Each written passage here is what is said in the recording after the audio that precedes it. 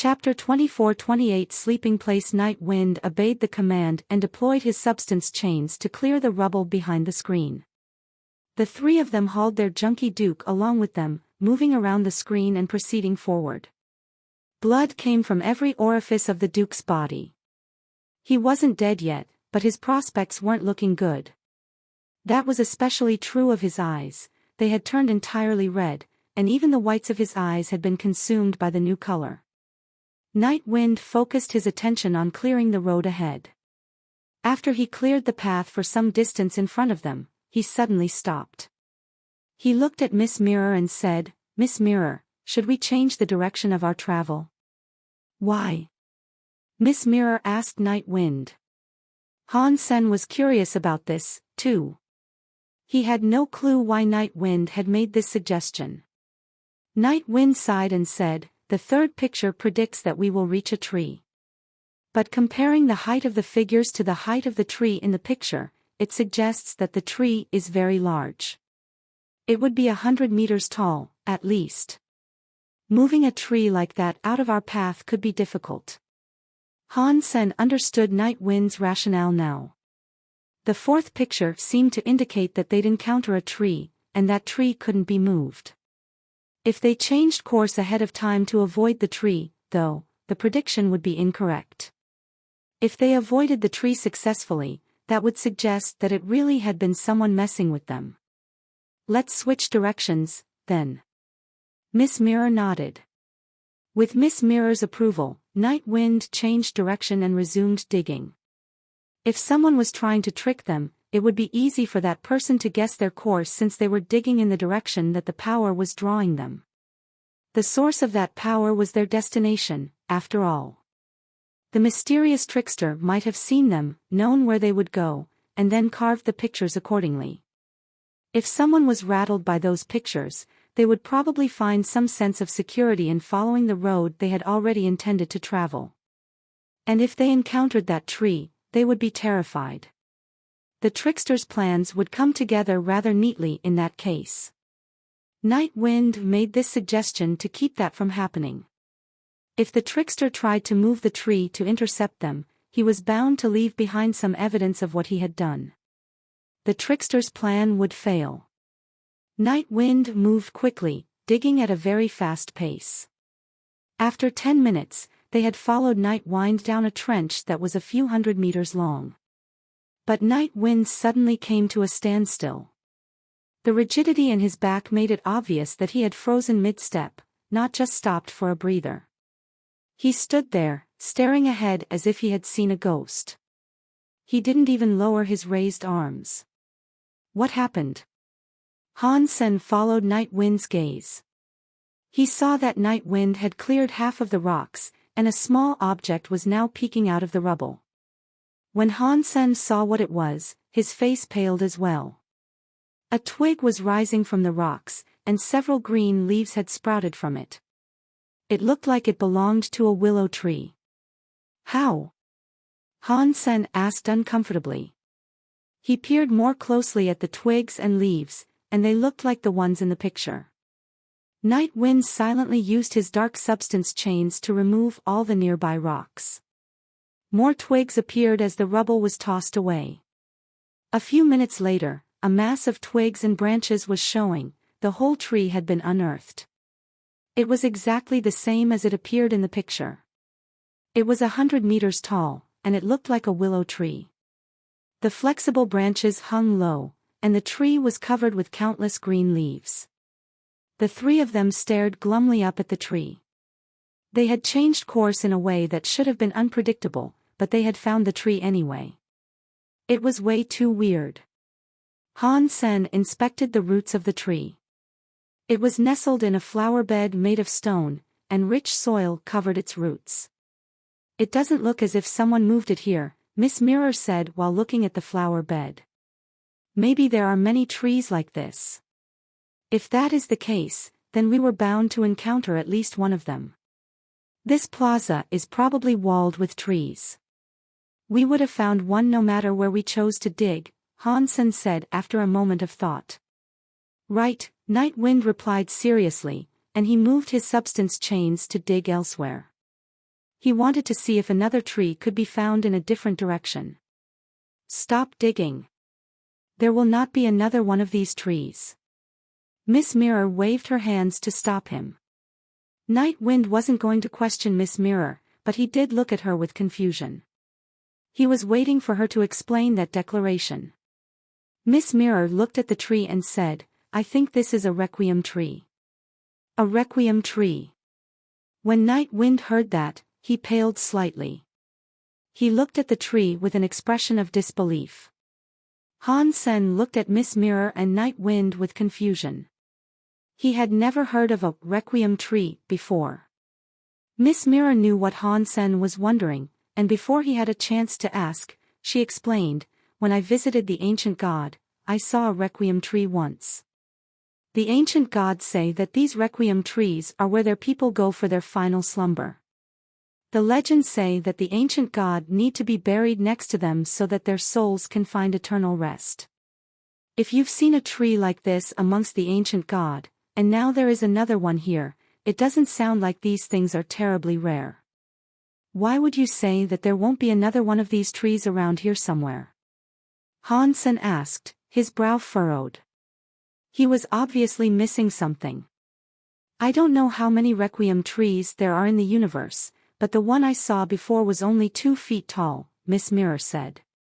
"The master of that requiem tree said they only grow to a height of about 3 feet, anyway. Then, they stop growing. If an ancient god dies and is buried beneath the requiem tree, it will absorb the ancient god's body. The tree will then grow 1 more foot, no more and no less. Do the math. If this tree has grown so high, how many ancient god bodies were here? Do you think there will be multiple trees that have reached this height? This is really a requiem tree." Han Sen stared up at the tree, suddenly seeing its prodigious height in a whole new light. Ancient water god's body had moisturized a few systems, bringing life to many planets and even making primitive races level up. If Miss Mirror was speaking the truth, then that requiem tree must have absorbed a few hundred ancient god bodies, at the least.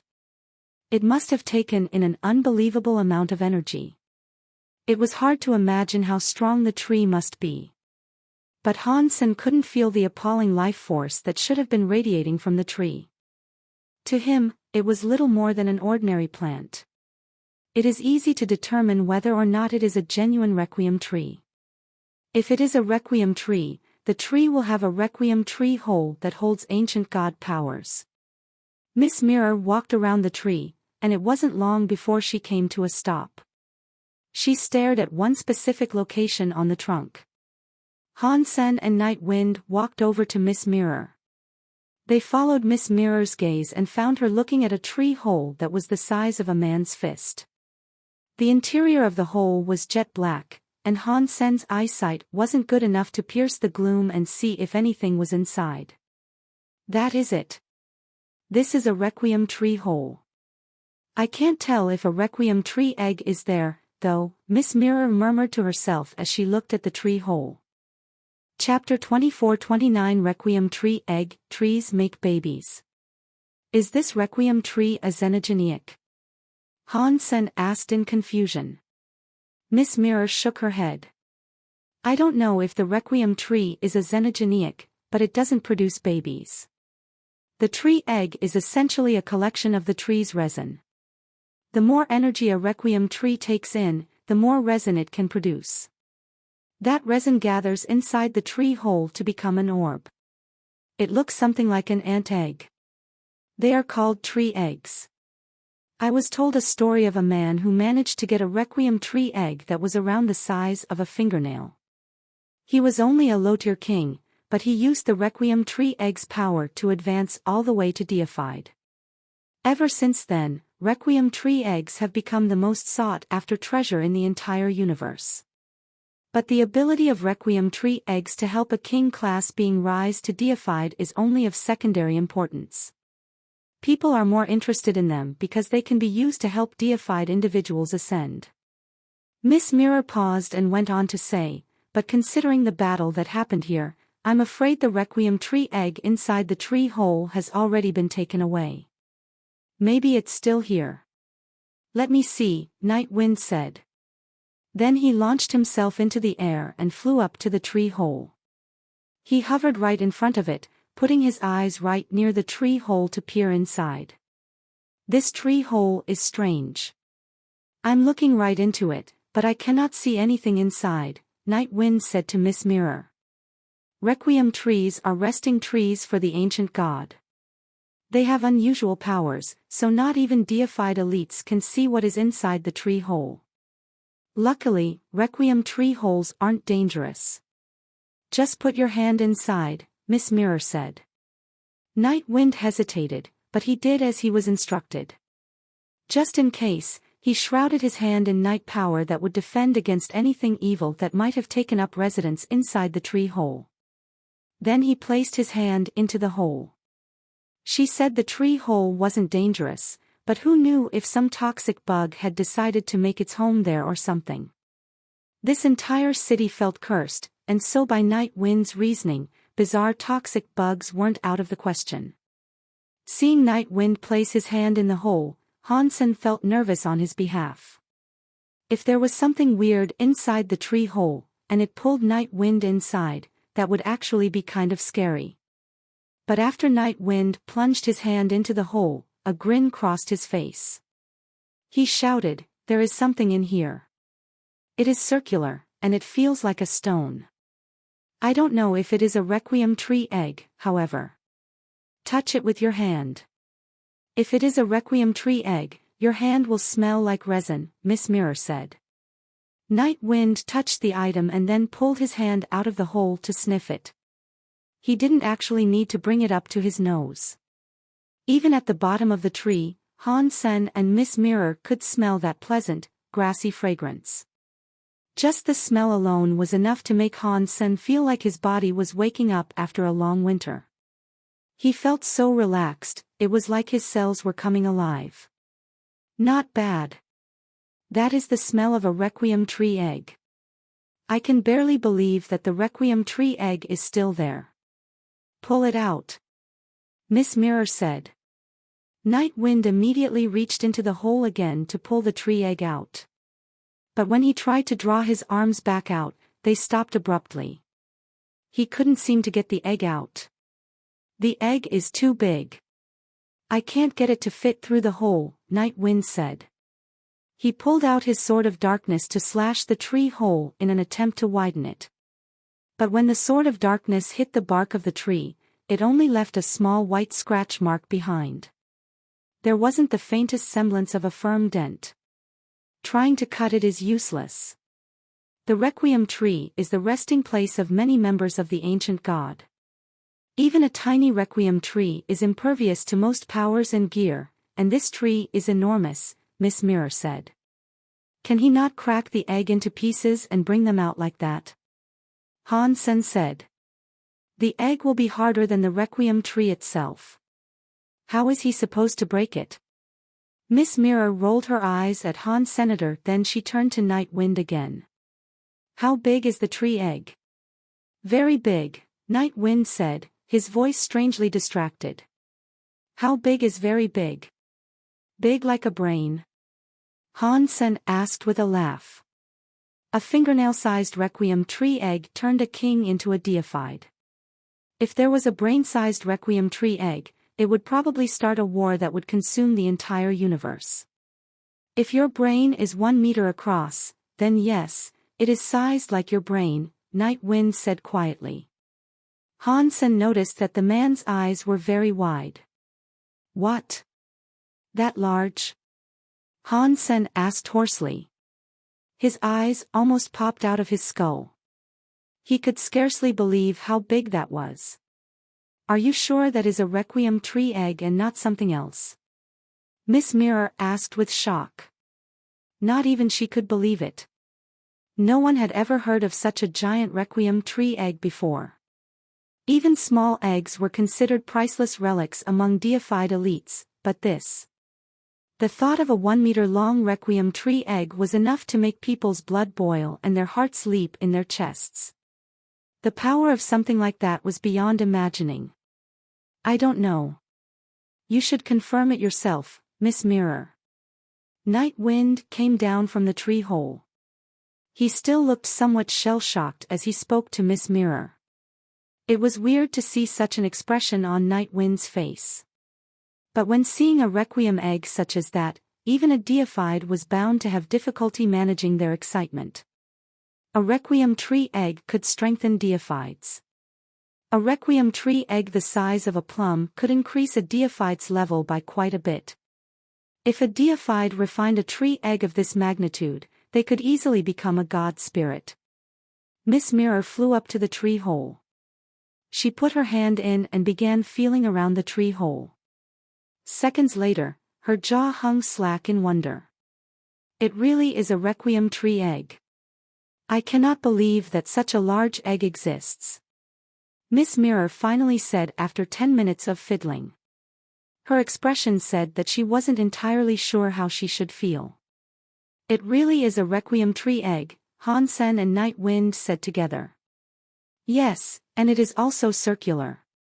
It is somewhere between 1 meter and 2 meters across. Miss Mirror couldn't help but sigh. It is a shame that the tree hole is only the size of a fist. If it was a small requiem tree egg, we could take it out. Now we know that there is a tree egg inside and that it is something that would change the universe as we know it. However, we don't have a way to remove it. Wait. Maybe there's a way to get it out. Night Wind suddenly sounded exhilarated. What? You have a way to expand the tree hole. Hansen looked at Night Wind. Miss Mirror looked at him as well, a single eyebrow raised. Instead of answering, Night Wind used his finger to point at the tree excitedly, and spoke, "Look over there." Hansen and Miss Mirror followed his finger. A deep scar ran across one side of the tree. It was a 3-foot-long gash, and it was 3 fingers deep, at least. That is a sword mark. Hansen's eyes brightened. The sword mark was old, and even though the tree had healed, there was a scar. But based on the angle of the scar, it looked as if it had been delivered by the big sword they had found earlier. Chapter 24:30 Taking the sword. If we can grab that sword, maybe we can use it to widen the tree hole and retrieve the requiem tree egg, Night Wind said, his eyes bright with anticipation. That might actually work. Maybe someone or something wants us to go back and retrieve that sword, Hansen said. The entire scenario seemed a little too convenient, though. They had chosen to leave the sword behind on the road, despite what the pictures on the screen seemed to indicate. Now, they had been presented with a tantalizing prize that would force them to return and retrieve the sword after all. They seemed to be drifting slowly closer to the reality that the screen had predicted. I am willing to give it a try. I will go find the sword again and bring it back, Night Wind said to Miss Mirror. Go, but be careful, Miss Mirror said, her voice distracted and distant. Yes, I will get it done. Night Wind bowed, turned around, and walked away. After taking a few steps, Night Wind stopped. He looked at the Duke. He thought for a moment and then said to Miss Mirror, "My lady, this guy isn't going to make it. Why don't I put him out of his misery now?" Hansen knew what the man meant. Night Wind was obviously still scared about the prophetic pictures they had seen on the screen. If he got rid of the Duke, however, there'd be one less faceless man. That would mean the prophecy could be proven wrong, and it was nothing more than an illusion. Miss Mirror nodded. Night Wind picked up the Duke and left. Is it wise to let him go? Hansen asked, looking at Miss Mirror. Hansen thought that Miss Mirror and Night Wind knew more than they were saying, but Miss Mirror hadn't tried to stop Night Wind from leaving. That confused Hansen. Miss Mirror didn't move, and her voice was chilly. You think he would stay if I forbade him from going? You mean, Night Wind will betray us for the requiem tree egg? Hansen now understood what Miss Mirror was getting at. If she stopped Night Wind from getting the sword, and Night Wind wanted the requiem tree egg badly enough, what happened in the picture might actually come to pass. I don't know for certain if Night Wind will betray us, but when something as valuable as this egg lies in the balance, loyalties can be tested. The Requiem Tree egg is a treasure that is far too tempting, and there would be few consequences for breaking the rules right now. I have to be careful. Miss Mirror ended with a sigh. From what you know of Night Wind, if he really brings back the sword and claims the Requiem Tree egg, do you think he'd go the extra mile and do something else? Han-sen asked. I honestly don't know. Miss Mirror shook her head, and then she said, so, we just need to be prepared. I hope that Night Wind doesn't decide to betray us, but if he does, we need a contingency in place that can keep us breathing. I'm no longer what I once was, remember. I am only king class. If we fight, I cannot hope to beat Night Wind. Our only chance of surviving is if you and I work together. Even if you and I work together, fighting a deified elite won't be easy. Han-sen shook his head. Miss Mirror brushed her fingers across her bangs, smiled, and said, even if 10 ordinary kings allied together, their collective power might not be enough to defeat Night Wind. But you and I are different. If we work together, even if we cannot beat him, we should be able to keep ourselves alive. I am with you, of course, my lady. Han-sen smiled. Although I have become king class, I still have the mind of a deified. And I understand Night Wind's power. I know all about Night Wind. I will just need you to do as I say. If he really tries to do something rash, we'll hold him back long enough that we can escape. Miss Mirror said. I will listen to you, my lady, Han-sen answered quickly, but he had a different plan in mind. Things had become complicated. The three of them each had their own plan. Although they all had individual goals, they knew that surviving in such a place would be difficult. But none of them could resist the temptation of the Requiem Tree egg. Although Miss Mirror hadn't said anything about it, she obviously had her own thoughts about the Requiem Tree egg. She just hadn't been obvious about it like Night Wind. Both of them went silent. Han-sen thought it wasn't a good idea to let the uncomfortable silence grow, so he started talking. Do you think Night Wind can safely retrieve that big sword? I don't know. Miss Mirror paused. It definitely seems like something is orchestrating this situation, trying to drive us to fight for the Requiem Tree egg. Since this entity obviously seems to require the big sword, common sense should tell you that the sword is dangerous. But Night Wind went to retrieve it anyway, and he isn't stupid. Since he insisted on going, he might have an ulterior motive. Maybe. Miss Mirror didn't finish her thought, but the look on her face suggested that she was worried. Han-sen picked up where Miss Mirror had left off, and he said, maybe he isn't concerned about the future that the screen seemed to foretell. Miss Mirror didn't respond. It was like a silent agreement. Han-sen went on to say, if the prophecy is false, then Night Wind is fine with that. If the prophecy is true, then the person wielding the sword should be fine anyway. After all, whoever takes the sword in the prophecy will be the one who claims the egg and survives. The odds for survival are swinging wildly in Night Wind's favor, with how things currently stand. You and I cannot take him down if things go badly. Miss Mirror nodded. She agreed. But there is one thing I don't understand. How can Night Wind be sure that nothing will kill him when he grabs the sword? Han-sen asked Miss Mirror. Han-sen wasn't familiar with Night Wind, so he couldn't guess the answer with any confidence. Do not underestimate any deified being. Night Wind isn't the most powerful deified, but the simple fact that he reached the deified level still means a lot. Do not be misled by his apparent loyalty and service to me. It can put you on a slippery slope to a painful demise, Miss Mirror said, her voice hard. Han-sen shrugged. He did not say anything more. He looked back along the path behind them, hoping to see something. Night Wind should have already returned with the sword by now. If some sort of trap had been laid on or around the sword, he should have already triggered it. But the ruined city was still deathly quiet. There wasn't a single sound. They had no way of knowing if Night Wind had removed the sword or not yet.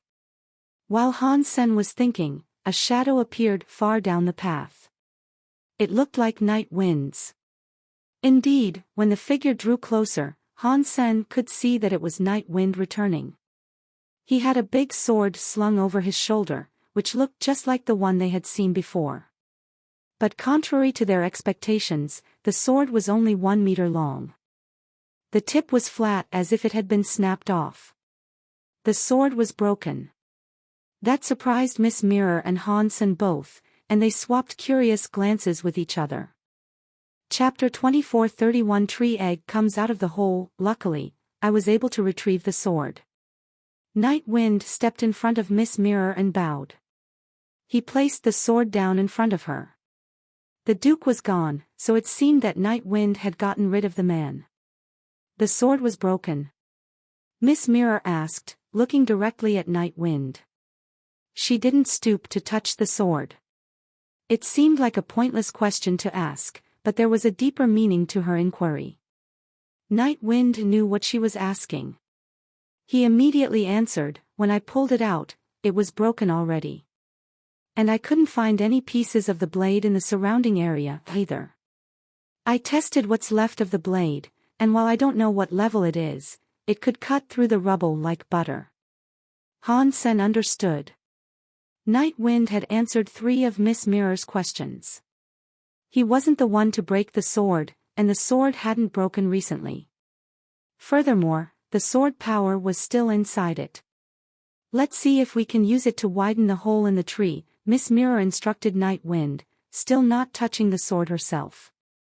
Han Sen knew why Miss Mirror didn't want to accept the sword. She still didn't know if Night Wind was going to betray her.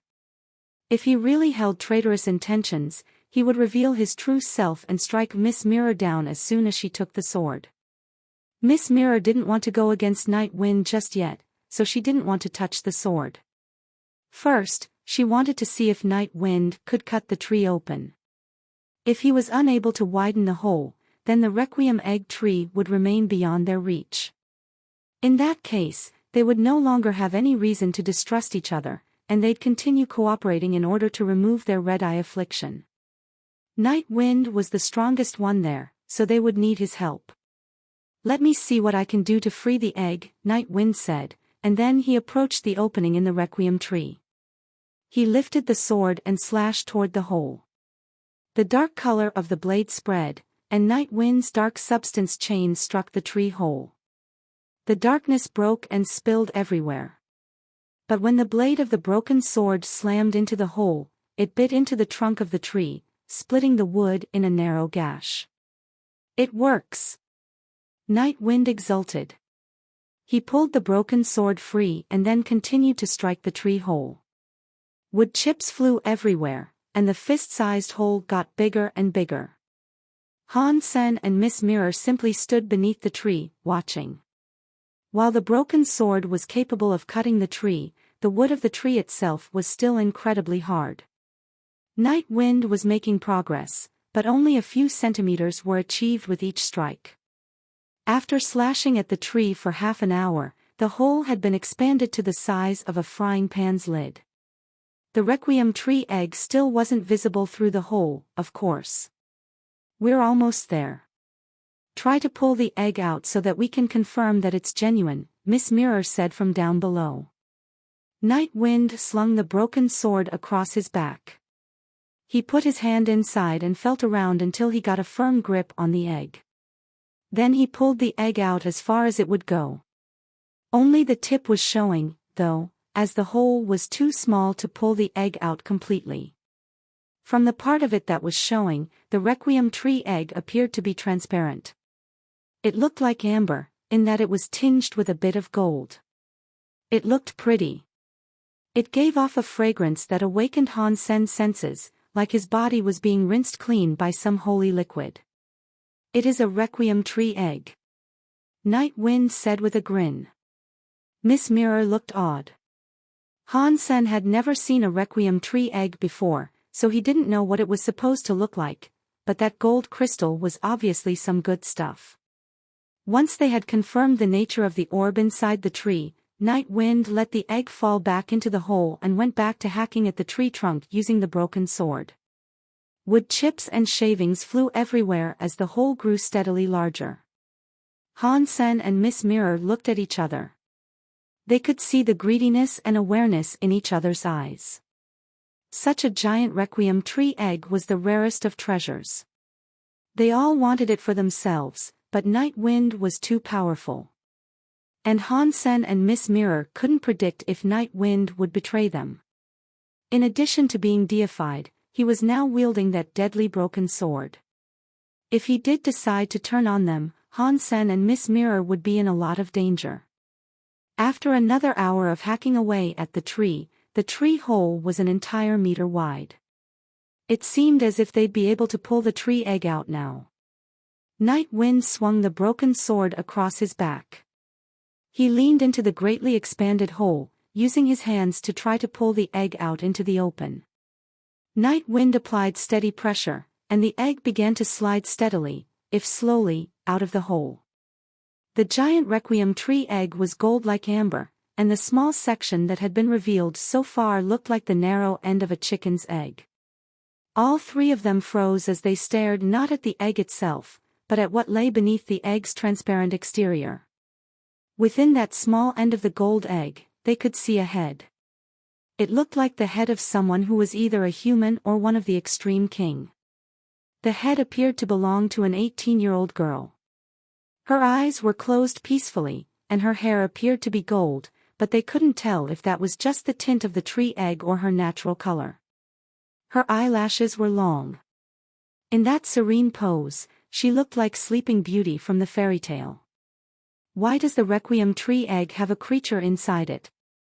Night Wind asked, looking at the tree egg with confusion.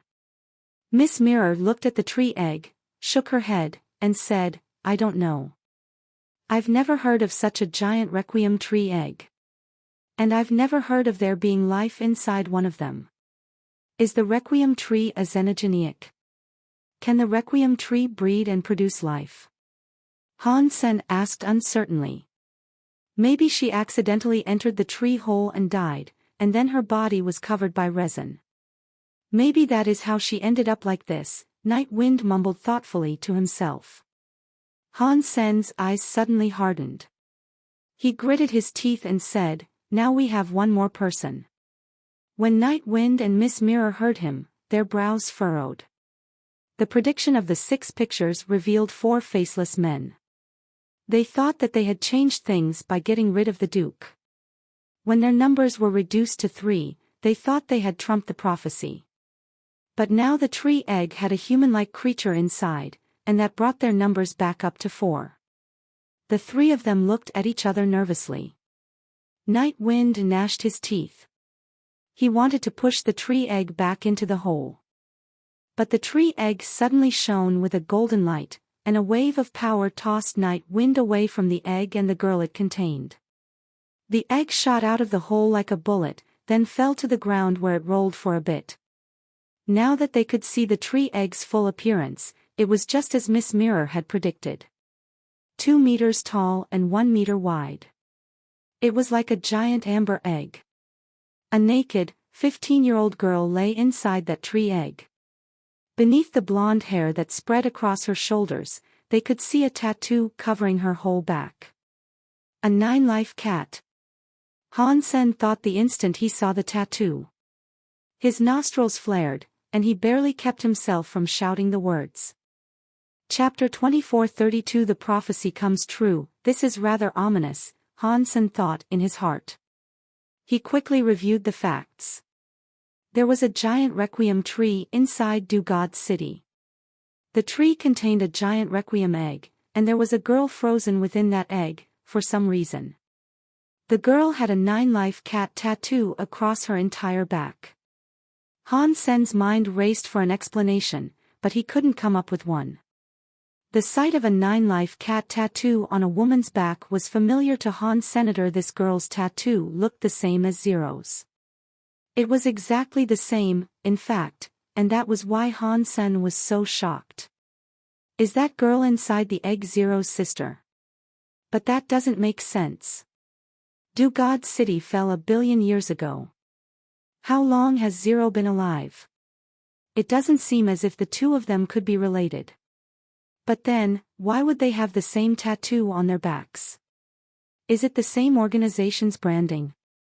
Blood Legion's symbol is the 9-life cat, but Blood Legion hasn't been around as long as Do God's city, and their history doesn't reach back to the time before it fell. That God *MN old cat. He must know all the answers I'm looking for. Han Sen was giving himself a headache trying to figure all this out. He wanted to lay his hands on that old cat and string it up. He wanted to torture the feline so that he could learn everything it knew. Catcha! A snapping sound suddenly came from the egg, pulling Han Sen out of his thoughts. A crack had formed across the golden egg. Is that girl still alive? Han Sen asked in amazement, slowly taking a single step back. Miss Mirror, Night Wind, and Han Sen all had the same reaction. After falling back a little ways, they stopped. They couldn't escape now. They hadn't found a cure for their red eyes, and they were sure to die if they chose to leave. But Han Sen was worried about something a little different. Although he also had red eyes that he couldn't get rid of, he was more afraid that the weird power might be contagious. He didn't want to risk infecting Bauer or Ningyu. That was why he had come here. He wanted to find some way to remove the infectious power, and if this abandoned city didn't present any answers, he planned to try getting rid of the red eyes with his super god spirit body. Han Sen had no control over what was occurring, and he couldn't even tell if it was dangerous or not. He wanted to flee. But before he had time to turn and run, he heard a humming tone like the sound one might expect from a viola. The giant egg cracked like glass around the form of the blonde girl, then shattered completely. Seeing the scattered remains of the egg, Night Wind gnashed his teeth and dropped into a defensive crouch. His dark substance chains then shot out to collect all of the pieces of the egg. The egg had disintegrated and fallen to the ground, but the girl still hung in the air. Her body was curled up in fetal position, and an intriguing scent wafted from her. She smelled like the Requiem tree egg, but better. One moment Han Sen thought he could barely smell the scent, and the next moment it was almost overpowering. I don't care who or what you are, I have to kill you now. Dark substance chains circled and writhed around Night Wind's body, and he sent increasing amounts of power into the hand that wasn't holding the broken sword. After charging up his strike for a few seconds, he slashed at the girl. Night Wind had no choice. If he didn't go forward with this, the red-eye power would drive him insane. The only escape from this fate was to acquire more power. His sword of darkness tore through the air toward the sleeping girl. The girl's body looked as if it was shielded by some invisible power. When Night Wind's dark substance chains got within a foot of the girl, they shattered. His power couldn't reach her. Night Wind roared like thunder and prepared to slash with the broken sword instead. His dark substance chains were unable to damage the girl, so he poured all of his strength into the broken sword. Since the broken sword was able to damage the Requiem tree, he believed it should be able to harm the girl's seemingly delicate skin. The blade hissed through the air toward her, and it didn't explode like the dark substance chain. He slashed downwards, but the sword moved so slowly. It was like the sword was gradually slicing through some invisible substance. The sword descended toward the girl's throat. The blade was going to touch her skin. As this occurred, the girl's eyes moved beneath their eyelids. It seemed as if she was about to wake up. Her blonde hair silently waved and shimmered. To Night Wind's surprise, the girl's blonde hair rose and wrapped around the blade of the broken sword, stopping the weapon in an instant. Night Wind stared. The broken sword that could cut through the Requiem tree was unable to cut the girl's hair. Still gripping the broken sword by its handle, Night Wind used his substance chain in an attempt to pull the broken sword out of the entrapment of the girl's hair.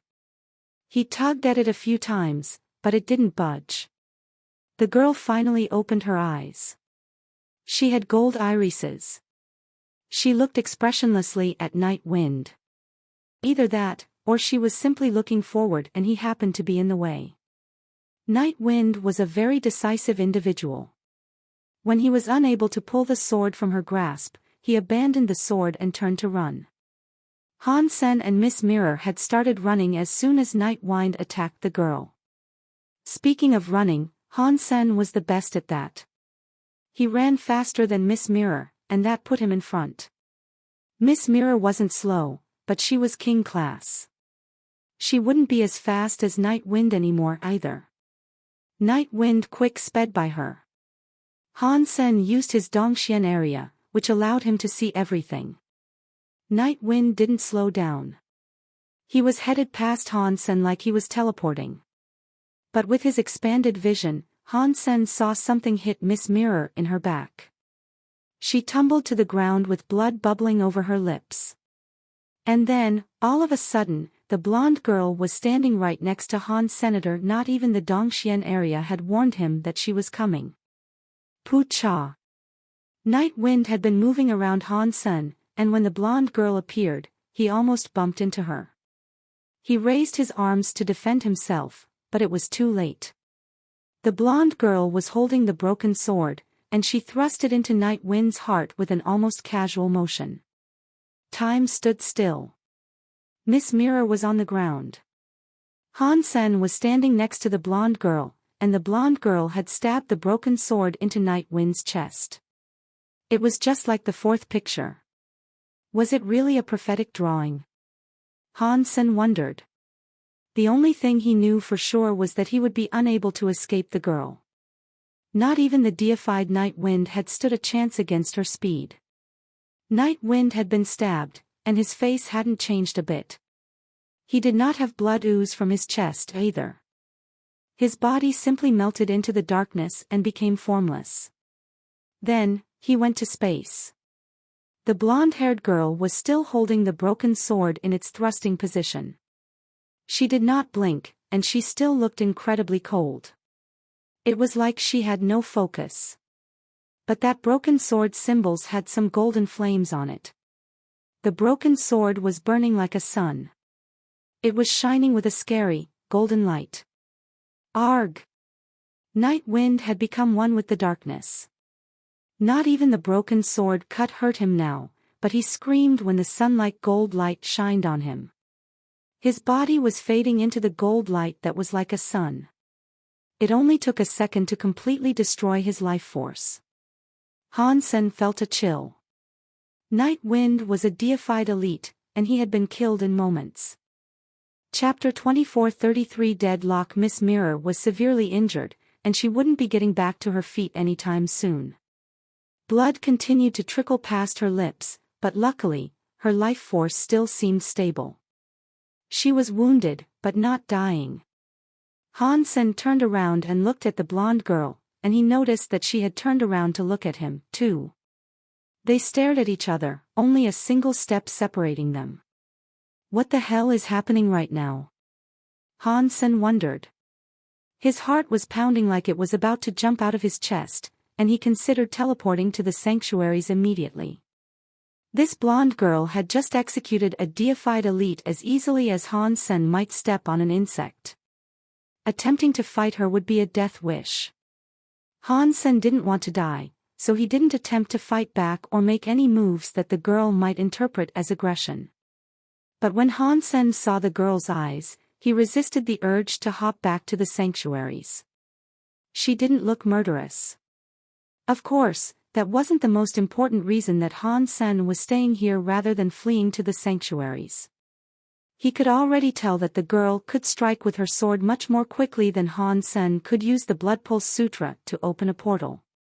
She could cut his head off before he even finished summoning power. So instead of running or fighting, both of them just stood there. Han Sen didn't move. He was afraid that any motion on his part might cause the blonde girl to attack. But the blonde girl just stood where she was, not attacking. She looked in Han Sen's direction, but her eyes didn't seem focused. It was hard to tell if she really was looking at him. Han Sen remained motionless as cold sweat beaded on his brow. The scary girl was as still as stone, and they had been staring at each other for 10 minutes. If they had been in a bar or pub, staring at a beautiful blonde girl for a prolonged amount of time would have been an enjoyable, relaxing thing for Han Senator. Instead, they were in an abandoned city in a cursed land, and Han Sen was anything but relaxed. Looking at a pretty girl was like looking at a beautiful painting. Han Sen didn't need to touch it to enjoy the experience. But right now, Han Sen had difficulty breathing under the pressure. Every second felt as long as a century. That girl was pretty indeed. She was like a blonde princess from a fairy tale, but no matter how attractive she was, thinking about how easily she had just killed a deified extreme king kept Han Sen from calming himself down. Who knew when she might suddenly decide to cut Han Sen in half with a single swing of her sword? You should move. Show me a sign. Are we fighting or seeking peace? Han Sen thought desperately. Sweat was running down his face now. He thought of a million ideas, but the girl was still just looking at him. Her eyes were dull, like she was badly dazed. Han Sen gritted his teeth. He gradually moved his foot, wanting to step away from her, wondering if he could walk off slowly without disturbing her. But he had only taken half a step when the blonde girl took one whole step toward Han Senator. She almost bumped into him. Han Sen immediately stopped, which made the girl stop, as well. Both of them were much closer now. Han Sen could almost feel the girl's breath, and he could smell her perfume again. Han Sen didn't move, and the girl didn't either. The two of them continued to stare at each other again. Oh, my God, what is happening here? Is this girl really a princess? Does she think I am so handsome that she doesn't want to kill me? Does she want to marry me instead? Just tell me if you want to marry me. Don't just stand there doing nothing. It's creepy. Han Sen thought. If this girl liked him, she should summon her courage and tell him. If she was in love with him, that was totally fine, it was better than killing him, anyway. If something didn't happen soon, the tension was going to make Han Sen explode. The girl clearly hadn't noticed how rigid and uncomfortable he was. Her eyes were still unfocused. When she stepped forward as he stepped away, it was probably a subconscious reaction. Han Sen didn't know what the girl would do once she woke up. If she had injured Miss Mirror and killed Night Wind without even being fully conscious, she must be pretty scary. Then Han Sen remembered something that made it seem even less likely that this would end well for him. The first 4 pictures on the screen had already come true. When Han Sen remembered the scene from the 5th picture, his heart began beating even faster. In the 5th picture, one faceless man had been lying on the ground, and 2 other faceless men appeared to be fighting. One of them was gripping the other's neck. Han Sen could guess that the faceless man on the ground represented Miss Mirror, which meant that the fighting faceless men were the girl and himself. If he fought someone with her power, there was no way he could win. Thinking of Miss Mirror, Han Sen glanced over at her. She was in a much better condition, and her wounds were healing quickly. But she lay on the ground, not attempting to get up or run away. Why isn't she running? Han Sen thought to himself. Then, he understood. She must have remembered the 5th picture, as well. If the 5th picture came true, she might be the safest by remaining on the ground. If she got up to run, perhaps she would end up as the one fighting. So evil, Han Sen thought. The girl still hadn't moved, but it did seem as if her eyes were starting to brighten. She was slowly starting to wake up. Han Sen kept thinking, if those pictures are true, then only 2 faceless men will exist by the 6th picture. One will be on the floor, and the other will be kneeling in prayer before the statue with 1,000 hands and 1,000 eyes. I don't know if the one on the floor is dead or alive. If they are alive, then that means either Miss Mirror or I will survive. Only one of us will live, but that doesn't matter. Miss Mirror will be the one who dies. I will be the one who gets out. Han Sen was confident about this. He was very confident because he had the super god spirit body.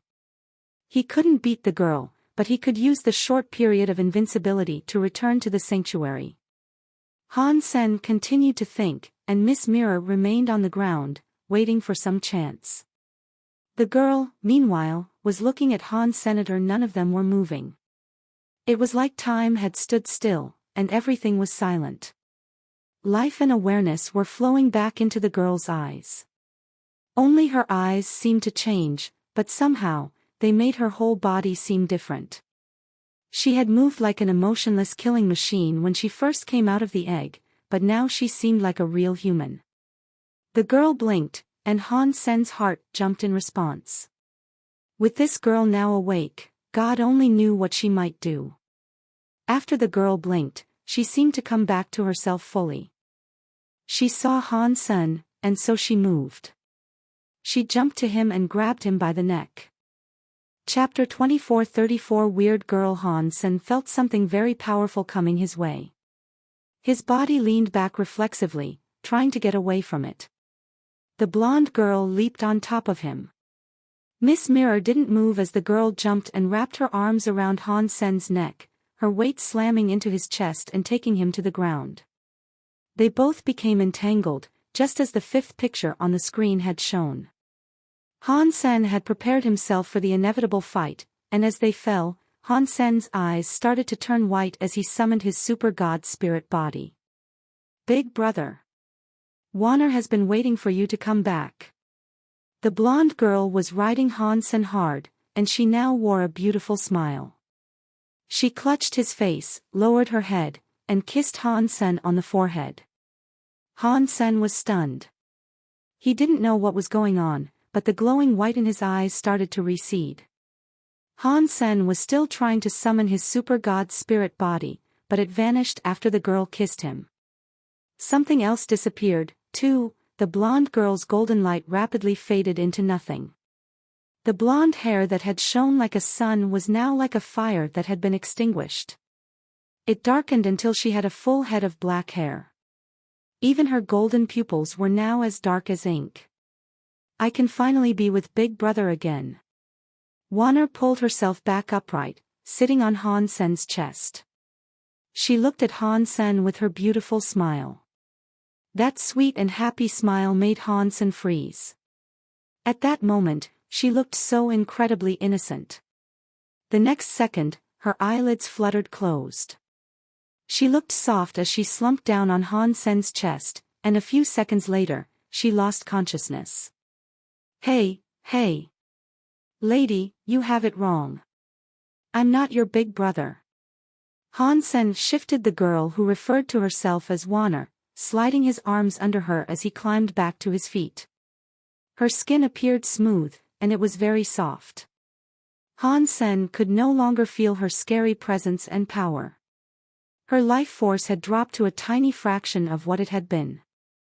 Now she was as weak as a commoner in this universe, or perhaps even weaker. If Han Sen hadn't seen her transform with his own eyes, he never would have imagined that this black-haired girl was the blonde girl who had taken out the deified Night Wind in a single blow. Han Sen realized that the tattoo of the nine-life cat on her back was now gone. The skin of her back was smooth and white as if the tattoo had never existed in the first place. What is going on? Han Sen frowned. When he scanned the girl, he confirmed that she had passed out, but she was still alive. Her life force was so low that it was concerning, however. It was hard to imagine how she had been able to blast out the scary power she had used earlier.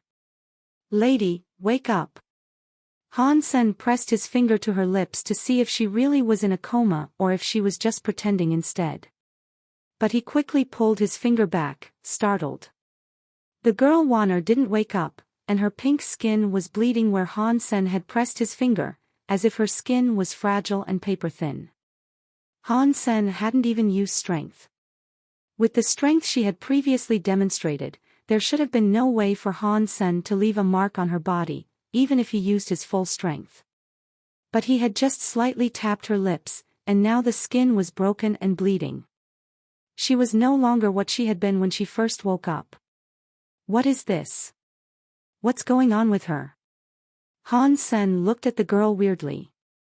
Miss Mirror eventually got back to her feet. She picked up the broken sword and tried to stab Lady Warner. Han Sen tightened his arms around the girl and dodged. Miss Mirror directed a hard stare at him. What are you doing? Now is the best time to kill her. If she wakes up and becomes that blonde B*TCH again, we won't be able to kill her. Then we'll be the ones to die. Han Sen frowned and looked at the girl. He had thought about doing this, as well. He knew Miss Mirror was right. The girl's body was like that of an average person right now. A random strike could kill her. This really was their best chance. If she woke up and engaged her blondie mode, he and Miss Mirror would be unable to touch her. They might be in grave danger.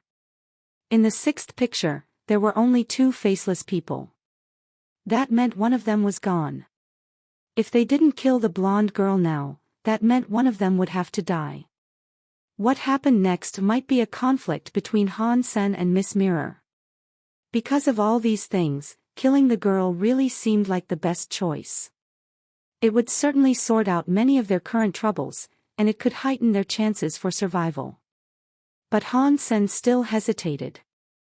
What Warner said to Han Sen before she fainted made him think.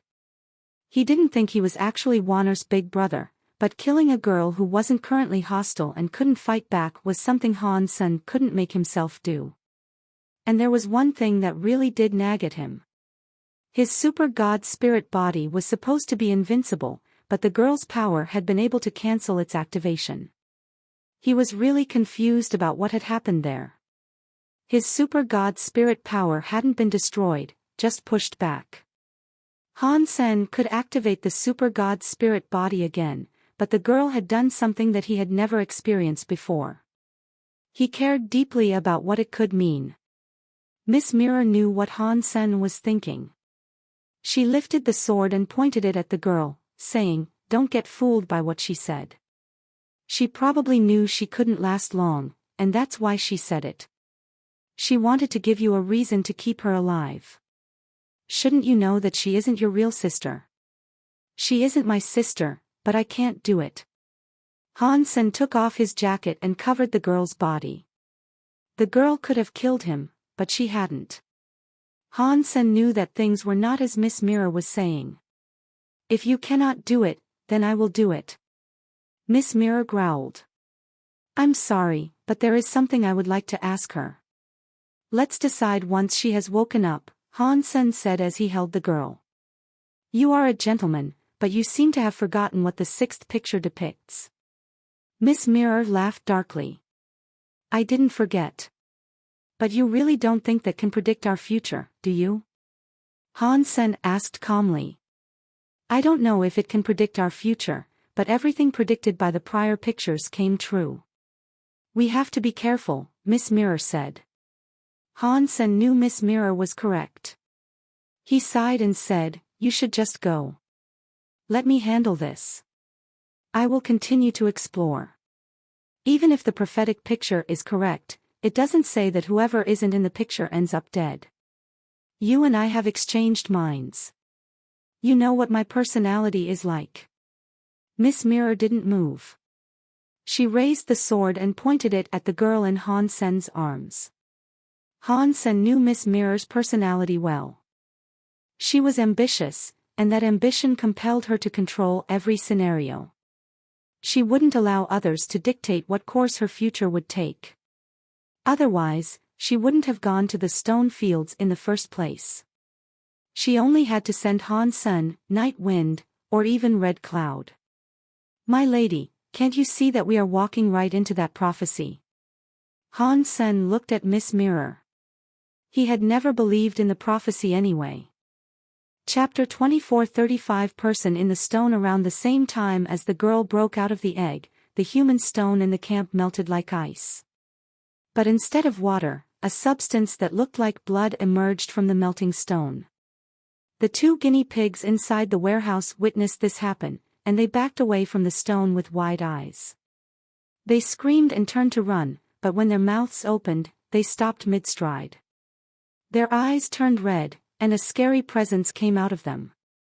More of that red blood oozed from the stone. It began to rise from the ground as a vapor, spreading to fill the surrounding air. All the members of Spring Rain and the workers that were nearby fell under the influence of that invisible power. They all leveled up, their power increasing so quickly that it almost seemed like they were cheating. They increased 1 level, and their genes grew stronger. All of the nearby kings became half-deified, and the half-deifieds actually downgraded to become measly dukes. The creatures that had already been affected by the stone didn't change again, but other than those few who had already been altered, there was only one anomaly, Ningyu. He hadn't been affected in any capacity. His little green sword groaned, then flew up and landed in Ningyu's hand. It shone green, bathing him in a protective light. In Han Sen's room, Bauer was still playing games with Falling Leaf. She looked up suddenly, and her face grew worried. She raised her hand and summoned a little gourd. The little gourd shone with a weird light of its own, covering herself, Falling Leaf, and the little red bird. "What are you doing?" Falling Leaf asked, having no idea what Bauer was actually doing. She saw the shining little gourd, but she didn't notice any of the other powers that were at play. "Nothing. Let's continue our card game," Bauer said with a blink. Falling Leaf made no comment, and they resumed their game. Meanwhile, in the warehouse, the stone had completely melted. A white-haired man with white clothing had been revealed, sitting exactly where the stone had been. He looked pale, and he smelled musty and ancient. It was as if he had been sitting there forever, watching the days and the moons go by, and the stars themselves fall to darkness. Time must have moved like a river for him. It was like nothing in the world could leave a mark on him. The rise and fall of empires were mere moments to a man like this. He let out a sigh. The man opened his eyes, and then he spoke to himself, "After all these lifetimes, I just want to get drunk with you. Is there any point living in this world without you?" The white-haired man stood up and exited the warehouse. The infected creatures of the base, meanwhile, were in the midst of fighting each other. Their levels had increased or decreased, and their eyes had turned red. They became insane and bloodthirsty, trying to kill anyone they could reach. All kinds of powers were being used across the base. If the base hadn't been built out of the sturdy black rock, it would have been reduced to a ruin by now. The white-haired man walked through the various pitched battles, but none of the crazed people attacked him. No power dared to land on him.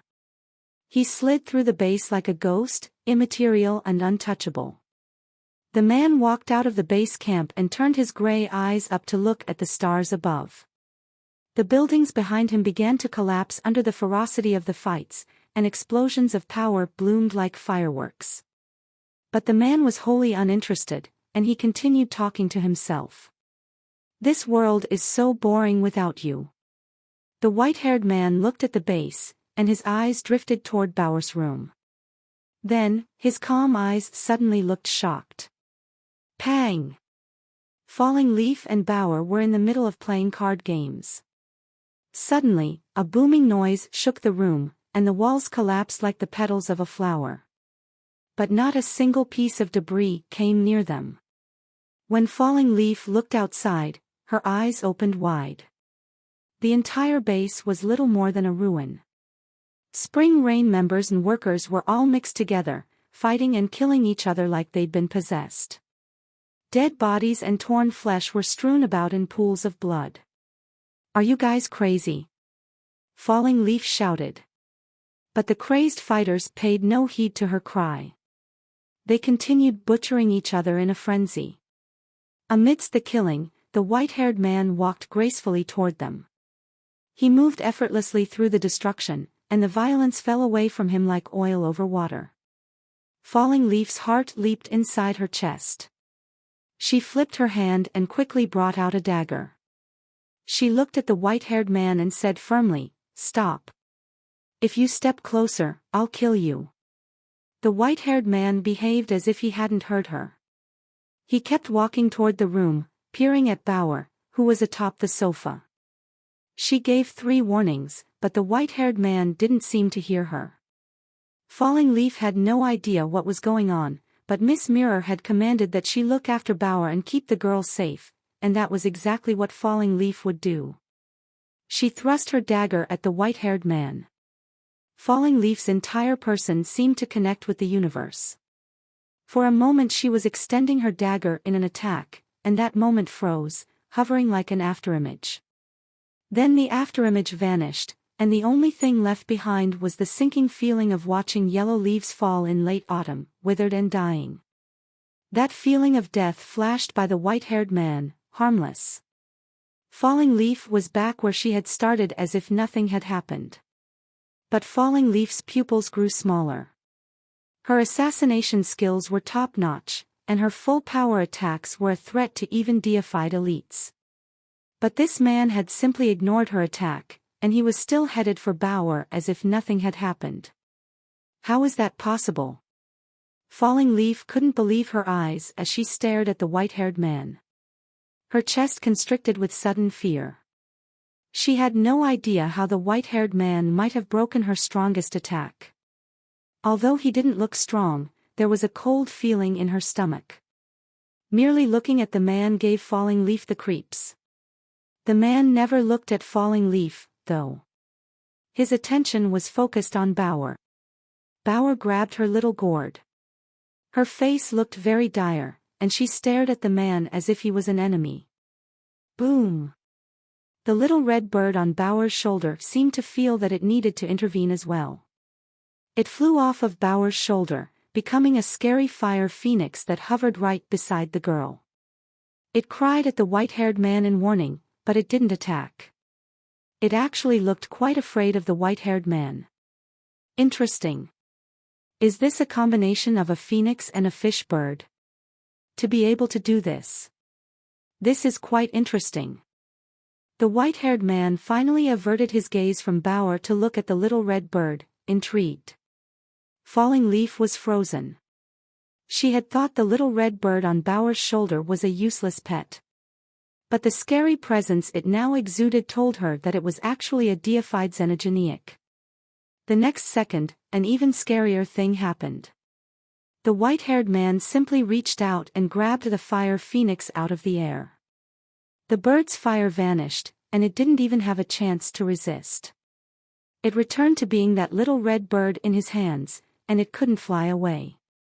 Chapter 24. 36 Girls should not fly. The white-haired man looked at the little red bird in his hand. It kept squirming, thrashing its wings as it tried to escape the grasp. He spoke to himself, saying, "You really have phoenix and fish bird genes. And it is still so young. Who could do something like this?" Bauer looked at the white-haired man. She blinked and said, "Are you going to bully a kid and her pet?"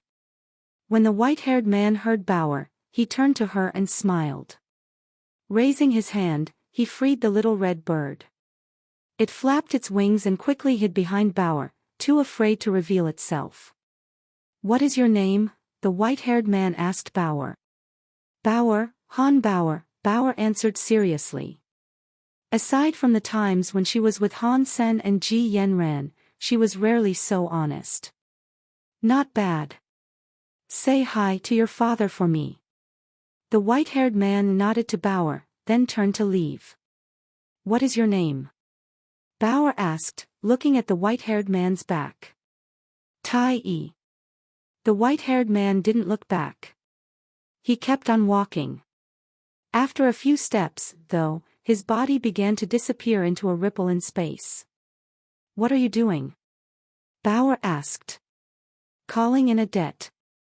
It's time that I get back something that doesn't belong to them." The white-haired man's voice echoed through the cosmos, drifting from an increasing distance until it vanished entirely. Falling Leaf was left trembling. She had never seen someone use a teleportation skill while still sending back their voice. Even King Bai couldn't do something like that. As Falling Leaf recovered from her shock, someone cried out, calling for aid. Help! They turned around, and a girl wearing pink clothing was running through in the middle of the fight. She sprinted toward them, screaming and sobbing. A Duke xenogenic worker was chasing after her. It had no weapon, and it was reaching for the woman with its bare hands. Based on how she was moving, the woman seemed stronger than the Duke worker.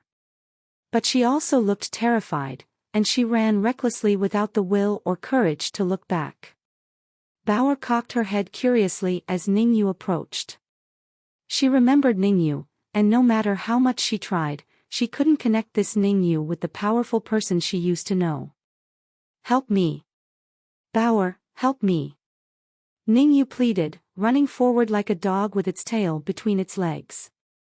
Falling Leaf was about to stop Ningyu, but Bauer hastily told her. Let him come.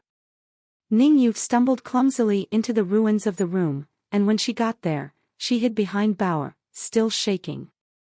Too scary. Save me, Bauer. Ha!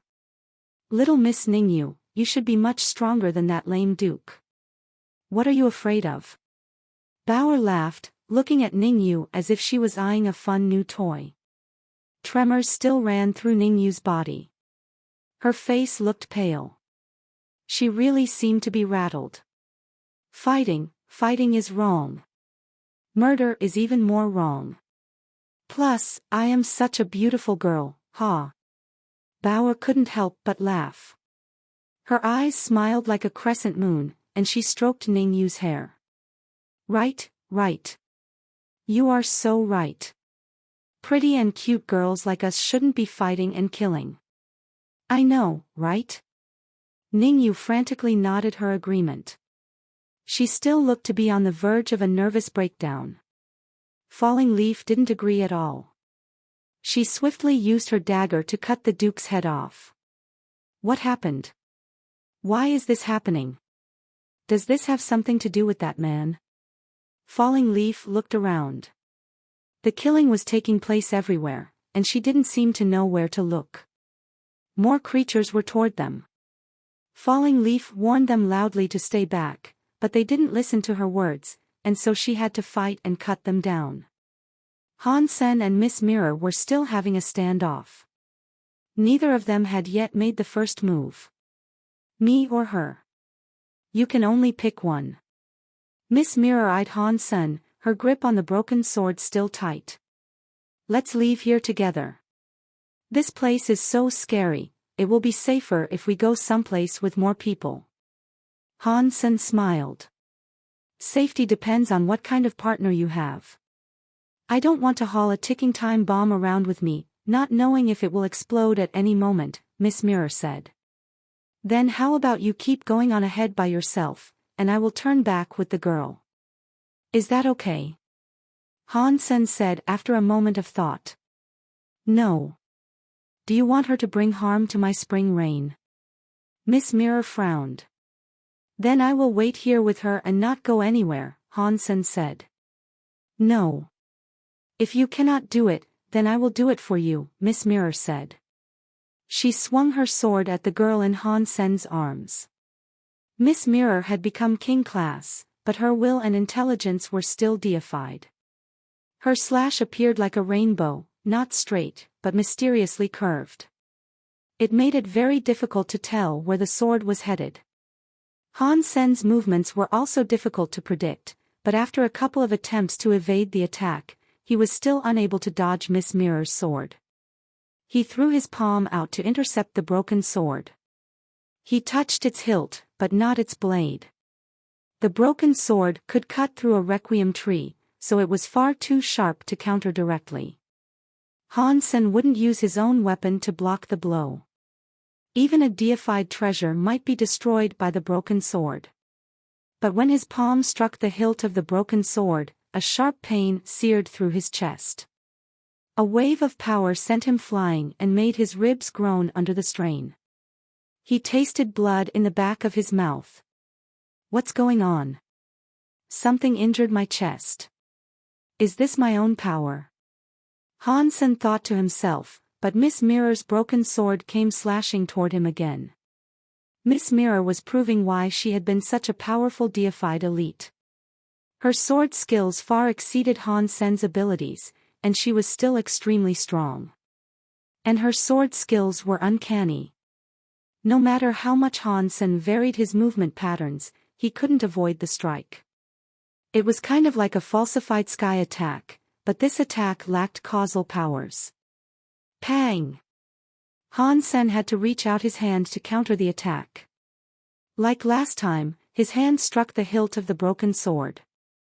Another impact thudded into his chest and sent him flying. Miss Mirror followed him like his own shadow. She kept trying to strike that girl that Han Sen held in his arms. "Is this your mirror spirit body?" Han Sen asked as he retreated. "Yes. Even as a king class, I can kill you easily. So don't test my patience," Miss Mirror said warningly. "So your mirror spirit body can only return attacks that I deal." "That's not very impressive," Han Sen said. "Maybe it's not amazing, but it's enough to kill you," Miss Mirror declared. "You're willing to kill me?" Han Sen couldn't fall back anymore. He wouldn't be able to avoid the next attack, and he couldn't counterattack Miss Mirror or the broken sword. He turned around and used his body to shield the girl from the blade. "Don't think that I won't kill you," Miss Mirror said with obvious annoyance, as she stopped her sword. Chapter 2437 Mirror Area. "My lady is a princess of the Extreme King, and you are the king's sister. You are the leader of spring rain. Are you really going to believe in the truthfulness of this prophecy? Tell me the real reason you want to kill her," Han Sen said coolly as he eyed Miss Mirror. Miss Mirror didn't continue trying to attack him. She looked at Han Sen for a while before saying, "Prophecies can have very real power. Not many elites can actually predict the future, but there are some. Most notably, the very high are very skilled at prophecy. They are able to predict events in a similar manner to how the pictures on that screen seem to function. But that isn't the real reason that you want to kill her," Han Sen said, shaking his head. Miss Mirror didn't deny the accusation. Right now, her body is weak, so weak that any noble could kill her. But the powers that she displayed earlier were very strong. Even Night Wind, a deified elite of the Extreme King, was brought down in a single blow.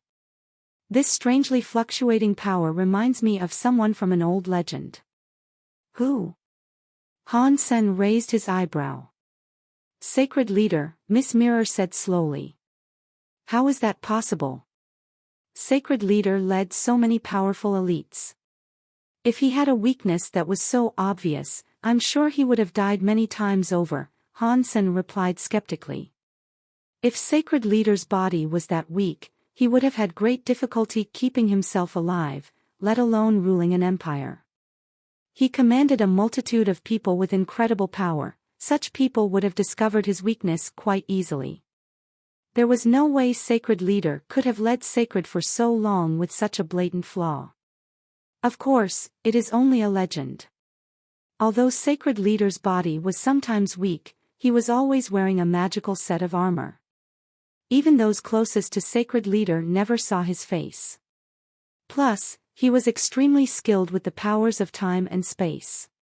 Ambushing or trapping him would have been impossible. I don't know exactly what it means, but this girl's power is very abnormal. Maybe she is somehow connected with Sacred Leader. Even if they aren't related, I must still take the precaution of killing her. I am not risking my life for her." Miss Mirror looked at Han Sen and went on to say, "You should leave now, as this is your last chance. If you try to stop me, I will kill you. I won't let you escape if you oppose me here." Han Sen had questions he needed to ask the girl, many of which he desperately wanted to know the answers to. He didn't want her to die just yet. "I am sorry, but I'd like for her to live," Han Sen murmured quietly. Miss Mirror said nothing. She merely slashed towards Han Sen, letting her actions speak for her. She had made a decision. And if Han Sen was going to stop her from killing the girl, she would no longer try to avoid injuring him. Based on the power in Miss Mirror's attack, it seemed that she was no longer playing around. And Han Sen knew it. He took this threat seriously. His purple-eye butterfly kept spinning, analyzing Miss Mirror's sword skill. He could use his Dongxian area to stop Miss Mirror's area and power, but that skill was part of his identity as Dollar. If Han Sen used it in this situation, then his identity would be exposed. He didn't want to have to do that unless it was absolutely necessary. Miss Mirror's sword skills were strangely unpredictable. They were not causal sword skills, but they were still hard to dodge. As he saw Miss Mirror coming, Han Sen moved again to avoid her blade. Han Sen's movement was fast. He was faster than Miss Mirror, but somehow, the broken sword still hit him and sliced into his arm. Han Sen had the undying original Water King body, so even if his body was cut open, he could heal immediately. Normal injuries wouldn't really hurt him. When he took a strike from that broken sword, however, his original Water King body wasn't healing. It looks like this broken sword might have been quite the infamous weapon. Even the original Water King body cannot stand against it. You better think about how much you really want to stop me. The next hit won't land on your arm, Miss Mirror promised, and then, she swung her sword. The sword arced like a rainbow, seeming to disappear mid-swing, like usual. I understand your sword skills. Han Sen moved, and Miss Mirror's attack hit nothing. Miss Mirror froze. She swung her sword at Han Sen again. Many sword rainbows came down, but Han Sen was like a butterfly. He fluttered back and forth, weaving between the sword rainbows. He was still holding the girl, though, and so he couldn't fight back. But he dodged each and every one of Miss Mirror's attacks. This must be a combination of your mirror area and your sword skills. Sword skills that go across the mirror world can't really be dodged. It flips the world, allowing an attack to travel through space that shouldn't exist. That keeps your opponents from discerning where a sword is coming from because they can't follow the blade along its path. It is a very powerful move, but it is useless against someone like me, Han Sen said, continuing to speak calmly as he dodged Miss Mirror's attacks. Miss Mirror finally forced herself to accept that Han Sen could see through her mirror sword skills. Continuing to attack would be pointless, so she lowered the sword. Can we actually talk now? Han Sen didn't want to fight with Miss Mirror. Doing that would lead them right into the prophesied scenario. Miss Mirror gently laughed. You think you have escaped my mirror sword skills? Have I not? Han Sen asked. If you insist on getting in my way, I will let you see the real mirror area, Miss Mirror said, before lifting the sword in her hand again. Han Sen knew Miss Mirror was an annoyingly powerful woman, so he hadn't let his guard down when she stopped attacking. I will use this sword to blind your left eye. Miss Mirror swung with the broken sword, but this time, no sword rainbows appeared, twisting sinuously through space itself. This power slammed into Han Sen with no warning. Pain shot through Han Sen's left eye like it had been stabbed by a needle. Blood squirted from it, then the eyeball exploded. Han Sen didn't even see how she had managed to get his eye.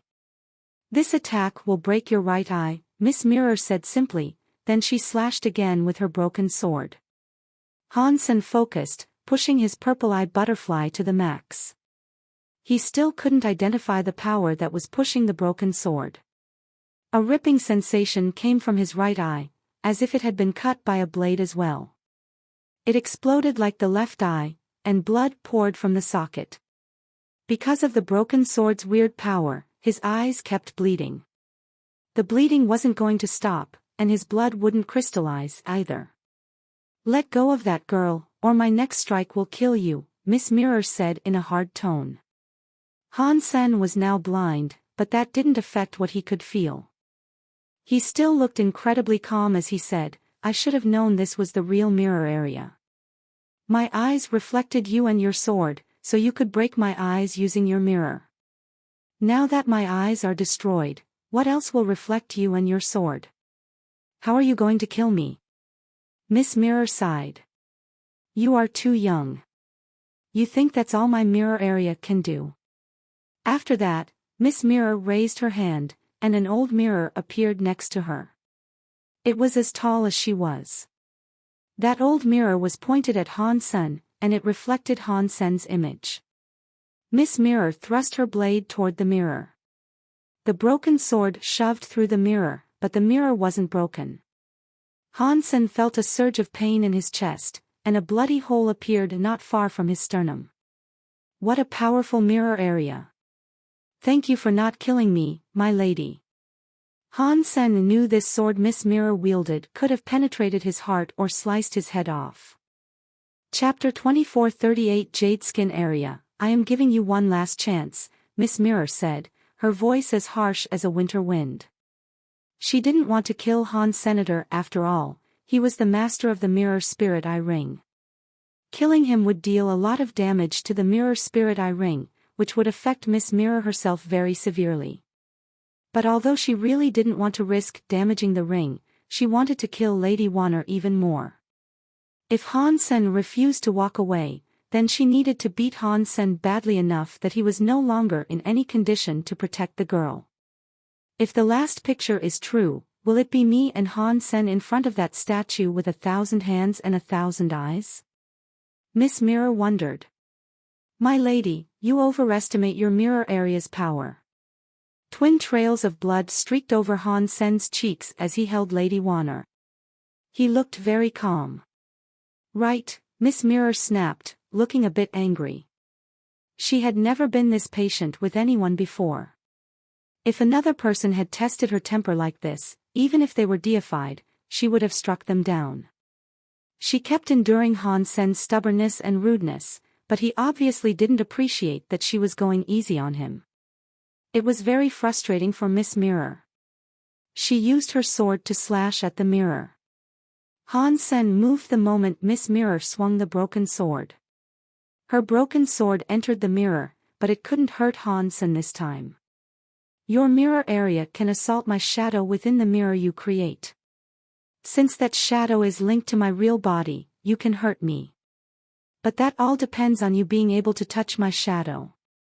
My shadow in the mirror, however, moves with me. I can control it, allowing it to dodge your broken sword, Han Sen said. You are smart. You have learned much about my mirror area in such a short amount of time, Miss Mirror complimented him. Her face remained impassive. But even if you do know that, so what? The mirror world is the opposite of our world. You can control your shadow, but it won't move as naturally as your own body, because every move you make in this world will be reversed in the mirror. And on top of that, you have been blinded. You cannot see your shadow in the mirror, so how do you expect that you will be able to dodge me? Try to attack me again, and you will see for yourself how well I can still dodge. Han Sen's composed expression hadn't changed. Clearly, Miss Mirror wasn't fond of Han Sen's attitude. She slashed her sword in the direction of the mirror with one of her rainbows. The power of the attack headed for Han Sen's shadow in the mirror. Han Sen needed to control his movement, guiding his shadow around the incoming attack. Han Sen's shadow responded instantly to his every movement, but the reversal of the mirror made it very difficult to control. Normal people used mirrors to do their makeup or brush their hair. When performing a task that required a person to make extremely precise movements, people who weren't very experienced with working in mirrors would often make mistakes. Han Sen wasn't doing anything as simple as brushing his hair, though. He was using a mirror to fight for his life. Han Sen had to control his reflection to avoid Miss Mirror's scary attacks. It would be a difficult task at the best of times, and doing so while blinded and injured would be nearly impossible. But Miss Mirror, despite running her sword skills at full power, was failing to inflict any more damage on Han Sen's reflection. She couldn't land a single strike. How is he doing this? Miss Mirror wondered, her shock etched deep into her face. She knew how hard this had to be, especially since Han Sen had only just become a king. She would never have expected that Han Sen would be able to neutralize her sword skills. After all, she had the experience of a deified. She wasn't some ordinary king-class enemy to him. Now Han Sen could fight her face to face, and he could control the shadow in the mirror with unbelievable proficiency. She missed each and every attack. Through all of this, though, the most amazing thing was that Han Sen was blind.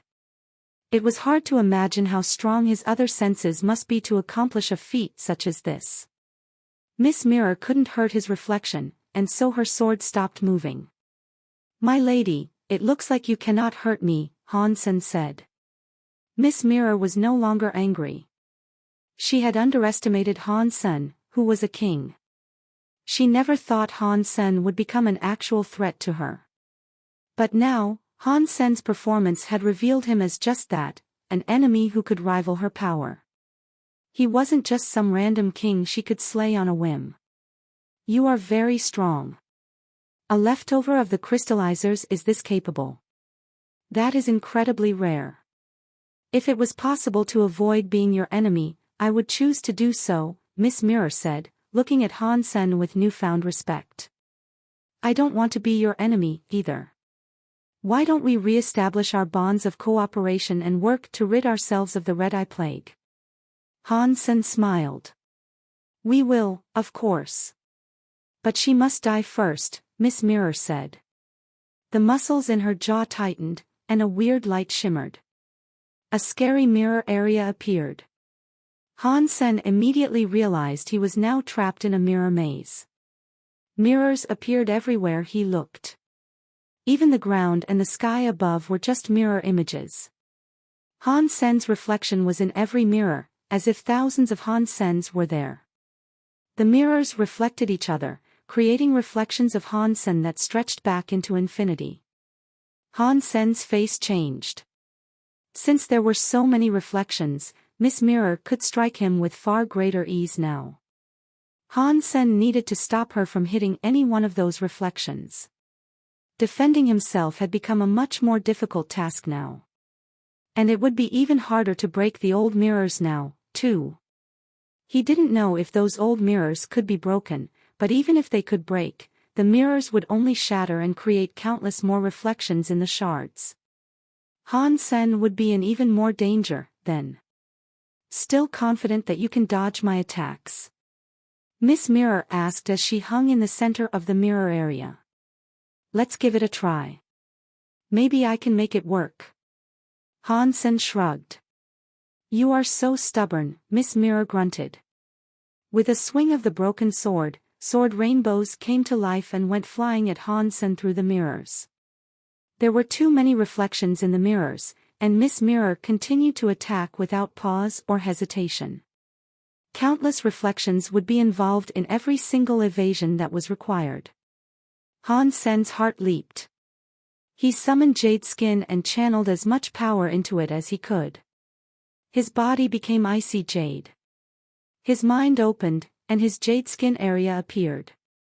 His expression focused, Han Sen jumped, and all of his reflections avoided the incoming sword strike. At the same time, his Jade Skin area covered all of the old mirrors. Frost spread over the surface of every single mirror. "That's useless.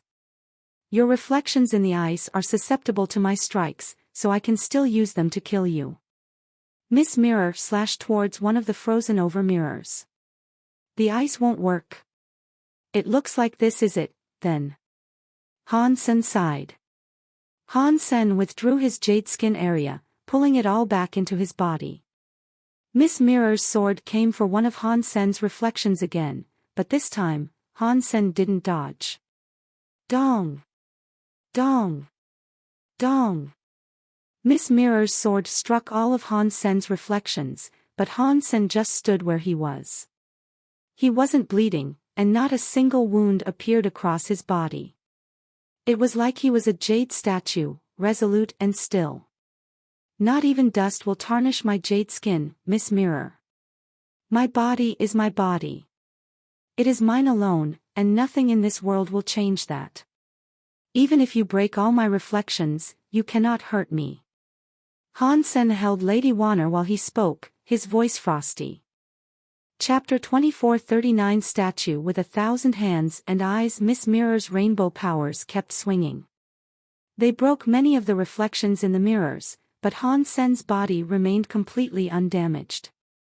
My lady, if you still had a deified body, it is safe to say that my jade skin wouldn't be able to endure your powerful sword strikes. But now, you aren't too different from me. You are a first-tier king-class opponent. Unless you strike me with the broken sword, hitting my reflections isn't going to hurt me, Han Sen said. So, what? It's actually quite relieving that I don't have to worry about striking you. I will just hit the woman instead. Even if you hide her behind you, you cannot protect her shadow from me, Miss Mirror pronounced as she raised her broken sword again.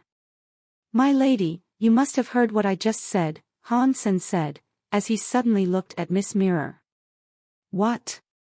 Miss Mirror asked. We are the same level as kings. Han Sen raised his fists. The ice jade around his fists became a godlight and flashed toward Miss Mirror. Miss Mirror's heart jumped, and an old mirror formed in front of her.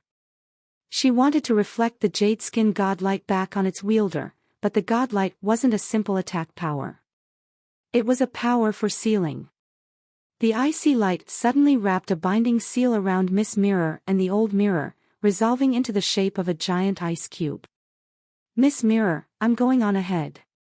If I can break the red eye power, I will come back for you. Han Sen looked at Miss Mirror's broken sword, but he decided not to take it with him. He simply resettled his arms a little more comfortably around Warner and headed back into the broken city. Even if the prophecy was true, it would be fulfilled by him and the girl now. Their current situation still aligned with the sixth picture of the mural they had discovered. But the broken city in front of them had yet to be cleared. The place was covered in broken stone and debris, and since Night Wind was no longer there to make a path for them, Han Sen had to do it. While carrying the girl, he broke the stones himself. He didn't have substance chains like Night Wind, so he was unable to clear a wide area. Instead, he broke a path just wide enough for him to slip through while still carrying the girl. He tried to travel as fast as he could. Han Sen felt as if the red eye power wasn't affecting him as much, which might or might not have been because his eyes were broken. He still felt the urge to move in a certain direction, but it wasn't that strong. He wasn't sure what sort of weapon that broken sword had been, but Han Sen's injured eyes weren't healing with Jadeskin's power. But Han Sen cared little about that. It didn't matter to him if he had eyes right now. He could take the time to heal when he got out of there. Han Sen hadn't been gone for long with the ice sealing. Miss Mirror made a groaning noise. Cracks appeared across its surface, and a second later, the ice cube shattered. Miss Mirror was free. Miss Mirror looked in the direction that Han Sen had escaped. Her expression was conflicted, but a while later, she sighed. I hope he can break the red eye curse. Miss Mirror had realized something, and although she didn't want to think about it, she knew she had to. Unless she became deified again, it wouldn't be possible for her to defeat Han Sen at his current level. And so, if Han Sen couldn't find and destroy the source of the red eye curse, all was lost. Perhaps the prophecy would come true, too, and one of them would die. We might be the same level, but I can't compete with you. I hope when you are deified, you will have the courage to face me in the same way. Miss Mirror sat on a rock near the entrance to the cave leading into the city. She cast a Geno art to block the addiction-like draw of the red eye power, and she sat there awaiting Han Sen's result. Han Sen carried Lady Warner forward, breaking rocks as he went. He didn't encounter anything weird this time. But after 2 hours of travel, the rocks in front of him were becoming easier to move. When Han Sen moved the next pile of rubble out of his way, he realized that there was open air behind it. Han Sen stood before the entrance to a hall. And in that hall, there was a statue with 1,000 hands and 1,000 eyes. It looked exactly the same as the one they had seen previously, but this statue was 1,000 meters tall, far bigger than the one he had seen before. The moment Han Sen entered the hall, he could feel the statue staring at him. Han Sen's blinded eyes suddenly burned. The damage in his eyes began to repair itself, and in seconds, and he was able to see again. Even with no mirror, Han Sen could feel that his eyes were shining with red light. The 4 pupils in his eyes were now like 4 red suns. That feeling of addiction had suddenly grown by orders of magnitude. Han Sen felt like a moth drawn to a flame. He wanted nothing more than to go to that statue with 1,000 hands and 1,000 eyes. Han Sen's will was really strong, but even he was wavering under the draw of the statue.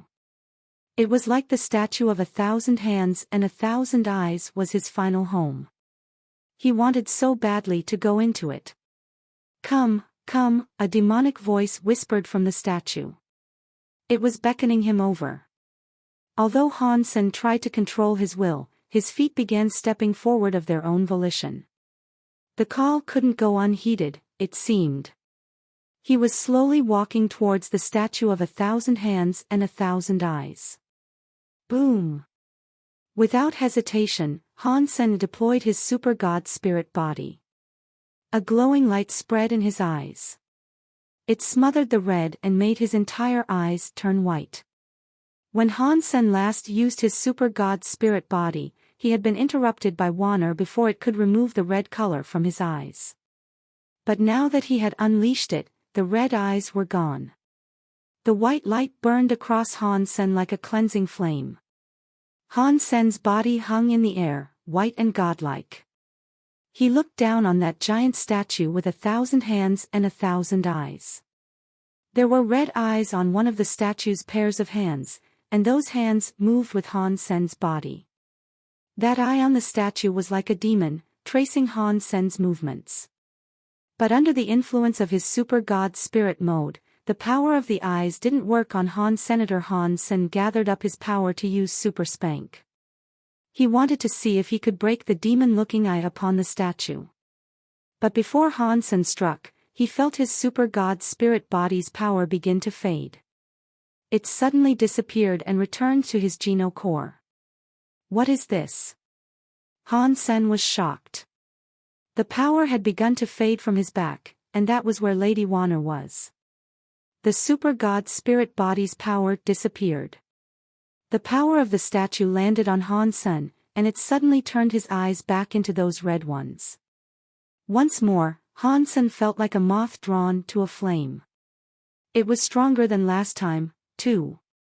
His body was pulled uncontrollably toward the statue. This is bad.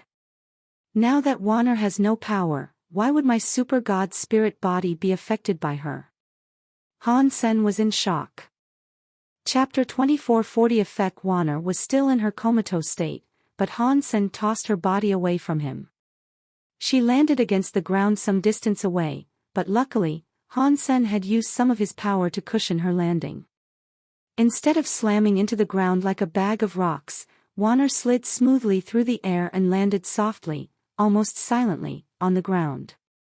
Han Sen wanted to see if having some distance between himself and Wanner would allow him to fully activate and maintain his super god spirit body. After tossing Wanner aside, Han Sen redeployed his super god spirit body. White light surrounded him once again, glowing from his hair and eyes. His red eyes vanished in a sea of white, just like they had on his previous attempt. But this time, Han Sen managed to keep his super god spirit body going, and his power didn't fade. Was Wanner really causing my power to disappear? What's going on? How is it possible for her to affect my super god spirit body? Han Sen looked at Wanner with shock. He noticed that her own body was glowing with gold light.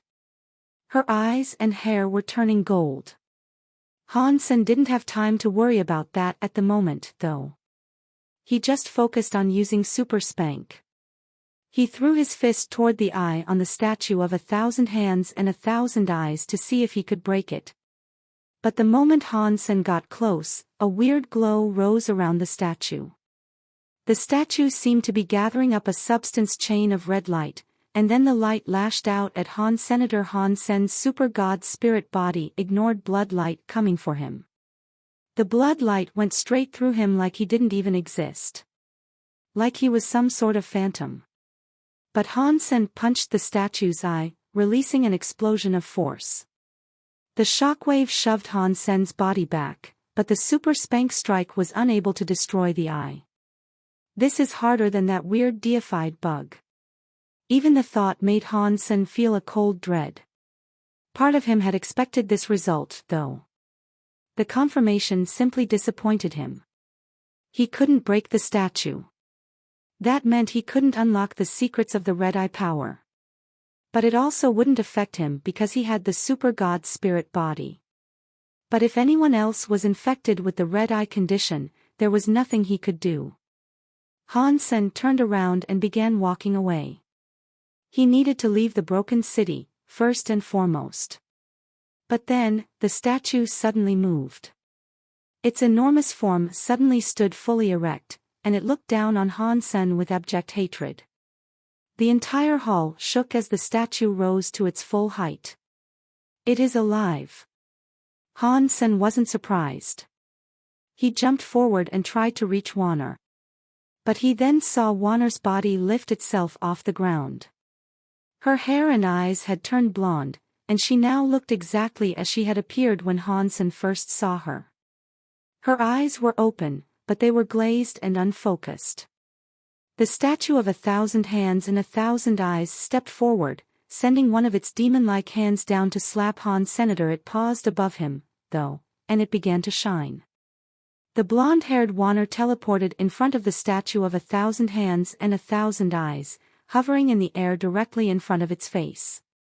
She waved her hand and cut its head off. Boom!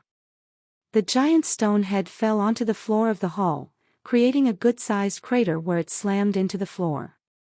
Han Sen was frozen. Wanner had such a weak body, but after she turned golden, her power became truly frightening. Its magnitude was difficult to believe. This was completely different from what the sixth image of the mural had depicted, too. The sixth picture showed one person on the floor and another person praying to the complete statue. But while the head had been cut off, the statue of 1,000 hands and 1,000 eyes did not fall. Its body began to writhe, and all of its 1,000 arms were moving. The red eye in each of its hands began to glow, and that hellish glow covered the hall from one end to the other. Countless red substance chains emerged and slithered toward Wanner's body. Wanner's power was incredible, but her body was solid and could therefore be injured. She didn't have the invincible features of Han Sen's super god spirit body.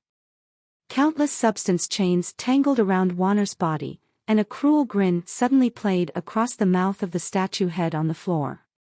It flew up and opened its mouth, trying to consume Wanner. Han Sen's heart leaped. He stepped forward to help Wanner, but the golden light coming from Wanner's body intensified, and the rest of the chains suddenly melted. She raised a single hand and pressed it against the statue's head, and then, the statue's head exploded like fireworks. The head was shattered, but the statue wasn't dead. It seemed to be quite shocked, though. It turned its giant body around to run away. Wanner's blonde-haired form flashed, and she reappeared beside the statue.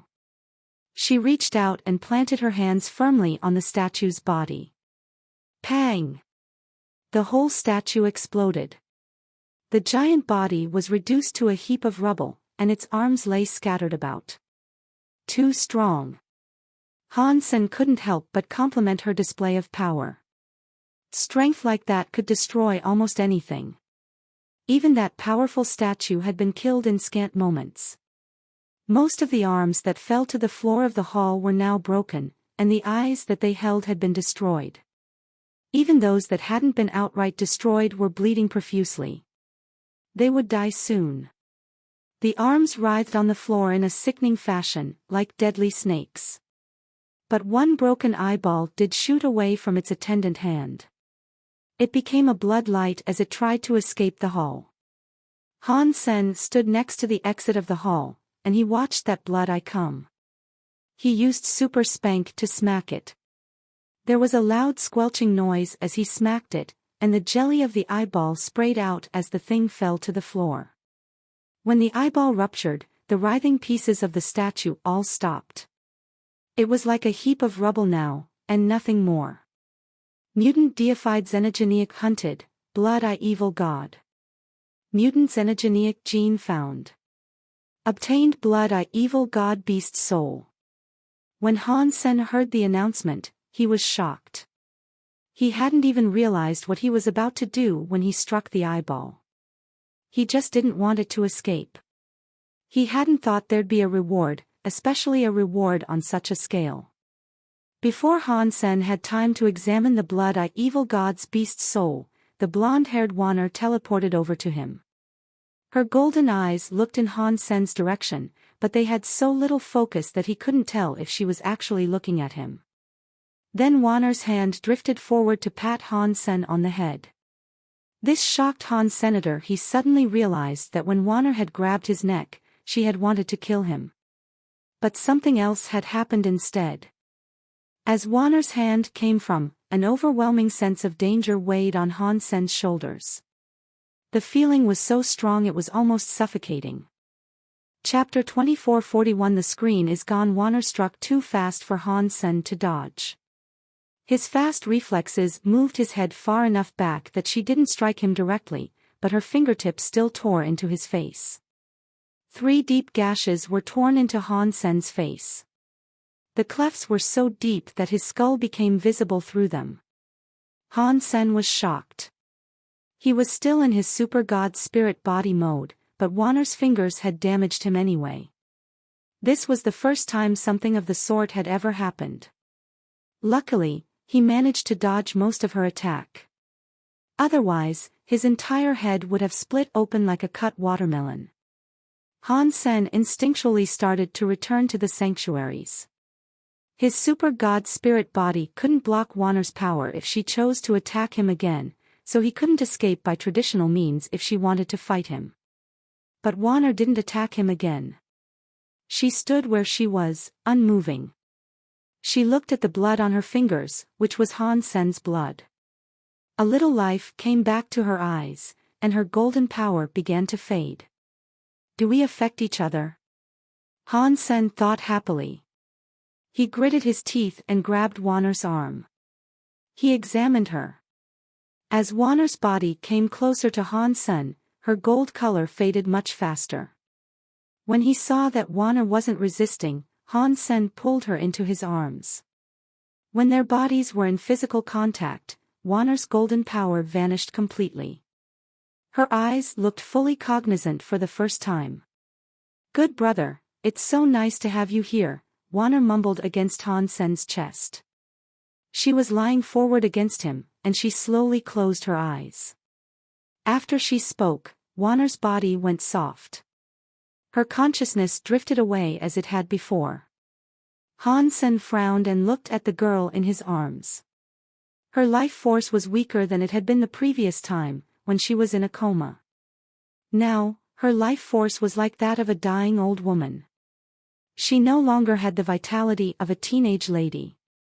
Does this mean that using the golden power costs her the strength of her life force?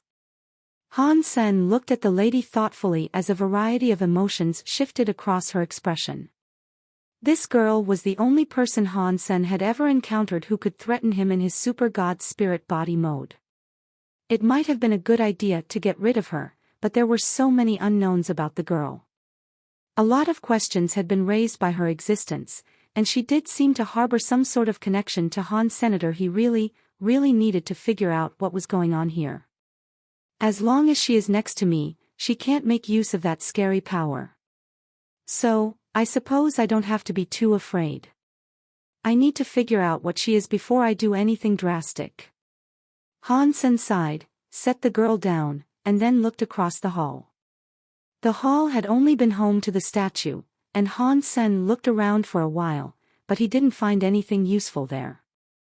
And the materials that composed the hall were too tough to be broken through, so Han Sen couldn't search any further. Han Sen did find a piece of red crystal that was around the size of his hand, though. It was inside the remains of the red eyeball. He put it in his pocket, then went back the way he had come. Now that the statue has been destroyed, I wonder if the red eye condition is still in effect. Han Sen went back the way he had come to take a look. But when he reached the place that he had left Miss Mirror, he didn't see her there. Did she go back to camp? That really isn't her style. Han Sen frowned, then began walking a little faster. Even if the red eye power infecting Miss Mirror had vanished, she wouldn't simply go home. She would have stayed where she was and waited for Han Sen to return so she could grill him thoroughly over what had happened. Plus, the pieces of the shattered tree egg were still lying around. If Miss Mirror had decided to leave, she would have at least taken the pieces of the tree egg with her. They were a valuable treasure. It's good that she is gone, then. That means all of these tree egg shards are mine. Han Sen picked up a piece and started to put it away. As he did, he noticed how nice the chunk of egg smelled. But there didn't seem to be any life force within the pieces of egg. And furthermore, there was no semblance of power. This definitely wasn't what Han Sen had expected. No wonder Miss Mirror left these behind. They're already useless. Did Wanner absorb the powers of the tree egg while she was inside it? Han Sen guessed. He couldn't think of any other explanations. Han Sen kept walking back the way he had come. He didn't encounter any more trouble. Wanner was still in her coma, and her body was so weak that it looked like the final tether of her life would break at any second. Han Sen didn't know why the girl had been reduced to such a condition. If this continued, she wouldn't last long. Strangely, though, Han Sen found no evidence of the wall of pictures on his return trip. The wall seemed to have just vanished into thin air, without a trace. Han Sen continued walking back toward camp, and when the first statue came into view, he froze. Miss Mirror was lying in front of the statue, and a woman was kneeling beside her. The woman was praying to the statue of 1,000 hands and 1,000 eyes. It was one of the 4 kings. It was Red Cloud. The scene before him was the same as the 6th picture depicted on the screen's mural. It gave Han Sen a chill. What is going on? Han Sen was confused. He looked at Red Cloud and Miss Mirror, unsure what was happening. Miss Mirror's presence was still there. She wasn't dead, but she seemed to be badly wounded as she lay on the ground. She obviously wasn't doing well. Red Cloud knelt before the statue like a sincere believer. Her eyes were closed and her hands were folded as she prayed. No way. Red Cloud never saw the statue. And didn't Miss Mirror tell her to watch over the base? Why is she here? Did the red eye power become contagious? That means Bauer and Ningyu are in danger. Anxiety grew in the pit of Han Sen's stomach, and he started jogging forward. Before Han Sen reached the statue, Red Cloud opened her eyes. Her eyes were the color of blood, and they contained 2 pupils each. That was the look people had when they were stricken with the power of the Blood Eye evil god. Upon seeing Han Sen, Red Cloud looked murderous. She picked up the broken sword, but instead of striking Han Sen, she turned and thrust the broken blade into Miss Mirror's chest. Han Sen's heart jumped, and he used his jade skin area to freeze Red Cloud. Red Cloud was only king class, so she was unable to defeat Han Senator. The red eye powers were running through her too strongly for her to know what she was doing. She couldn't block Han Sen's power, and so she ended up frozen. Han Sen walked up to Miss Mirror. He crouched, looked at her, and smiled. Miss Mirror, why are you lying around at a time like this? Use your sword to break the statue, Miss Mirror said quietly through gritted teeth. Her eyes were still a deep red. Han Sen could feel that the statue still had that red eye power, but it wasn't as strong as the statue Wanner had destroyed earlier. It didn't make him want to run deep into the city. It just wanted him to go to the statue itself. Clearly, although the Blood Eye evil god had been killed, this statue still had some of that blood-eye evil god power. Chapter 2442 I am an offering. Han Sen pulled the broken sword out of Red Cloud's hand and swung it across the face of the statue. A deep furrow was gouged into the statue's face, and blood started to leak from it. The statue didn't move, however. The statue wasn't as hard as Han Sen had expected, though. After a few more of those strikes, the stone statue's head fell off. The severed neck of the statue gushed blood, but it was just a statue. Where the blood came from, Han Sen had no idea. Strangely, once Han Sen cut off the head of the statue, it didn't behave like the blood-eye evil god had upon being decapitated. Instead of getting stronger or fighting back, it simply died. Han Sen examined the statue again to confirm what he thought he saw. The statue was dying. It dried up like a withered plant. It looked somewhat like a bergamot flower. The stalk and its flowers were dark red. The stone head that had been lopped off was the plant's largest blossom. It is a plant. Han Sen remarked in surprise. He didn't hear any killing announcement, which made him doubt that the plant was actually a creature. After the flower died, Miss Mirror's red eyes started to fade. It looked like the red-eye powers were finally gone. Miss Mirror, however, was too injured to rejoice. She remained on the ground, unable to rise. Han Sen put an arm around her back and helped her sit up. What happened? Why is Red Cloud here? Why are you hurt? Miss Mirror opened her mouth but struggled to speak. Something happened back at base camp. We need to go back now. When Han Sen heard that, his face turned gray. Without asking any further questions, he simply picked up Miss Mirror. With her in one arm and Lady Warner in the other, he sprinted back to the stone fields. When they reached what was left of the base, their hearts sank. What Han Sen saw sickened him. The base had become a ruin and been painted red with the blood and gore of its inhabitants. No one was left alive. Miss Mirror looked terrible. A third of Spring Rain's members had been brought there, and now they were all gone. Furthermore, one of the 4 kings was dead, and Red Cloud had been reduced to a king-class soldier. Miss Mirror had lost so much. Han Sen's face looked awfully glum, too. He feared Ningyu and Bauer might have been killed in the carnage. Dad? Han Sen turned to begin searching through the rubble of the ruin, but all of a sudden, Bauer emerged over the top of one heap. It was like a mountaintop.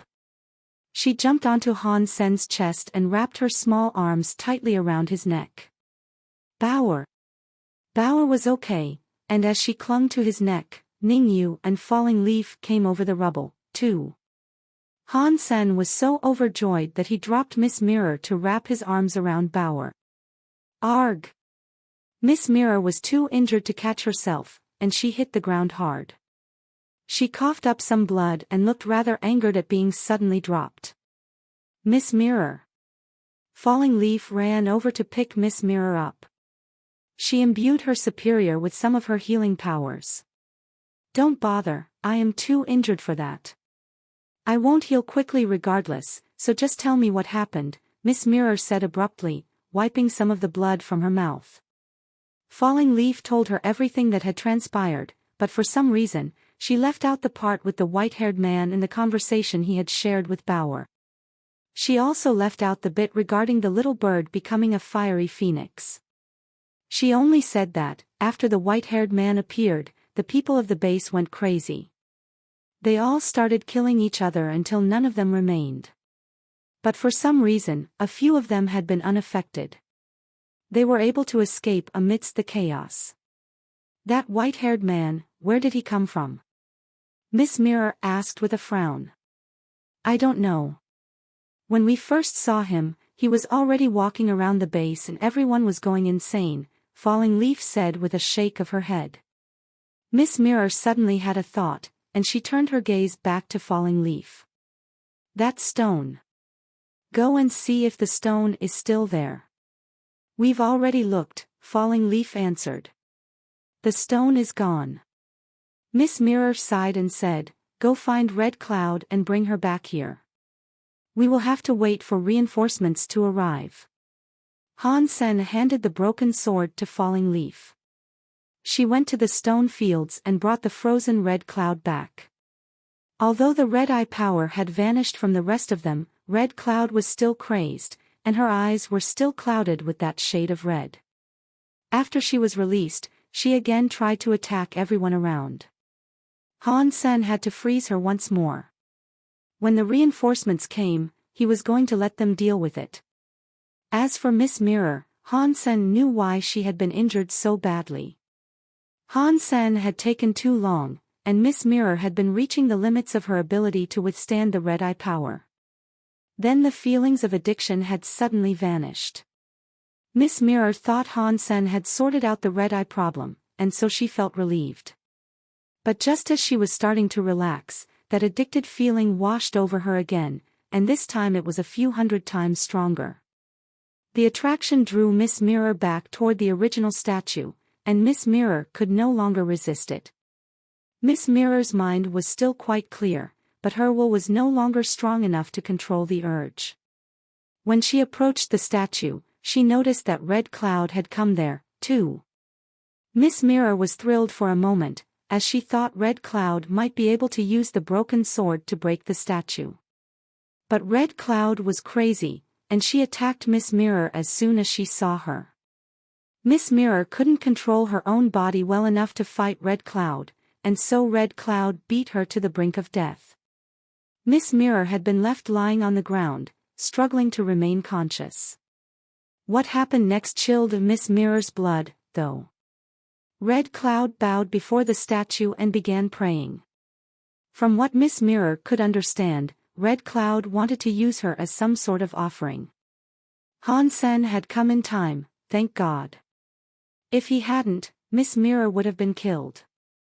Han Sen thought this was very suspicious, too.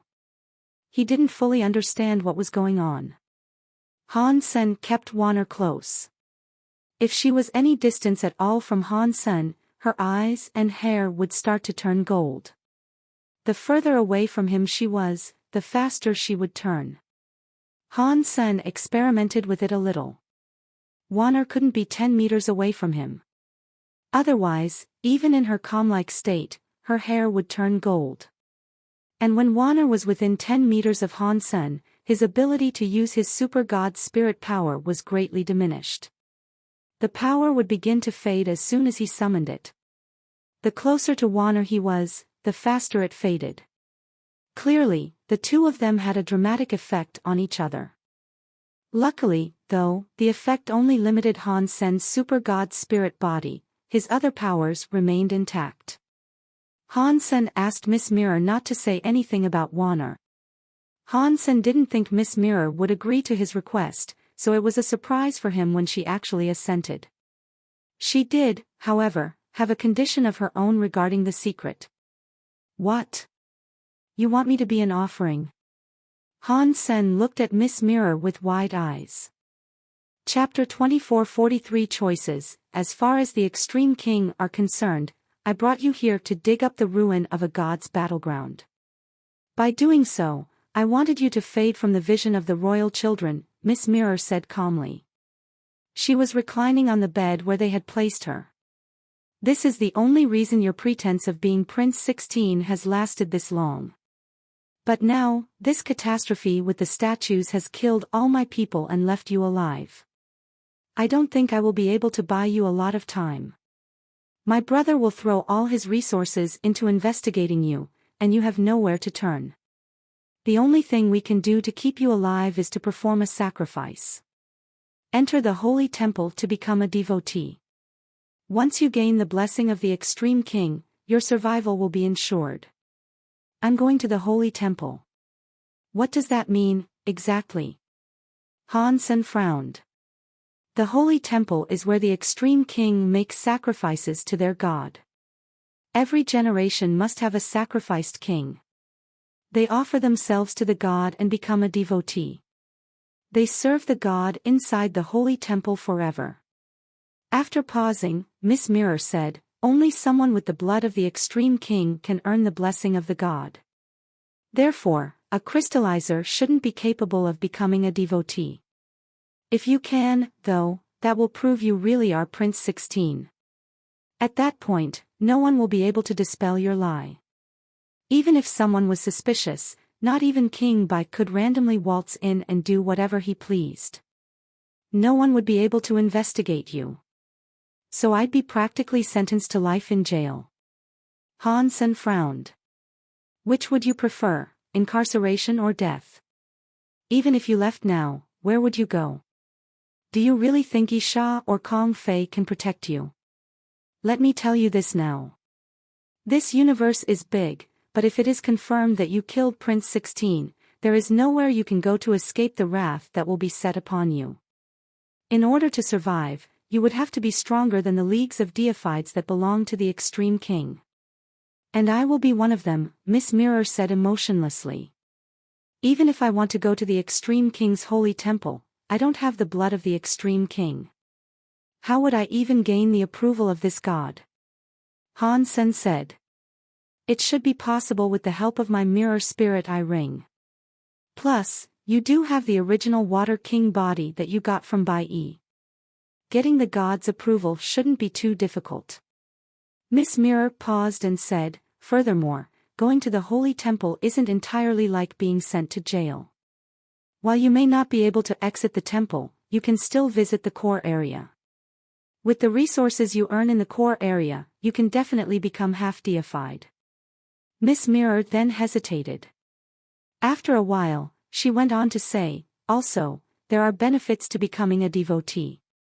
Although you can never leave the holy temple, you will have the opportunity to bathe in the temple's god light. Your genes will be strengthened, and you will have an easier time becoming deified. Is this my only chance of surviving? Han Sen asked quietly. Unless you want a universe-wide APB issued by the Extreme King, yes. This is pretty much the only option. Once you become a devotee, the other royal children won't be hostile to you. And so, you'll have less trouble, Miss Mirror said. Even if I wanted to try entering the temple, what are they going to do? Han Sen pointed at Bauer and the unconscious Wanner, who were a little further away. The holy temple isn't a place just anyone can go. Even the royal children must meet certain qualifications before they can become devotees. I can help you get qualified, but in regards to them, they will have to stay on planet Water Zone. After pausing, Miss Mirror said, the best thing for them is to disappear. Otherwise, they may face scrutiny and fall under investigation themselves. Through them, things could unravel. Of course, if you insist on them staying, I can think of a way or two to help them.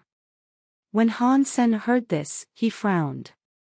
Bauer and Ningyu could go back to Planet Eclipse. They had the little red bird to protect them, after all. But there was no way that Wanner could leave Han Senator. If she woke up, she'd become a blonde time bomb. Wanner's life force was super weak right now. If she went on a rampage again, she would die.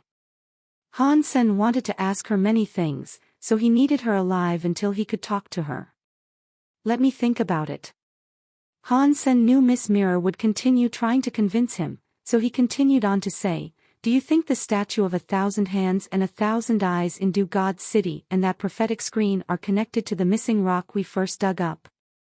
Han Sen had already gotten the full scoop on the white-haired man from Bauer and Ningyu.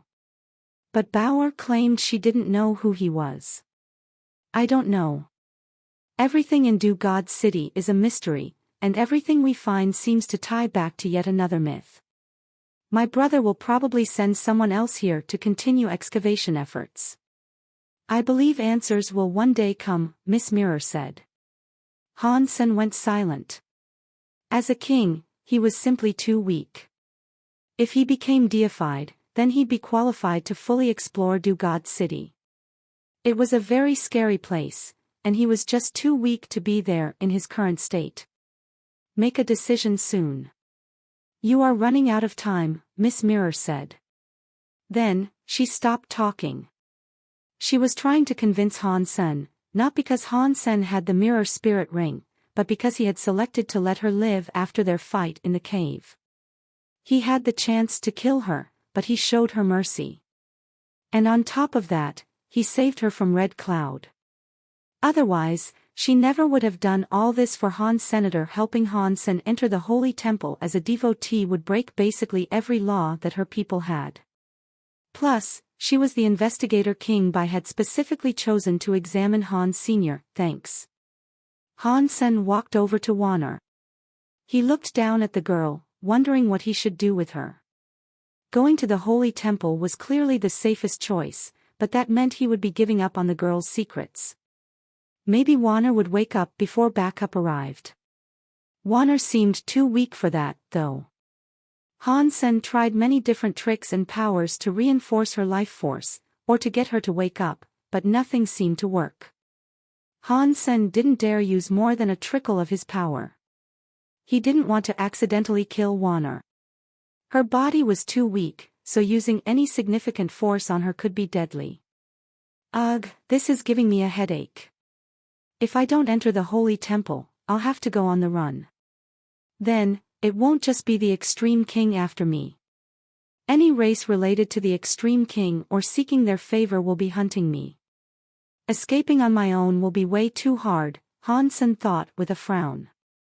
If Han Sen escaped, he wouldn't just be affecting himself. It would affect the lives of his friends on planet Eclipse, and it might even blow back on Isha. If I was to leave, would you help me? Han Sen looked at Miss Mirror. I am an Extreme King, Miss Mirror said icily. Han Sen laughed and asked, if I left now, would it affect Isha? That is a question you should ask Isha. It would be her decision. Miss Mirror's eyes flicked down. She seemed to know Han Sen's true decision.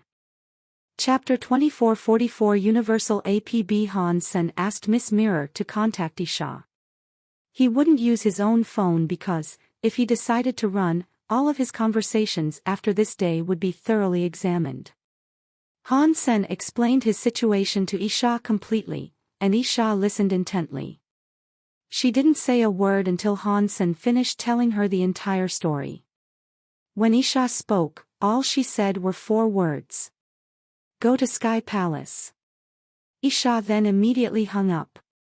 With that, Han Sen was able to make up his mind.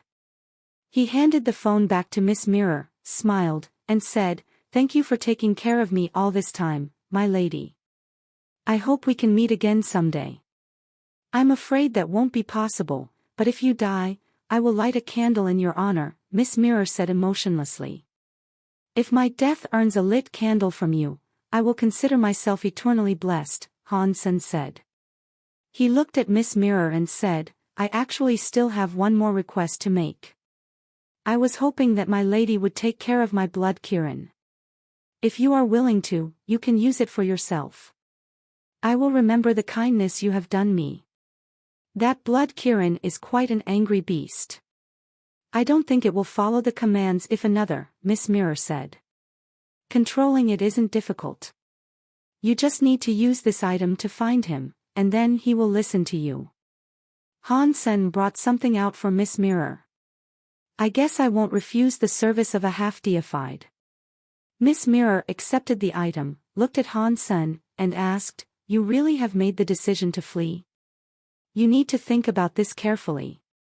Even if Sky Palace was willing to defy the Extreme King and take you in, your journey there would be a hellish one. You might not even get there alive. This is my life. I could go to the Holy Temple and survive, but I would spend my life in a prison. For someone like me, that existence would be worse than death. I would rather take a gamble that still leaves me a small chance of freedom, Han Sen said. Although his words weren't entirely honest, Han Sen was explaining one of his primary reasons for refusing to go to the Holy Temple. Then you should go. I hope you survive a few more days. If my guess is correct, reinforcements will arrive here in 40 hours. And I will have to report your situation to my supervisor. Miss Mirror didn't pretend that she would support Han Sen more than she really would just because she was weaker than him now. That just wasn't her personality. Goodbye, my lady. Please report that I'm going to Sky Palace. Han Sen bowed. He picked up the unconscious Wanner and took Bauer with him as he departed. Seeing Han Sen flee the xenogenic space with Bauer, a strange expression crossed Falling Leaf's face. Miss Mirror, has he really chosen to depart the Extreme King? It is very surprising, but it doesn't surprise me that a brave man like him has made such a choice. Despite Miss Mirror's words, her face looked conflicted.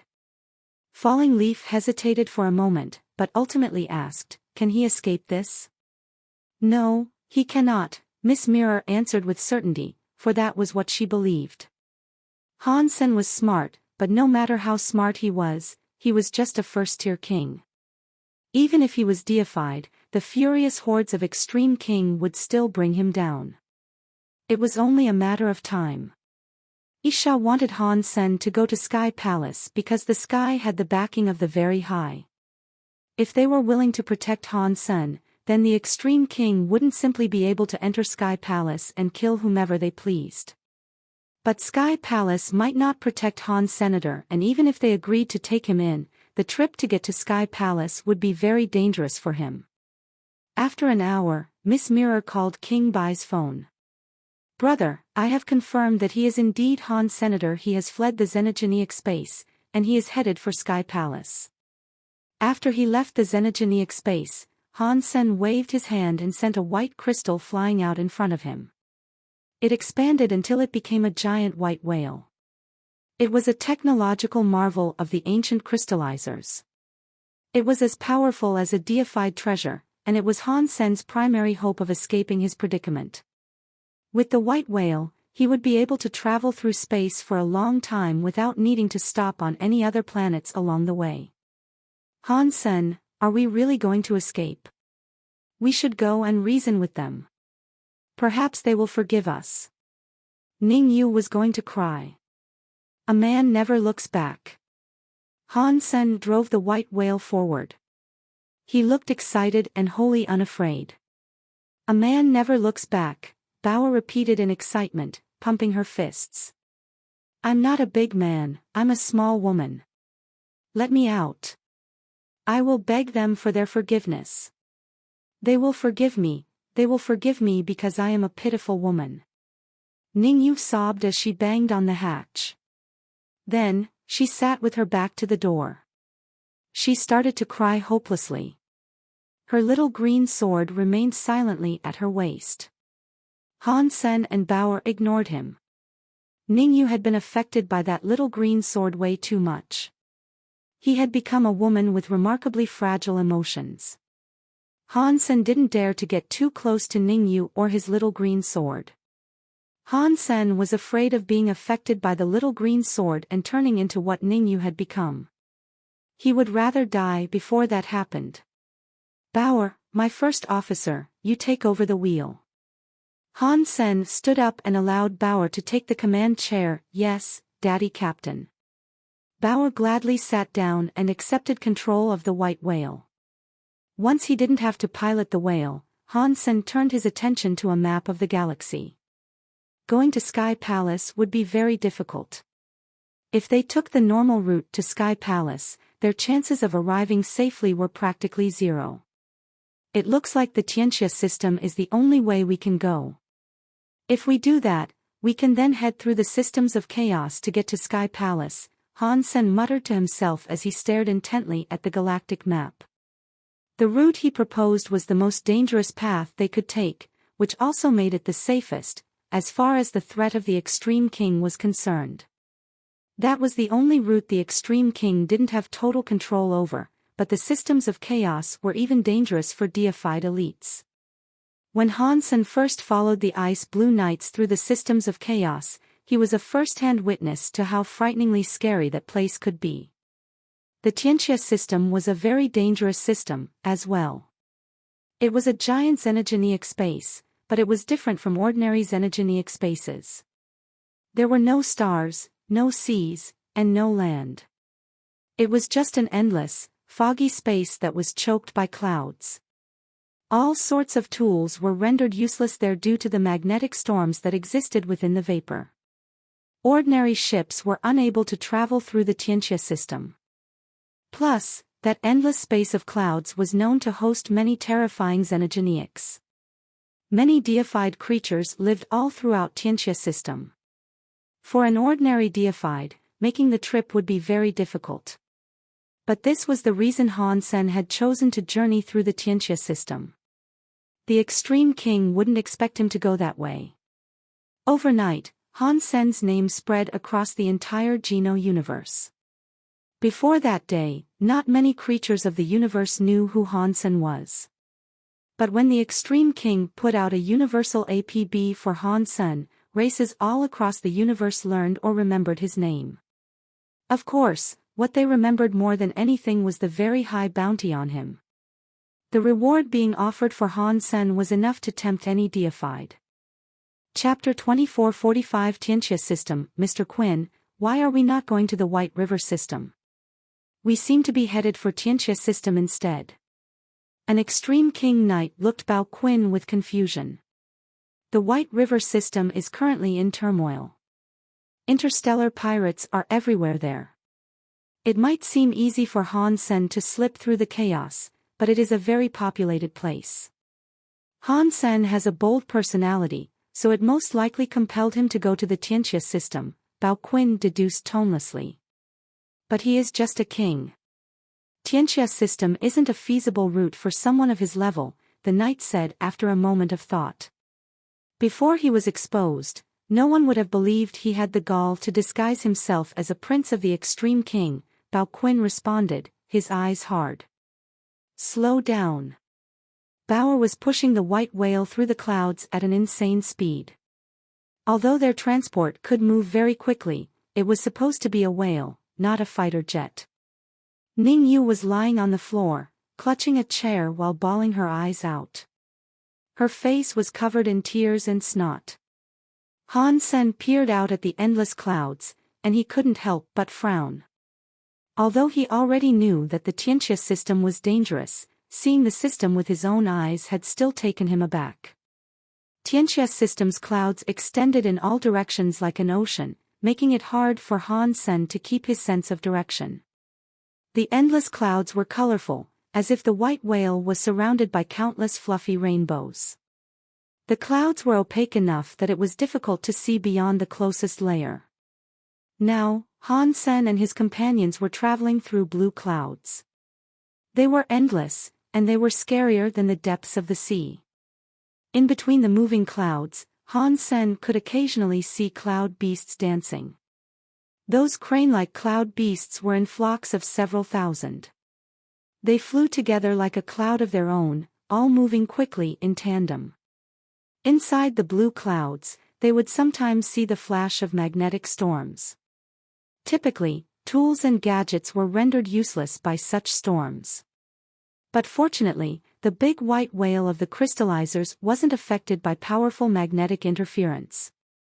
The turbulence of the storms had no effect on the white whale, which was why Han Sen wasn't afraid to go through the Tianxia system. The white whale was like a deified creature, but it had no life force. Because of that, it didn't send out a life force for others to sniff out. Ordinary xenogeniacs wouldn't attack it, and Han Sen had indeed seen many xenogeniacs along the way. But most of them completely ignored the white whale. Some of the meaner ones tried to attack the white whale, but they couldn't really damage the hull of the ship. Aside from the cloud beasts, they rarely saw other elites in the system. Even those of the higher races rarely came to hunt here. It was way too dangerous, and it was almost never worth the risk. Pang! As the white whale blazed along, an explosion sounded off to the side. The clouds rumbled and rolled, sort of like a tsunami. It felt as if some terrifying creatures were in the middle of a war somewhere in the fog. Han Sen told Bauer to go past whatever it was. After all, they were running for their lives, not going on a safari. It was best not to attract the attention of anything, and so they should focus on getting through the fog as fast as possible. But before Bauer turned the white whale, a few people flew out of the big clouds. Terror was written across their faces, and they appeared to be running for their lives. Their worries meant nothing to Han's senator. He didn't have time to worry about people who were running for their lives. But when he got close enough to see their faces, Han Sen jerked back in surprise. Amidst the shadows, there were two pretty women that looked like twins. One was Gu Qingcheng, and the other was Elysian Moon. Han Sen couldn't just ignore them. He had Bauer drive the white whale over to Gu Qingcheng. When the people saw the white whale heading toward them, they turned in another direction, trying desperately to get away from this new threat as well. But soon after, they saw the mouth of the white whale open. Someone emerged through the gap. "Qingcheng, why are you here?" Han Sen asked, looking at Gu Qingcheng and Elysian Moon. Gu Qingcheng saw Han Sen, and so she flew towards him with Elysian Moon. When the others saw that Gu Qingcheng and Han Sen seemed to know each other, they looked relieved. They flew over to the white whale, as well. "There are deified creatures ahead. We should leave this place," Gu Qingcheng said to Han Sen after flying over there. "Follow me." Han Sen led the way. He invited Gu Qingcheng and Elysian Moon into the white whale. The other people followed Gu Qingcheng, entering the white whale as well. Seeing that Gu Qingcheng knew them, Han Sen made no effort to stop their entry. "This is a battleship. And it can sail through the Tianxia system." "This is so weird," said a 20-year-old man. He was one of the demon, and he had deep purple horns. He looked around the big white whale with great curiosity. Han Sen told Bauer to drive the white whale away from the deified creatures. Then he looked at the people who had followed Gu Qingcheng aboard and asked, "Who are they?" There were a dozen of them, and they were all from different races. They were mostly dukes and kings. Gu Qingcheng pointed at one of the young feather men. "He hired Elysian Moon and me to protect him inside Tianxia system." Han Sen looked at the feather man. The man seemed very young, and his life force wasn't that strong. He was a marquis or duke, at best. "My name is Qing Yu. Thank you for saving me." "What is your name?" the feather man asked politely. Han Sen had no plans of hiding his identity. "You are the student of the newly deified Knife Queen." "I have heard your name before," Fang Qingyu said, glancing curiously over Han Senator. Surprisingly, Fang Qingyu wasn't like the other feathers. All of the rest of the feathers hated Han Senator. When Han Sen saw that they had no reaction to his name, he figured that they hadn't heard that he was wanted by the Extreme King. It made sense. Equipment didn't work inside the Tianxia system, so contacting the outside world would have been impossible. They didn't know what had happened out there. Han Sen looked outside and noticed there were no more crazy clouds. They must be far away from the deified Xenogeniac now. This place should be safe. "You can leave," Han Sen said, turning to Fang Qingyu. Fang Qingyu quietly responded, "Brother Han, I would like you to take me all the way through the Tianxia system." "What would require in trade for such a request?" "Sorry, I'm not here to play games, and I'm not interested in a business deal."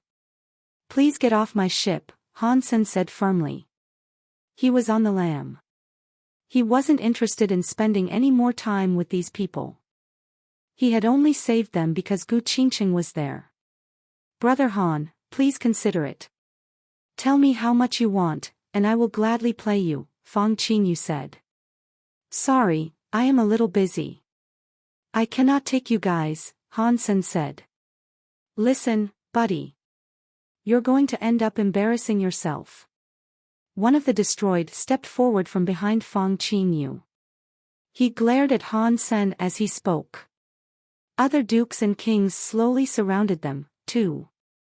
Chapter 2446. Don't move, what are you doing? Step back. Don't be rude to Brother Han, Fang Qingyu shouted, his face contorted in displeasure. But the other men didn't seem willing to stop. The destroyed leader laughed and said, "Mr. Fang, we are doing this for your own good. Our ride, Wind Cloud Bird, was consumed by that deified Xenogeniac. Without a ship, we cannot travel through the Tianxia system. And now that there is a ship right here, we cannot deny that this is obviously the help of God. If you guys try this, then you are no better than pirates, Fong Qingyu said, not sounding happy at all. Haha. Mr. Fong, you are right. We are pirates. Who else do you think would dare to escort you through a zone like the Tianxia system? The people swapped glances with each other and laughed. Once they were in the Tianxia system, they had been planning to rob Fong Qingyu and kidnap Gu Qincheng and Elysian Moon. They didn't have much luck, though. They entered the Tianxia system, and mere minutes before they planned to execute their sordid little scheme, they encountered a deified xenogeniac. You guys, Fong Qingyu's face changed.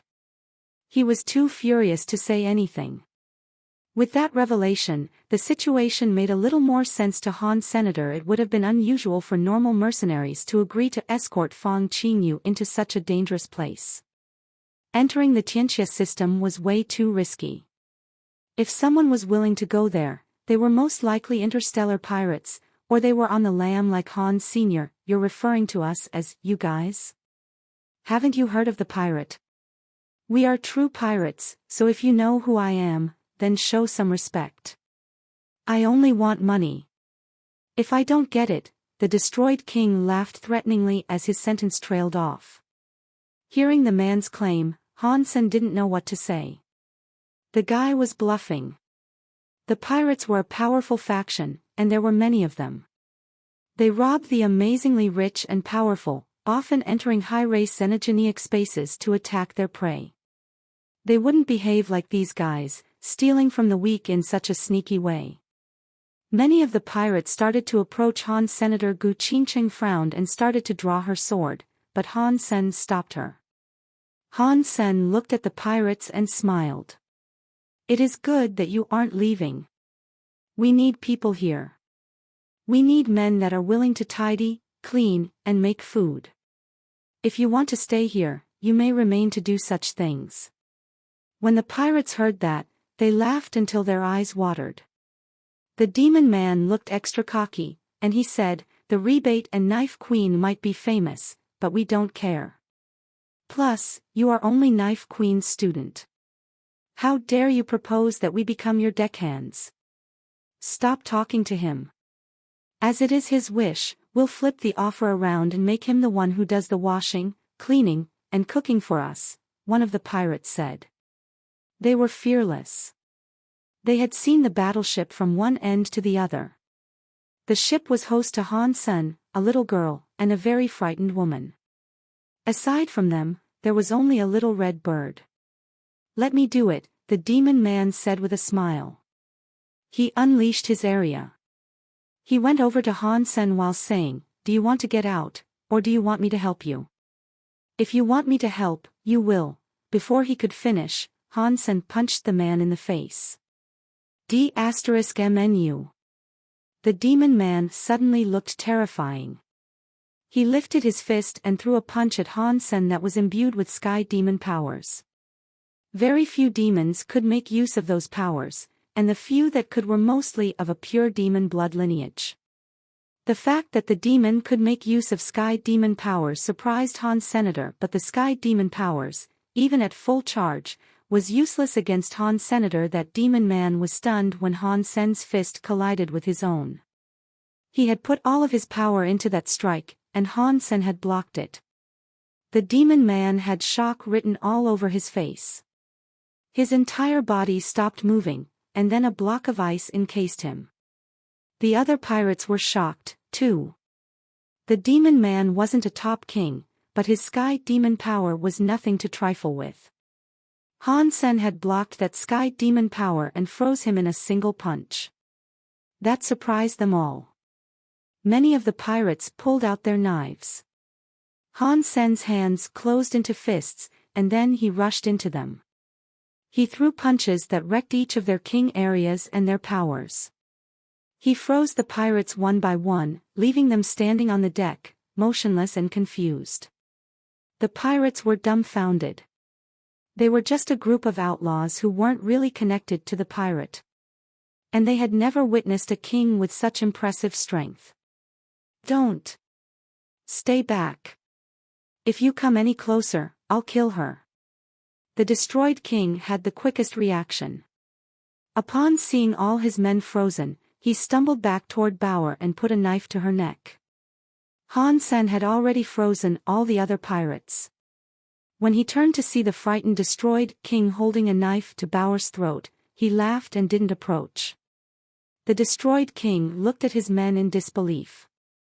The demon and 2 others had been kings, but Han Sen had dealt with them as easily as he had the dukes. They had all been frozen by Han Sen's punches. The entire group only lasted a few seconds. Han Sen grinned at the destroyed king. He didn't come any closer. Don't take another step. If you do, what happens then is on you. The destroyed king's heart began to pound as Han Sen gazed at him. The destroyed pulled Bauer closer to himself, wanting to retreat with her as a hostage. For now, all he wanted was to leave. The further away he could get, the better. "Uncle," said a very young voice from the destroyed king's arms. When he lowered his head, he found that it was the little girl he was using as a hostage. The little girl had a knife to her neck, but she didn't look scared like most little girls would, however. She smiled at him, looking so happy. She even started to laugh. "Stop laughing," the destroyed king shouted angrily at the little girl, feeling insulted. Before he could come up with another threat, though, the destroyed king's eyes widened in surprise and terror. The little red bird upon the girl's shoulder jumped into the air, and red flames began to spread from its flapping wings. It was like a volcano erupting. Under the incredible heat, the destroyed king-class knife suddenly melted into molten juice. But the fire in the bird's eyes didn't lessen. In fact, the bird seemed to grow even more enraged. Chapter 24:47 Fong Qin Yu. The pirates all stood in a line, still chilled and shivering. They stood meekly before Bauer, listening attentively as she scolded them. "From now on, you guys are the deckhands of the White Whale. You'll be a cleaner. And you, a servant." Bauer gave them jobs, and the pirates all nodded as they were given assignments. They had been tamed, and none of them dared to refuse to do as they were told. Their eyes sometimes wandered to the little red bird sitting atop Bauer's shoulder, and the sight of it would send another involuntary shiver through them. 10 minutes before, the little bird had burned a 6th-tier destroyed king to nothing more than charcoal. There was too little of him left to even be considered cooked meat. "Brother Fong, you should really leave now. Following me will only put you in more danger," Han Sen said to Fong Qin Yu. Fong Qin Yu shook his head.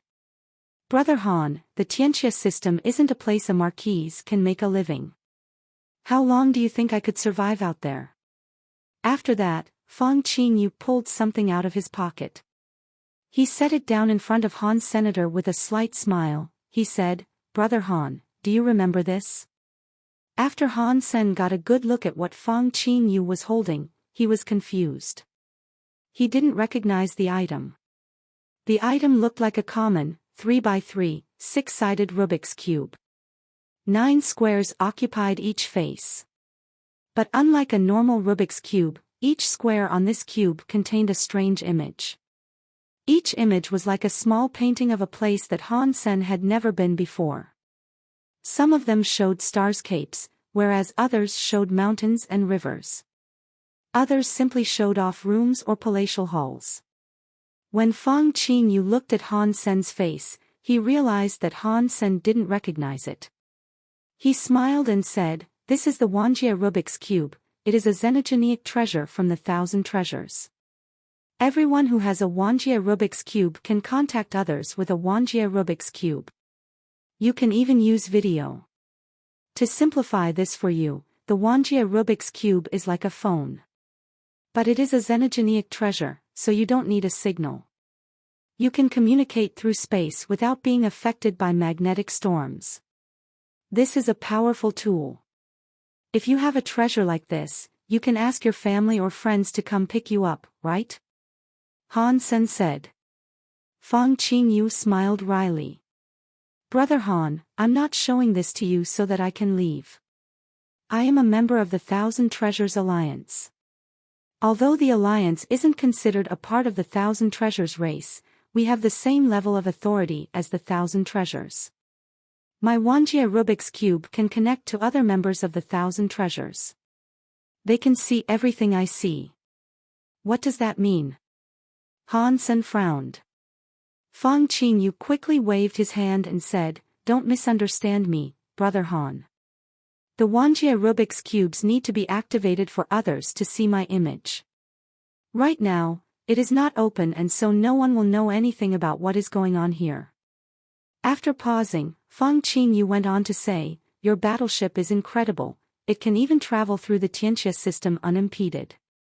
The Thousand Treasures want every treasure, including rare items in dangerous places like the Tianxia system.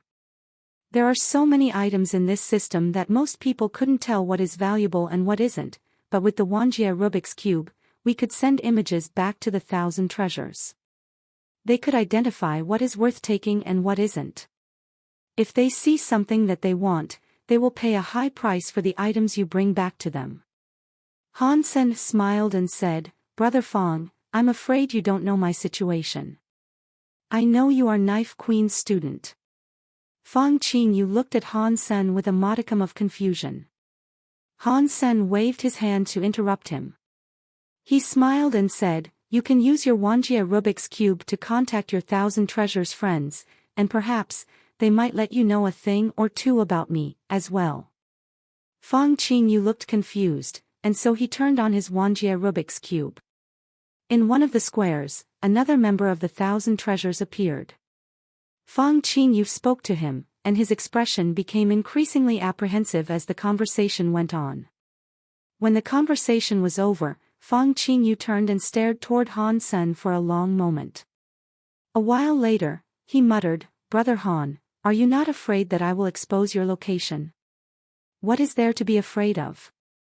The Extreme King must already be in the Tianxia system by now, so it doesn't really matter," Han Sen said with a shrug. "Now you should understand why I don't want to bring you along. I cannot do the things you want me to, like stopping and collecting treasures along the way." Fang Qingyu's eyes brightened as he looked at Han Sr., "If that is true, you should definitely take me with you." "Why?" Han Sen asked in surprise. "Brother Han, I know you only want me off the ship so I don't get pulled into this," which was a kind thought. "Also, I'm carrying a Wuxia Rubik's Cube. You probably think that if I go with you, I might expose your location, and the Extreme King might have an easier time following you," Fang Qingyu said. "I'm glad that you understand," Han Sen said. Fang Qingyu shook his head. "But I also think you are wrong." "How so?" Han Sen looked at Fang Qingyu with interest. "My presence might expose information about your escape, but that sort of exposure isn't necessarily a bad thing," Fang Qingyu said seriously. There was no humor in his expression. "What does that mean?" "I really don't understand," Han Sen replied. Fang Qingyu set the Wuxia Rubik's Cube in front of Han Sr. "You can take the Wuxia Rubik's Cube, and you can decide whether you want to turn it on or off. Or you could just throw me off the ship. But I must tell you that if you allow me to stay, I will expose your location with the Wuxia Rubik's Cube. And I will take loads of photos." "Fang Qingyu, are you tired of living? Others might be afraid of the Thousand Treasures, but do you think a guy who disguised himself as a prince of the Extreme King would care about the life of some snot-nosed Thousand Treasures member?" Elysian Moon snorted in derision. "Keep talking." Han Sen remained focused on Fang Qingyu, and he didn't seem upset. "Calm down, Elysian Moon. What I have said makes sense. I'm not selling Brother Han out."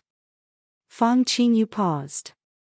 He looked at Han Sen and said, "Brother Han, you are escaping to Sky Palace, yes?" "Yes," Han Sen answered immediately. He had never planned to hide the fact that Sky Palace was his destination. Otherwise, he wouldn't have let Miss Mirror know where he was going. In fact, he wanted everyone to know he was going to Sky Palace.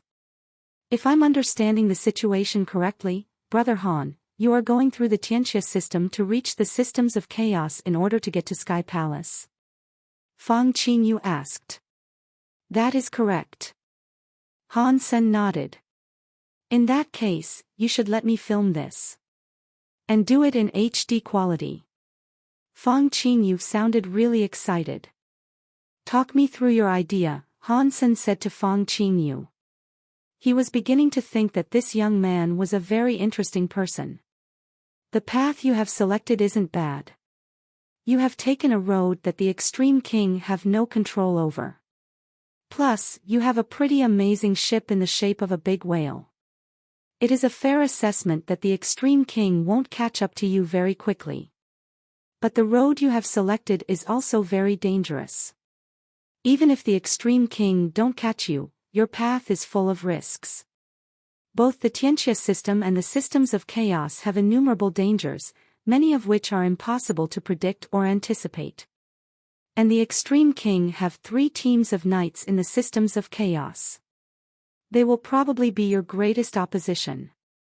But, if I send them a video of you at the proper time, we might actually be able to put them to use.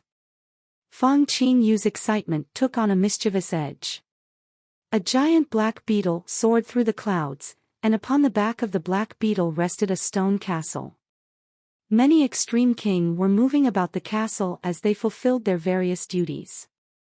Mr. Bao Qin. Mr. Bao Qin. An old member of the Extreme King raced over to the floating garden, where Bao Qin was drinking tea. Old butler, what's the rush? Bao Qin asked the butler, taking a sip of tea and putting down the cup.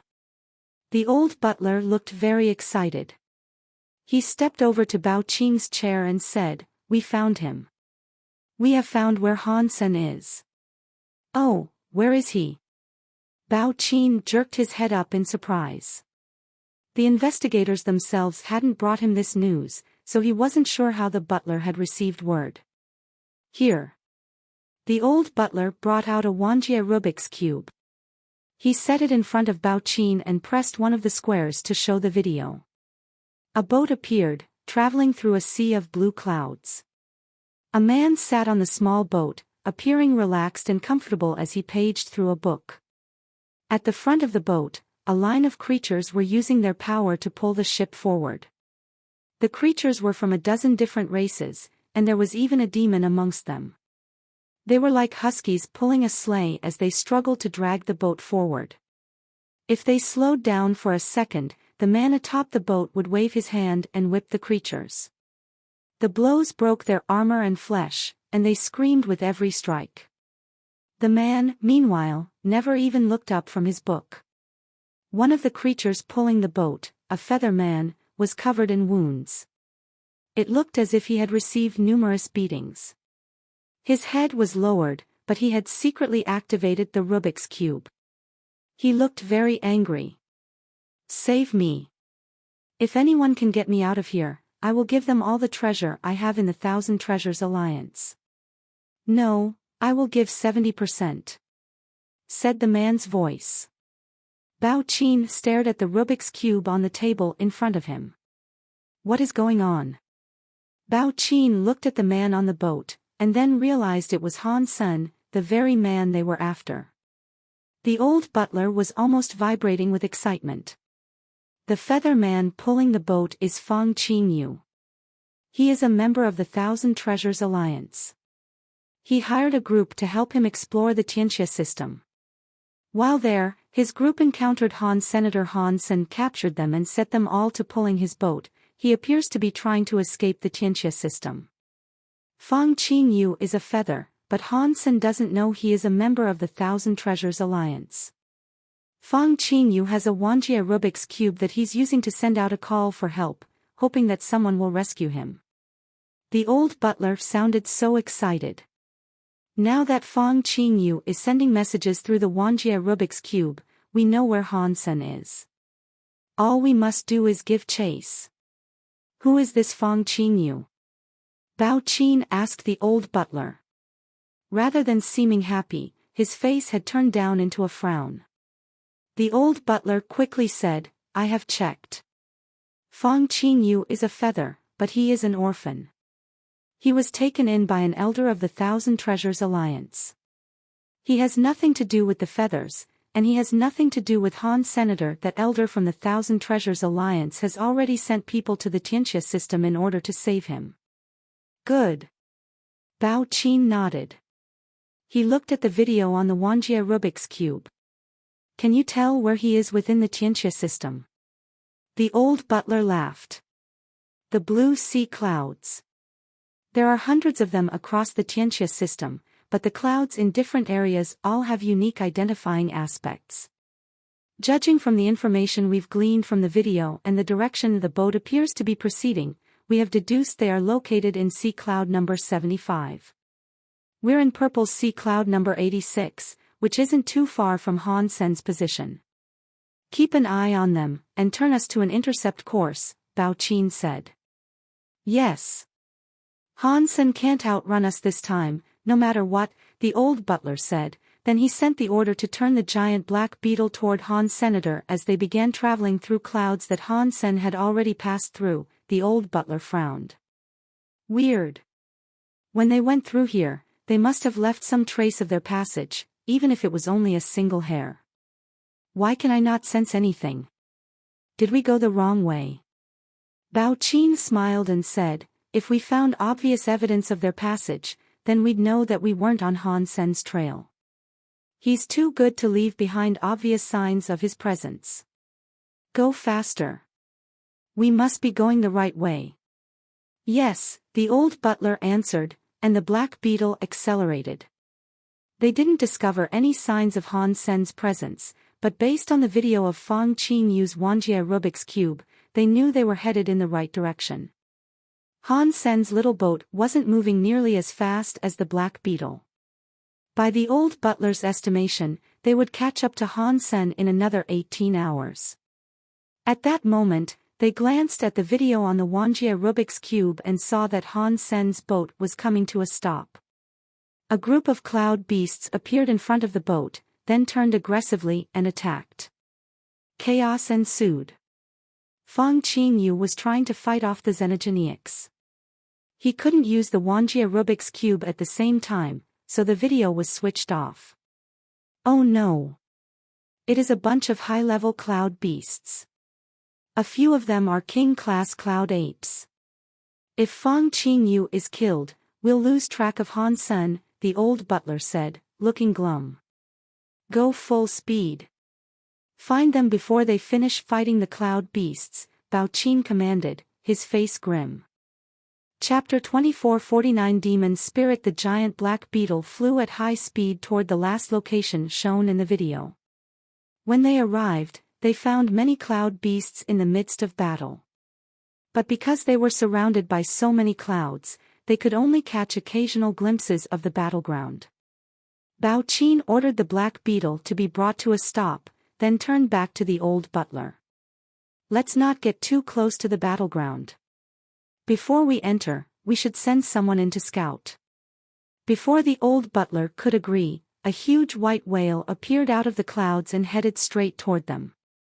Following the white whale was a group of cloud beasts. They seemed very angry. Ready yourselves to fight. Bao Qin shouted, frowning as the white whale approached. The black beetle's extreme king knights quickly assembled into battle formations. The big white whale approached at high speed, but instead of ramming the black beetle as they expected, the whale dove and went right under their ship. Bao Qin and the extreme king knights wondered why the white whale had decided to simply pass them by, but they didn't have much time to think about it. The cloud beasts that had been chasing the whale surged over them in a wave.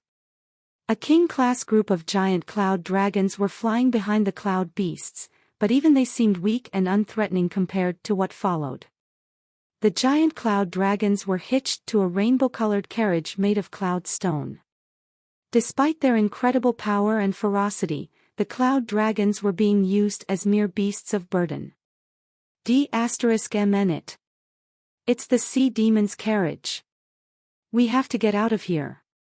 Bao Qin's face paled slightly, and his words were rushed. But it was already too late. The sea beasts were upon them, and the giant cloud dragons dragging the stone carriage arrived before the black beetle. The white whale had vanished at some point, and the giant black beetle was now surrounded by monsters of the clouds. The Extreme King Knights engaged the cloud beasts in combat. "Good job, everyone," Han Sen said to Fang Qingyu and the others as he admired the Extreme King, who were now fighting the cloud beasts. "It is our honor to work for the captain and the little captain," one of the pirates said, bowing deeply.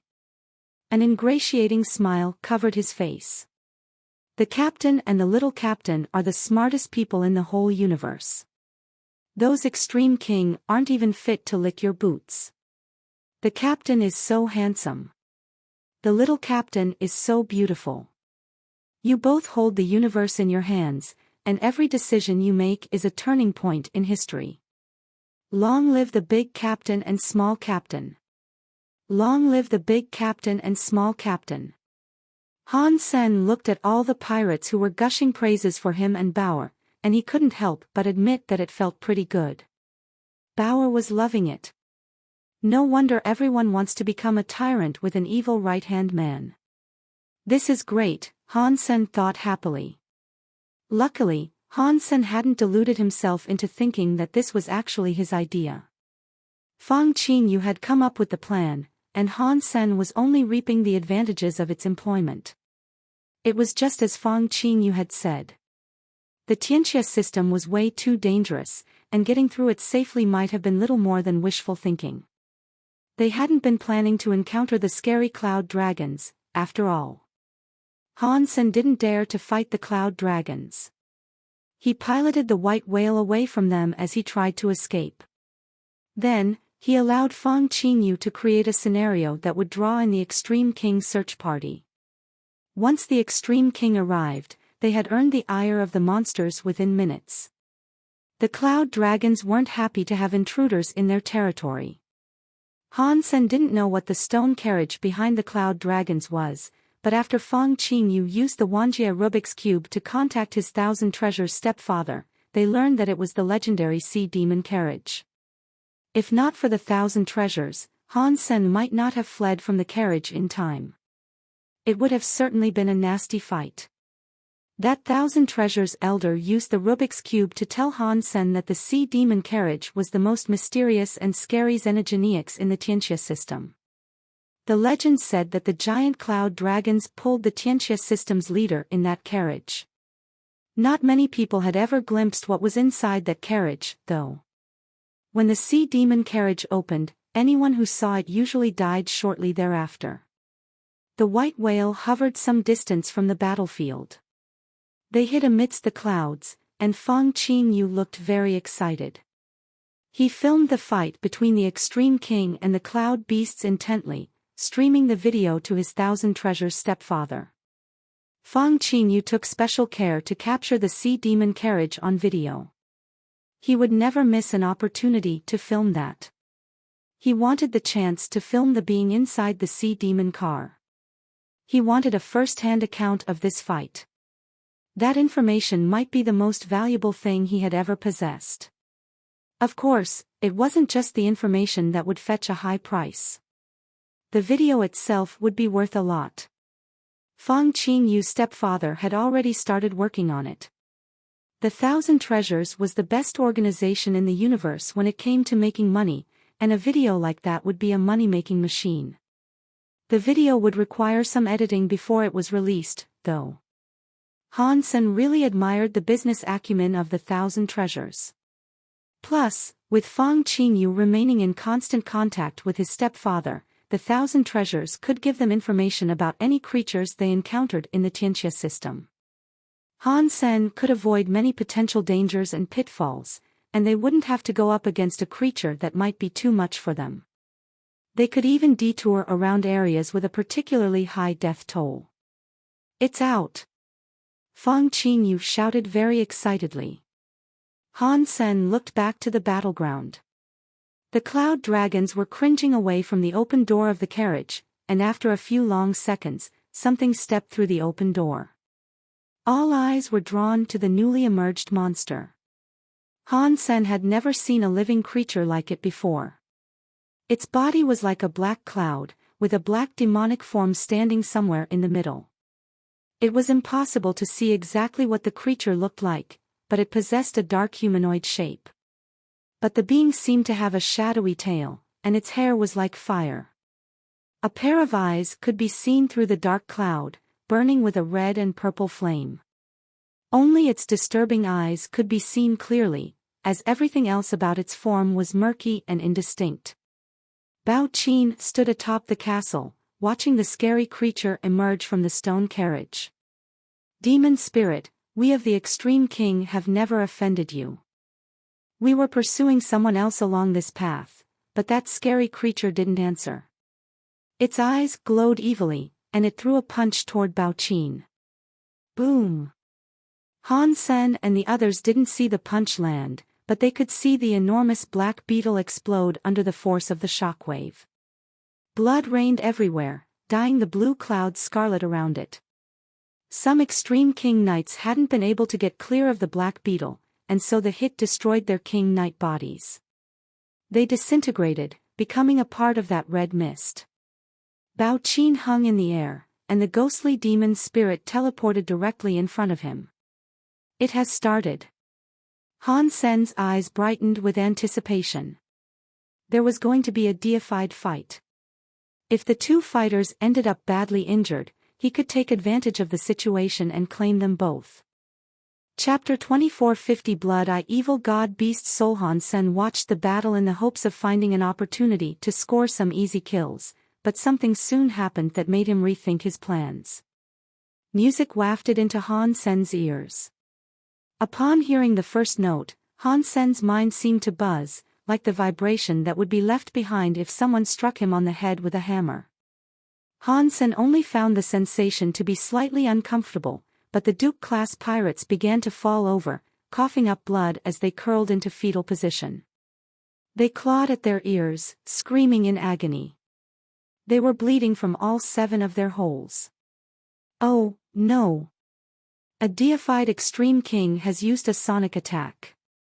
The white whale is tough, but it is weak against sonic attacks. We have to go. Han Sen turned the white whale and piloted it far away.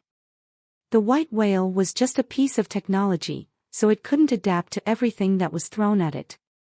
Fang Qingyu was the weakest person on board, and so he was doing far worse than all the others. Luckily, Han Sen released a king area that subdued most of the acoustic effect. If he hadn't done that, the sonic powers would have liquefied Fang Qingyu's brain. The white whale traveled through the clouds at full speed. After tens of thousands of miles, the effectiveness of the sonic powers started to subside. But Han Sen's crew still suffered from the scary shockwaves of the battle. After what had just happened, Han Sen was no longer interested in trying to kill the fighters once they were injured. He just wanted to leave the area, and that was that. Don't go. If you leave now, we won't film the fight. And if we don't film the fight, everything we've invested will be wasted. I have to go back and keep filming. Fang Qingyu shouted at Han Sen, as soon as he was feeling better. You're crazier than I am. You're willing to die for money. Han Sen looked at Fang Qingyu with utter shock. This man really did care about money above all else. The Thousand Treasures Alliance cannot invest in a venture that loses money. I have to go back, Fang Qingyu said with obvious difficulty.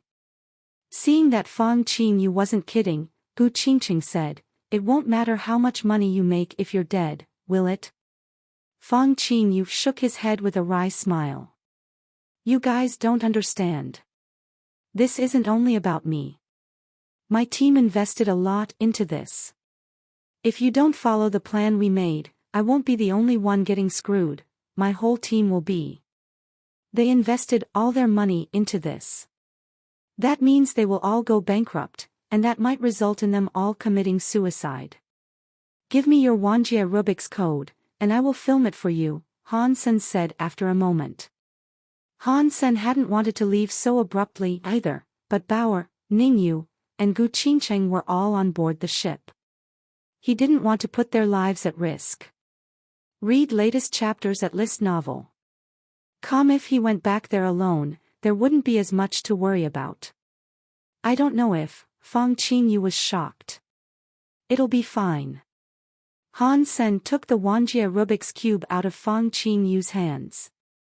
Then, he spoke to Bauer. Bauer, take them farther away. I will catch up. After that, he took the Wuxia Rubik's Cube and exited the White Whale. He headed straight back for the battlefield. With Bauer guiding them away and the little red bird protecting them, they should be able to survive an encounter with even a deified xenogeneic. Han Sen wasn't too worried about their safety. And in regards to Han Sen himself, he knew he would be able to survive. Otherwise, he wouldn't have gone back alone. The clouds were rumbling. The music sounded eerie and demonic. Under the force of the sonic power, a big blue cloud was roiling and rolling away like an ocean wave. Many xenogeneics and cloud beasts, which commonly lived inside such clouds, were all scrambling away as they fled desperately for their lives.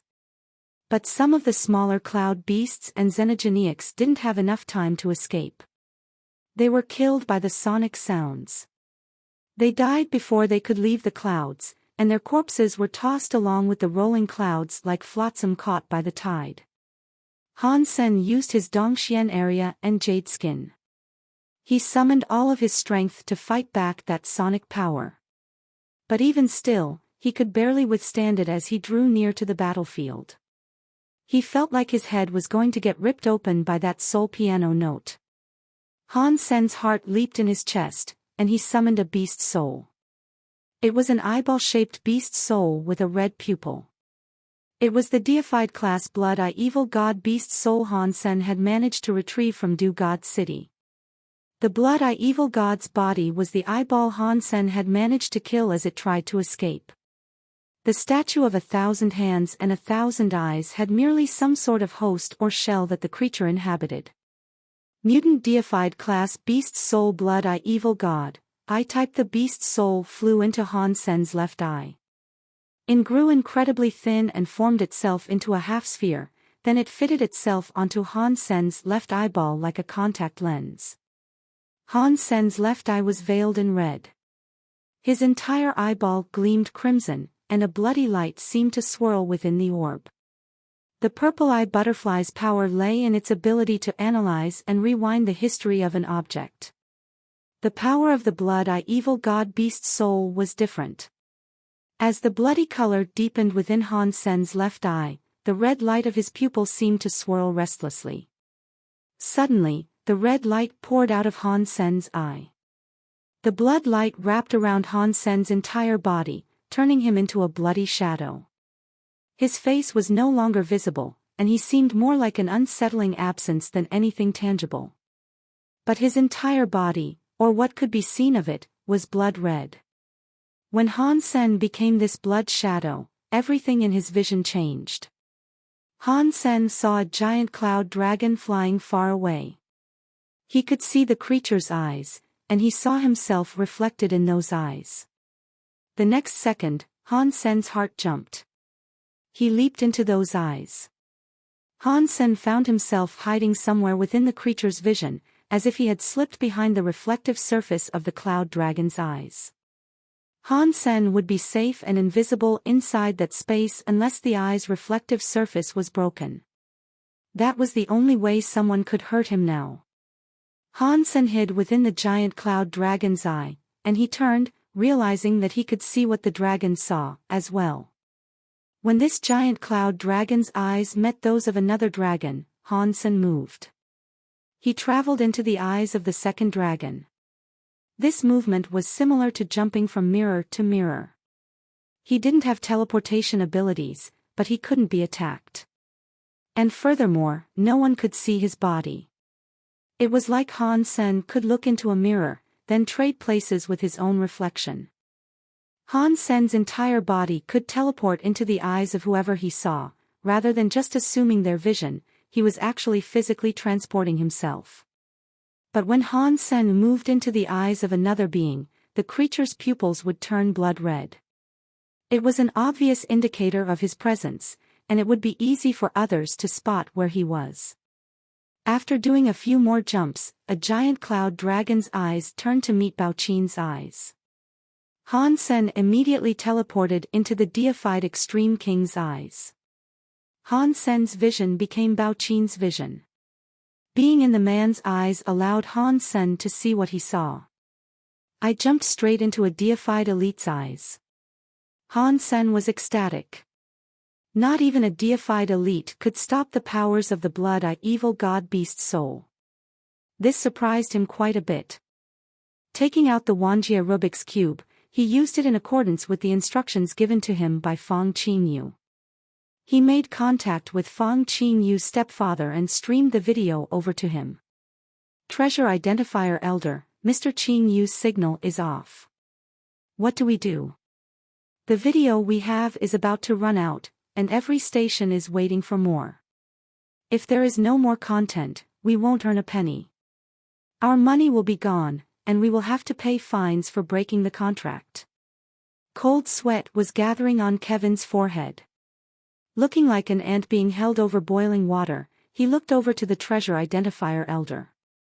This plan was secret. They couldn't reveal the content. They signed a contract with different media platforms of the various high races, purchasing airtime for their video footage. Those media sources had rigid requirements for the content they put out, however. If the Thousand Treasures group couldn't put out the content in time, they were going to lose money. The Treasure Identifier Elder's phone was ringing constantly. There was no need for him to look at it, because he already knew that it was his business partners that were calling. The plan had failed. He would lose his savings, which was an acceptable loss, but there were many other people that were going to go bankrupt with him. And that wasn't even what he was worried about the most. Qingyu must know how important it is to keep the video running, but the communication has come to an end. Is he? The Treasure Identifier Elder's face was shifting through a variety of emotions. Suddenly, the Wuxia Rubik's Cube lit up. A new video was being streamed from Fang Qingyu's Rubik's Cube. There he is, and there's the fight. Quick! Record all of this footage and get it processed immediately. Kevin was so excited that he was screaming the instructions. This video is. How is he filming from that perspective? The Treasure Identifier Elder stared at the video with wide eyes. The video showed the fight with the demon spirit, but it seemed to be filmed from a first-person perspective. It was like the person filming was the same person who was fighting the demon spirit. Every detail was crystal clear. Normal people couldn't have made any sense of the raw footage. To them, it would only have looked like blurring shapes and blinding flashes of light. The video stream of the Wuxia Rubik's Cube was recorded by special equipment, and the Thousand Treasures team edited it carefully before releasing it through their media sources. They slowed it down by an order of magnitude, otherwise, most people wouldn't have had any idea what was going on. Only someone like the Treasure Identifier Elder himself could watch the raw footage and understand what was actually happening. That Han Sen has bad luck. He hid inside the Tianxia system and kidnapped a few people to pull his boat. Then, he met a guy with a Wuxia Rubik's Cube. Now, the Extreme King knows where he is, and he won't be able to escape. They ran into a group of cloud beasts. Why did the video shut off? It's back now. What the hell? The Extreme King are fighting the cloud beasts. Holy sh*t. That's the sea demon car. The sea demon car is opening. Oh, d***mn. Why is it gone? All the media channels were playing the videos the Treasure Identifier Elder was producing, all at the same time. The display drew the attention of many viewers. Because equipment inside the Tianxia system was usually affected by the magnetic storms, most films that came from the system were basically unwatchable. Capturing the sea demon car on film would be even more difficult. Every race was drawn by this new showcase, and viewership figures skyrocketed. Many different races populated the Geno universe, and most races had at least 1 billion members. Some of the bigger races had tens of billions. The viewership figures ascended to a frightening sum in a very short amount of time. But the moment that the Sea Demon car opened, the video went dark. All of the viewers watching became furious at the tease, and it made them want to smash their viewing devices. Because the video had been cut off before, though, they hoped it would come back and they could continue to watch.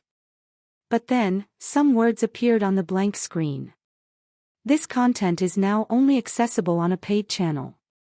Please enter the paid channel to view the secrets of the Sea Demon car and the fate of the Extreme King.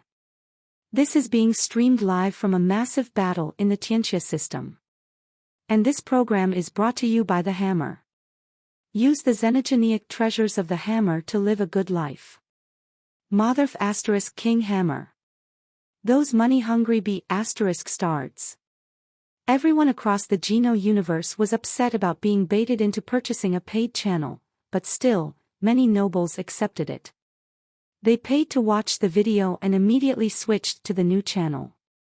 They didn't want to miss a single second of the action. This was the first time the Sea Demon car had been shown in such clarity and detail. Many people would have spent vast amounts of money for any scrap of information they could find on the elusive xenogeneic, but now they only had to spend a small amount for an entire video focused on the creature. It was worth it. It was way too worth it. Real elites couldn't care less about the cost of a single inexpensive video. Even ordinary people could afford to watch. The paid channel cost about as much as a pack of cigarettes. When they entered the paid mode, they saw the demon spirit exit the Sea Demon car. Then the creature blew up the Black Beetle ship and engaged Bao-Qin directly. Holy *T. The demon spirit is strong. Overwhelming. It is scary. So that's what the creature inside the Sea Demon car looks like. It isn't very physically large, but it's still quite scary to watch. Huh? What's going on? This perspective makes it look like someone is filming and fighting the demon spirit at the same time. Is Bao-Qin filming this? It must be Bao-Qin. Who else could film from such a perspective? Are the Extreme King in some sort of economic crisis?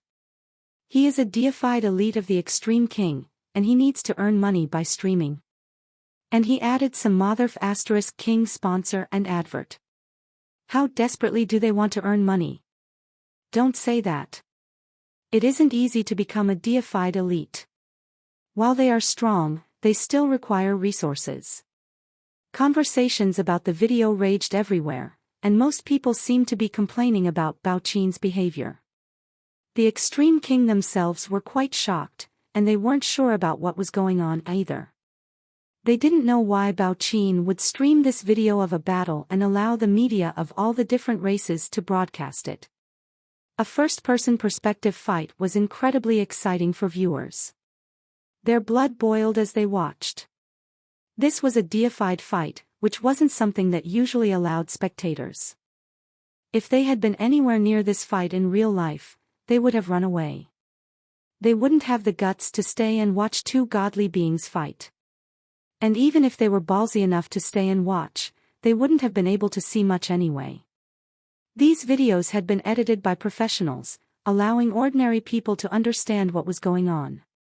It also let them see just how powerful deified beings could be. Han Sen was watching the fight through Bao-Qin's eyes. And to him, it looked even crazier. The demon spirit was like dust on the wind. Its body was very light, and even Bao-Qin's eyes and speed could barely keep track of the xenogeneic. Bao-Qin struck repeatedly, but he only hit the places where the demon spirit had just been. If not for the harp in Bao-Qin's hand, he would have already been killed by the demon spirit's fist. Luckily for him, his harp was able to weaken the demon spirit's speed and power. Bao-Qin's long fingers strummed the harp in his hands, and the notes he played were like waves of substance chains. They spread out through the clouds, and the sea of blue clouds moved and vibrated with the rhythm of the harp's music. The clouds weren't the only things responding to the music either. Every substance, including sets of armor, weaponry, and xenogenic treasures, began to physically twist and warp under the spell of the harp's song. They became as limp as cooked noodles, waving along with the melody of the harp. The large bodies of the giant cloud dragons were deformed by the music, and with every new, twisting note, more of their bones shattered. Before long, the great dragons had been reduced to boneless meat sticks. The sight made Han Sen's scalp prickle. He didn't know what sort of sonic substance chain power Bao Qin was wielding, but it was crushing every single thing in sight. It was way too scary. Even with that power, Bao Qin was far from having the upper hand. That black form of the demon spirit kept flashing between the sonic forces. Han Sen couldn't see what sort of area it had employed, but the creature's powers seemed to be protecting it against Bao Qin's deforming power. However, Bao Qin's attacks were slowly reducing the demon spirit's speed and power. The demon spirit's eyes were like those of a ghost, and they stared unblinkingly at Bao Qin. Bao Qin met the gaze of the demon spirit many times, but Han Sen didn't dare use his new beast soul to jump into the demon spirit's eyes. Han Sen didn't know how strong the Blood-Eye Evil God's power truly was, and he didn't know what sort of powers were able to restrict it. That demon spirit had demonstrated frightening abilities so far, and so Han Sen gave up on the idea of entering its eyes. As the fight went on, Han Sen quickly realized something depressing: Bao Qin wasn't the demon spirit's equal. The monster was slowly boxing him in. Bao Qin made many attempts to escape, but try as he might, he couldn't shake off the demon spirit. The situation was growing increasingly dangerous for the Extreme King. Han Sen was hoping that Bao Qin and the demon spirit would end up injuring each other equally, so that Han Sen could swoop in and finish them both. But it had become evident that there was too much of a power gap between the two fighters. Bao Qin didn't stand a chance of even injuring the demon spirit. If Bao Qin was killed, the protection that his eyes offered Han Sen would be destroyed. Han Sen would have to make a getaway. When that happened, the demon spirit would probably target him. Even if Han Sen wanted to make an escape now, his opportunities to do so had mostly disappeared. All the cloud beasts and xenogenics had either died or run away. Bao Qin wasn't going to be meeting the eyes of another creature anytime soon, and so Han Sen couldn't escape using his Blood-Eye Evil God Beast Soul. That Beast Soul could only interact with the eyes of others. It didn't have mirror powers like the ones that Miss Mirror used. If Han Sen wanted to escape unseen, he needed his host to make eye contact with another. Pang! The demon spirit landed a blow across Bao Qin's chest, tearing his armor. The godly muscles of Bao Qin's jade-like chest were shredded, and blood welled within the wound. But the godly blood didn't spill out. The blood became black, smoky dust that rose like steam. It billowed up into a small, rather unsettling cloud. Seeing the smoky, dust-like god blood, the demon spirit licked its lips hungrily and teleported over to Bao Qin. Ding! One of the strings of Bao Qin's harp broke, and a new burst of blood turned into smoke and opened like a flower amidst the clouds.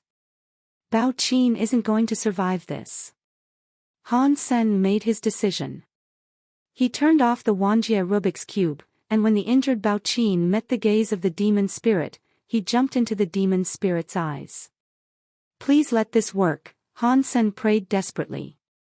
The eyes of the demon spirit were like the soulless eyes of a shark.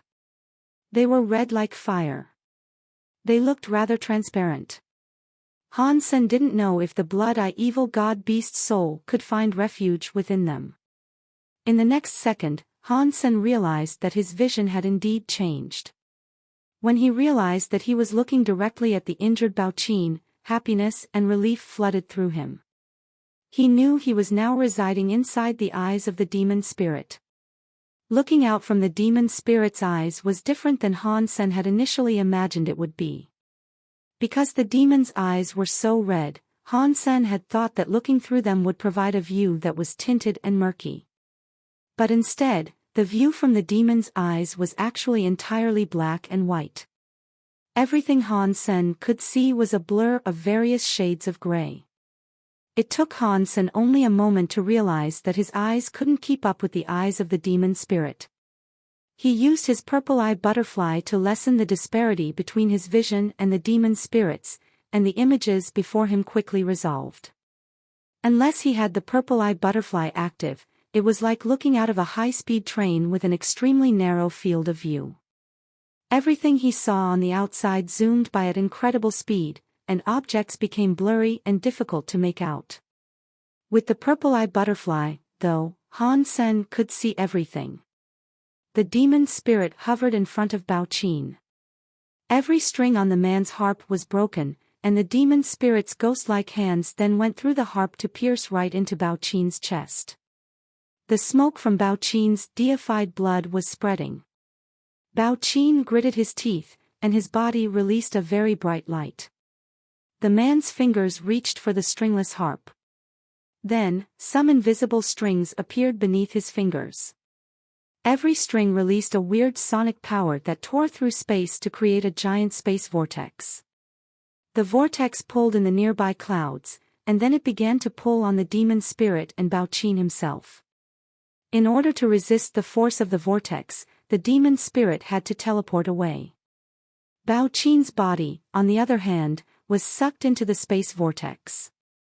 After a short amount of time, the space vortex disappeared.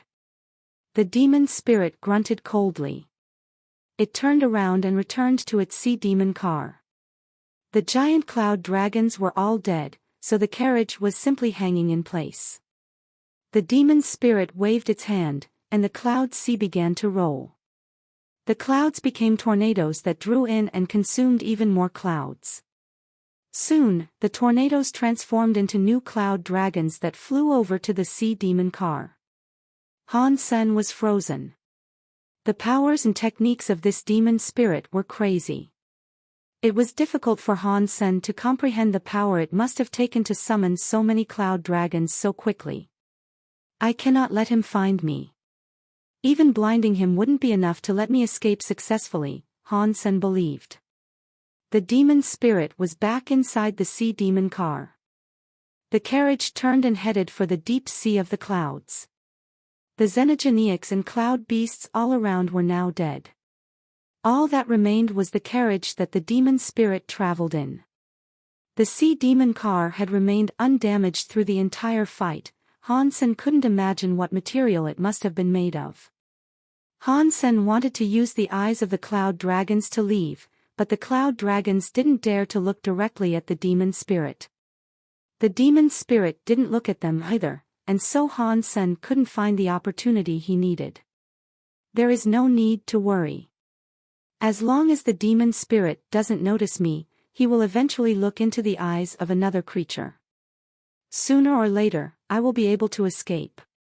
As the demon spirit continued to remain oblivious to Han Sen's presence, Han Sen finally began to relax. Inside the stone carriage, the demon spirit stared forward without closing its eyes. Perhaps the creature's eyes simply couldn't be closed. As he looked through the eyes of the demon spirit, Han Sen could see the interior of the stone carriage. Words were written across the stone walls. Because the demon spirit's vision was completely black and white, Han Sen couldn't tell what the true colors of the words were. Most things that Han Sen looked at were represented by gray tones. The words had been written in a tiny script, and each letter was no bigger than a fly.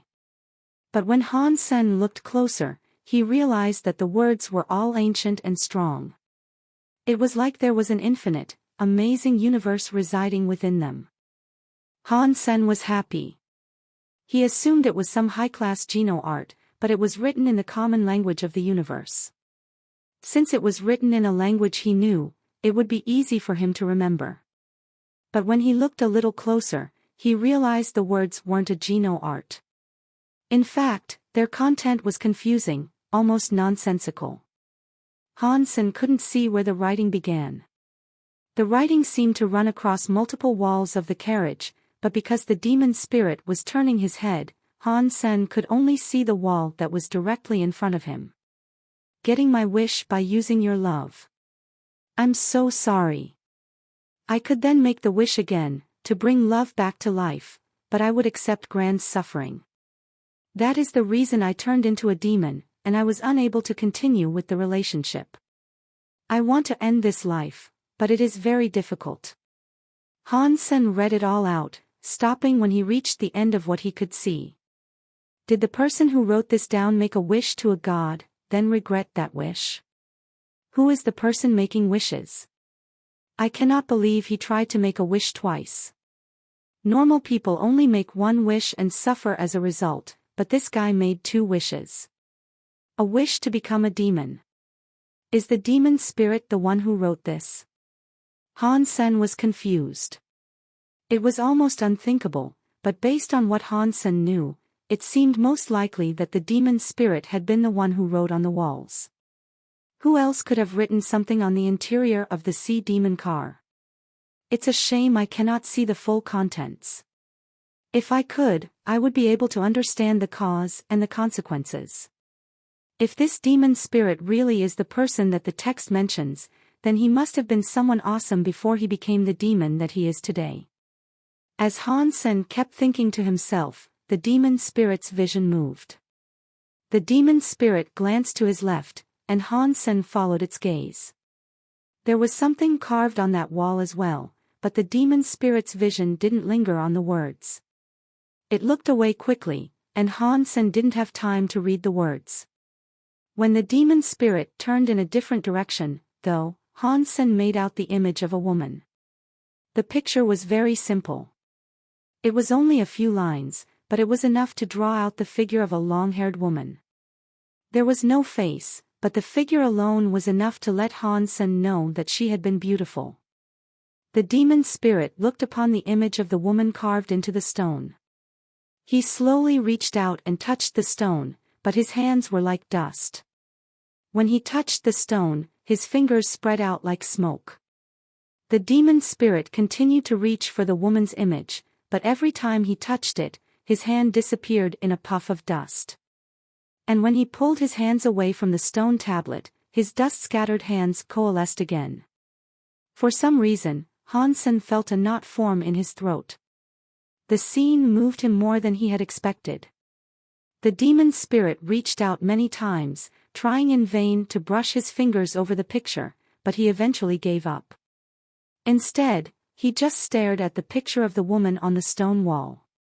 He spaced out looking at it. Han Sen could see there were a few small words next to that picture of a woman. When he focused, he could read what was written. I will not age for 300 million years, but even so, I will never be able to touch your face again. As Han Sen read that line of words, the sickening feelings sank deeper and deeper in his stomach. He wasn't a fan of tragedies. But just seeing those words allowed him to understand what sort of tragedy he was looking at. The demon spirit tipped his head to the side so he could just stare at the woman's picture. He didn't move, and time flowed by unnoticed. At least an hour passed in this motionless state, and the sea demon car continued to more steadily forward the whole time, pulled by the giant cloud dragons that the demon spirit had summoned from the clouds. Even if Han Sen wanted to escape, there was no way he could right now. He had no choice but to wait. Fortunately, I sent the little red bird with Bauer. If the little red bird was trapped here with me, Bauer would be in danger, Han Sen thought to himself. Han Sen didn't know when the demon spirit would exit the sea demon car again. Han Sen noticed that nothing he did in the demon spirit's eyes seemed to draw its attention. So, he summoned Wanner, who he had placed inside Destiny's tower. Wanner had been in a coma all this time, and she hadn't woken up. Han Sen couldn't hold her in his arms all day every day, and so, he had placed her inside Destiny's tower. Han Sen's Sea of Soul hosted Destiny's tower, and Wanner hadn't turned blonde the entire time she was inside.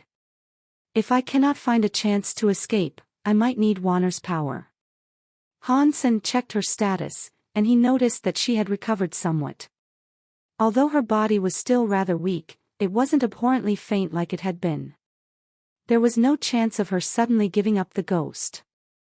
It really was the blonde hair mode that brought her so close to death. She recovers as long as her hair stays black, but she's healing so slowly. If this keeps going, who knows how long it might take for her to return to normal again. Han Sen tried to send his power into her, but it didn't seem to work. He could put his power into Wanner's body, but her body didn't absorb the energy. It was like pouring water into a cup full of holes. No matter how much power he put in, it would just leak out. There was nothing he could do, so he put Wanner back inside Destiny's tower. He used the Wuxia Rubik's Cube to contact the treasure identifier elder. When the video transmission stopped for the final time, it hadn't affected the treasure identifier elder too much. They had already earned the money they needed to. Their profits might not have been maximized, but their earnings were still substantial. Many creatures had wanted the video to keep going, but the treasure identifier elder had no more footage, so they had stopped the stream. When Han Sen contacted the treasure identifier elder again, the treasure identifier elder was alone in his room. When the old man saw that it wasn't Fang Qinyu contacting him via the Wuxia Rubik's Cube, he frowned and asked, "Where is Qinyu?" "Don't worry, treasure identifier elder. Qinyu is fine, but I was separated from him. Is there a way for me to contact him and the others?" This was why Han Sen was contacting the treasure identifier elder. The Wuxia Rubik's Cube is an important possession of the 1,000 treasures. Only elder members are allowed to have them. Qinyu's Wuxia Rubik's Cube is mine, and he only has one. If you have the Wuxia Rubik's Cube, there is no way to contact them while they remain in the Tianxia system. The treasure identifier elder paused and asked, "Do you know where they are? I can send people to the Tianxia system to extract them." Han Sen didn't say anything. If he had been with Fang Qinyu, he would have given their location to the treasure identifier elder. But Bauer and the others were with him, and Han Sen didn't trust this man with their safety. The treasure identifier elder was smart. He knew what Han Sen was worried about. After a moment of thought, he said, "Actually, even if we went out to find them, I doubt that we could. The Extreme King elites and many others wish to capture you and haul you back to the Extreme King. They should be in the Tianxia system already. It is too late for a traditional search and rescue party. If you want your friends and Qinyu to be saved, there is one other way. You're saying that I should use the Wuxia Rubik's Cube to leak my location." Han Sen immediately understood what the treasure identifier elder was implying.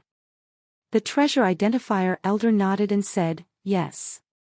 The Extreme King have come looking for you, not your companions. If you keep letting them know where you are, they won't have any reason to conduct a general search that might endanger Qinyu and the others." "I'll think about it." Han Sen turned off the Wuxia Rubik's Cube. What would be the point of using the Rubik's Cube now? He was inside the eyes of the spirit demon. If he began streaming video, people would only see the interior of the stone carriage. That wouldn't be very helpful for anyone. Han Sen needed to wait for a moment when a video stream would tell the Extreme King exactly where he was. Only then would it be worth turning the Rubik's Cube back on. I really hope that the demon spirit is planning to leave the sea demon car soon. If he decides to stay in here for a few hundred years, that will be bad, Han Sen thought morosely. Luckily, Han Sen's worries didn't jinx his situation. Despite the time he spent envisioning the worst-case scenario, it didn't come to pass. After another half-day of travel, the sea demon car came to a stop. The spirit demon finally turned its eyes away from the wall of the carriage. The creature pushed the door open and slid out. He's finally out. Han Sen was filled with happiness, but when he saw what was outside the carriage, he froze. Before he entered the Tianxia system, Han Sen had done a lot of research about the place. He had learned that the system was filled with clouds and fog, but no planets were known to exist within it. But as the demon spirit moved out of the carriage, Han Sen saw a giant island hanging in the clouds. The clouds surrounding them were pure white now, unlike the blue clouds that Han Sen had seen last. These fluffy white clouds looked like they belonged in an ordinary sky. The demon spirit dropped onto the grass of the island. The fresh green grass turned to dust the moment that the demon spirit touched it. The dust rose and danced around the feet of the spirit demon, like ashes rising from a disturbed grave. When he fought, the demon spirit moved so quickly that it looked like he was teleporting. In this place, though, he walked forward as slowly as a normal person would, heading for a mountain at the center of the island. The small mountain wasn't high, probably only reaching 400 meters at its peak. Han Sen could have jumped over such a small mountain in a single leap. The demon spirit could probably have done the same with only a thought. But instead, the demon spirit was walking up the mountain, step by step. He moved patiently, almost methodically. What is he trying to do? Han Sen wondered curiously. Although he wanted to flee, there were no creatures whose eyes he could jump into. The island was covered in grass and dotted with strange flowers, but there were no creatures to be seen. The demon spirit left the sea demon car behind without so much as a backward glance at the cloud dragons. Because of that, Han Sen couldn't even escape by jumping into the eyes of a cloud dragon. Since he couldn't run, Han Sen spent his time trying to guess what the demon spirit would do on the mountain. He had too little information to come up with any truly plausible theories, though. When the demon spirit reached the mountain's peak, Han Sen realized that the mountaintop was flat. It was about the size of a basketball court, and there was a building standing at its center. The building had 2 floors, and it appeared to have been constructed out of a beautiful variety of wood. The building was surrounded by ornately fenced gardens. The gardens were full of greenery, but they weren't beautiful or well kept. They were quite ugly, and only the walls that enclosed them were nice. A wooden gate provided an opening in the fence. As they approached the gate, Han Sen saw a plank of wood stuck in the earth. 3 words were written down on it: "No Love House." No Love House. What does that mean? Han Sen wondered. The demon spirit drifted to a stop just outside the fence. The wooden door wasn't locked, but he seemed to have decided against going into the yard. He stood outside the fence, looking toward the window on the 2nd floor. Han Sen thought the demon spirit might do something interesting, but he just stood there for about an hour. He didn't move an inch. "Purple Fight, what are you doing here?" "I don't want to see you," said a woman's voice from the 2nd floor. Her tone was hard and distant. The demon spirit stayed where he was. He didn't move, and his eyes remained locked on the 2nd floor window. The woman inside the wooden house pushed open the window and looked at the demon spirit angrily. She gnashed her teeth and said, "Get lost. I don't want to see you again. Either grant me that wish or just kill me." Han Sen, hearing the name Purple Fight, thought it sounded very familiar. After he searched his memory, he placed the name. His eyes and mouth opened wide in shock. "This name is like a clap of thunder in my ear." One of the 10 generals of Sacred was the invincible General Purple Fight. Han Sen had spent a lot of time researching Sacred. After his fight with the purple-eyed butterfly, he carefully researched each of the 10 generals. Ultimately, however, he wasn't able to learn much about them. But from the little information he had gathered, this General Purple Fight had struck him as being quite impressive. He was invincible even when fighting alone, which earned him the nickname, the Invincible Solo. The name perfectly captured how frightening General Purple Fight was. There was a legend that said before Purple Fight became a general, he was an enemy of Sacred Leader. At one point, Sacred Leader himself lost in a one-on-one fight against Purple Fight. That was why Purple Fight earned the title Invincible Solo. After that, Sacred leader used some sort of trick to beat Purple Fight and claim ownership over him. Purple Fight became the strongest of Sacred's 10 generals. Is this demon spirit General Purple Fight? Han Sen found it hard to believe. Out of the 10 generals, General Ghost Bone was the best when it came to leading armies, and Purple Eye Butterfly was the leader of intelligence gathering. But when it came to fighting alone, Purple Fight was the greatest. In a one-on-one death match, the leaders of the 3 highest races of the universe couldn't defeat him. The demon spirit saw the woman looking down on him, but he didn't say a word. He merely returned her gaze. Han Sen hesitated. He didn't know if he should stay in the demon spirit's eyes or make the jump into the woman's eyes. The woman continued to send a string of blistering invectives and insults toward Purple Fight. But the demon spirit merely looked at her without moving. He didn't react to her words, and it was almost as if he wasn't getting scolded at all. That made Han Sen wonder if the demon spirit wasn't actually the Purple Fight the woman mentioned. When that woman grew tired of yelling, the demon spirit brought out an item. It appeared in the demon spirit's shadowy hand out of nowhere, and he carried it to the gate. He didn't touch the wood or the fence. When Han Sen saw the item that the demon spirit had set on the ground, his eyes brightened. It was a book. The book was made of stone, and there were 7 words written upon the cover: Shocking World Record of the Extreme King. Holy *T. That is the Extreme King's exclusive Geno art. How did the demon spirit get a hold of it? Right, he must have gotten it from Bao Qin. Bao Qin must have had it somewhere on his person when he fought the demon spirit, Han Sen thought. When the woman saw the shocking world record of the Extreme King, she looked even more distraught. She screamed, "Purple Fight, what is the point of you bringing me all the Geno arts in the world? They are meaningless to me. Either kill me or let me go."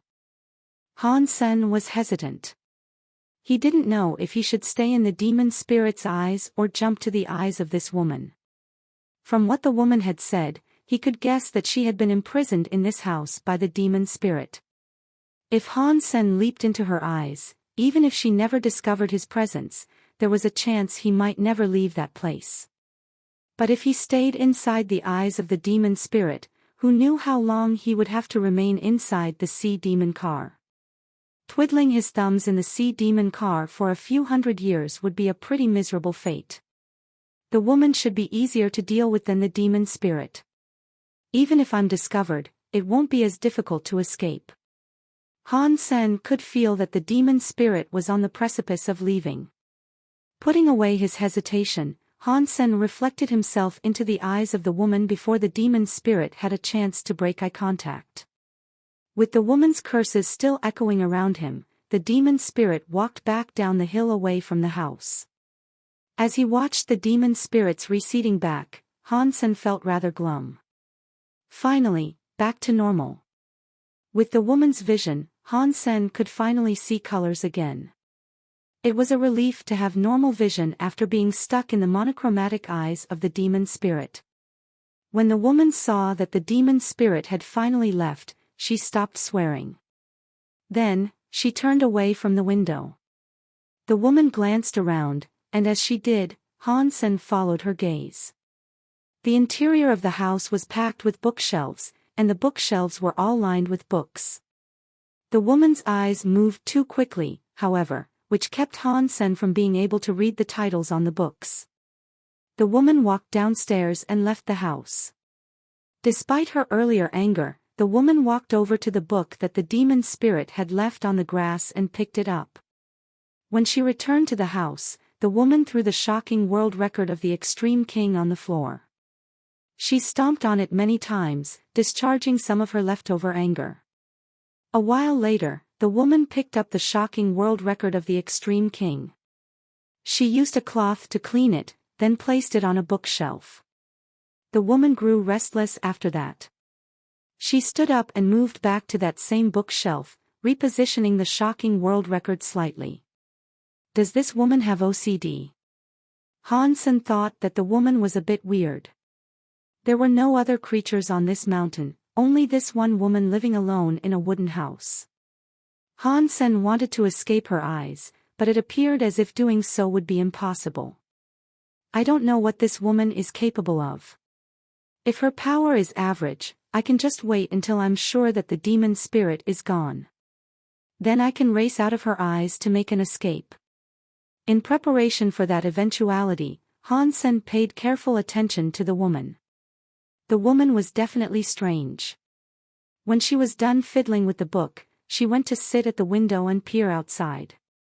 Han Sen realized that the clouds outside the island weren't white anymore. They were light yellow like butter. Han Sen was happy. He brought out his Wuxia Rubik's Cube and filmed what could be seen from the window. He then sent it to the treasure identifier elder. Didn't you want to capture me and claim the bounty on my head? Come and try it, Han Sen said to the Rubik's Cube after he made the film. After the treasure identifier elder received the footage from Han Sen, he edited the clip and began streaming it. Han Sen didn't know what effect this play might have, but for now, it was all he could do. Thankfully, the wooden house didn't have any mirrors or swords. Otherwise, if she looked into a mirror and noticed that her left eye was red, she'd realize there was a problem. The woman sat in front of the window for a long time. Han Sen didn't know what she was thinking about, and he was starting to believe that she'd never move again. But after a while, the woman finally moved. The woman sighed deeply. She stood up and moved toward a desk. The desk was laden with stacks of books and documents. There were no tools that required electricity, but perhaps that was due to the magnetic storms that plagued the Tianxia system. Electric instruments probably wouldn't work here anyway. The woman's room was organized with the same fastidious attention to detail as the rest of the house. The items on the table were arranged tidily, and her books and notebooks were all lined up perfectly. All the pens were in the pen cup. The woman had serious OCD issues. When she sat down in front of the desk, she picked up the top notebook. She opened the notebook and flipped to an empty page. After a moment of thought, the woman wrote something down on the empty book. She assembled words, numbers, and symbols into a variety of formulas that Han Sen was unable to comprehend. Han Sen didn't know what the woman was doing. The woman wrote with repeated breaks for thought. Before long, she picked up a book from the bookshelf. She flipped through it quickly, apparently trying to find something specific. Phenomenon. Isn't that the Geno art that is similar to Sky Palace's textless book? Han Sen thought in surprise. Phenomenon was a secret skill of Sky Palace, as well. What happened next surprised Han Sen even more. The woman kept pulling down and perusing different books, and those books were of the top Geno arts exclusive to a variety of different races. Many of them were guarded with the utmost secrecy. Han Sen saw the Destroyed's Geno art 3 bodies in 1 Destroyed Chaos Godlight and the Dragon's Evil Breaker Dragon Presence. Many other famous Geno arts that were known across the Geno universe were there, as well. There were also many names that Han Sen had never even heard before. Who is this woman? And why does she have so many secret Geno arts here? Surely the spirit demon didn't steal them all just for her, right? That should be impossible. Those races wouldn't hand out their secrets for free. How many elites would really bring their secret Geno arts to Tianxia system just to get mugged? Han Sen couldn't make sense of the situation. But as he watched, Han Sen soon realized what she was doing. She was obviously researching the Geno arts. Because he didn't know what she was writing, though, he couldn't understand the research she was doing. It was like when normal people made use of computer software. Although people might use a program every single day, if they saw a coder working on that same program, they wouldn't have a clue what they were seeing. Unless Han Sen could see the Geno arts she was researching, he wouldn't have a single clue to figure out what he was seeing. The symbols and formulas weren't enough for him to tell what she was working on. No, this won't work. If I keep it complete, no creature will be able to reach the required fitness level. Lowering the fitness requirements will dismantle the skill, so that would be useless. How do I keep it complete and also lower the fitness requirements for practice?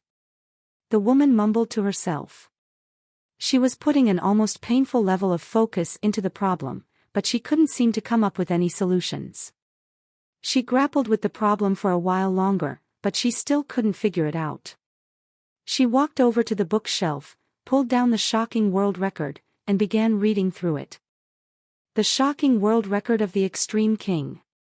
In the beginning of the Extreme King, the sky and ground welcomed this race.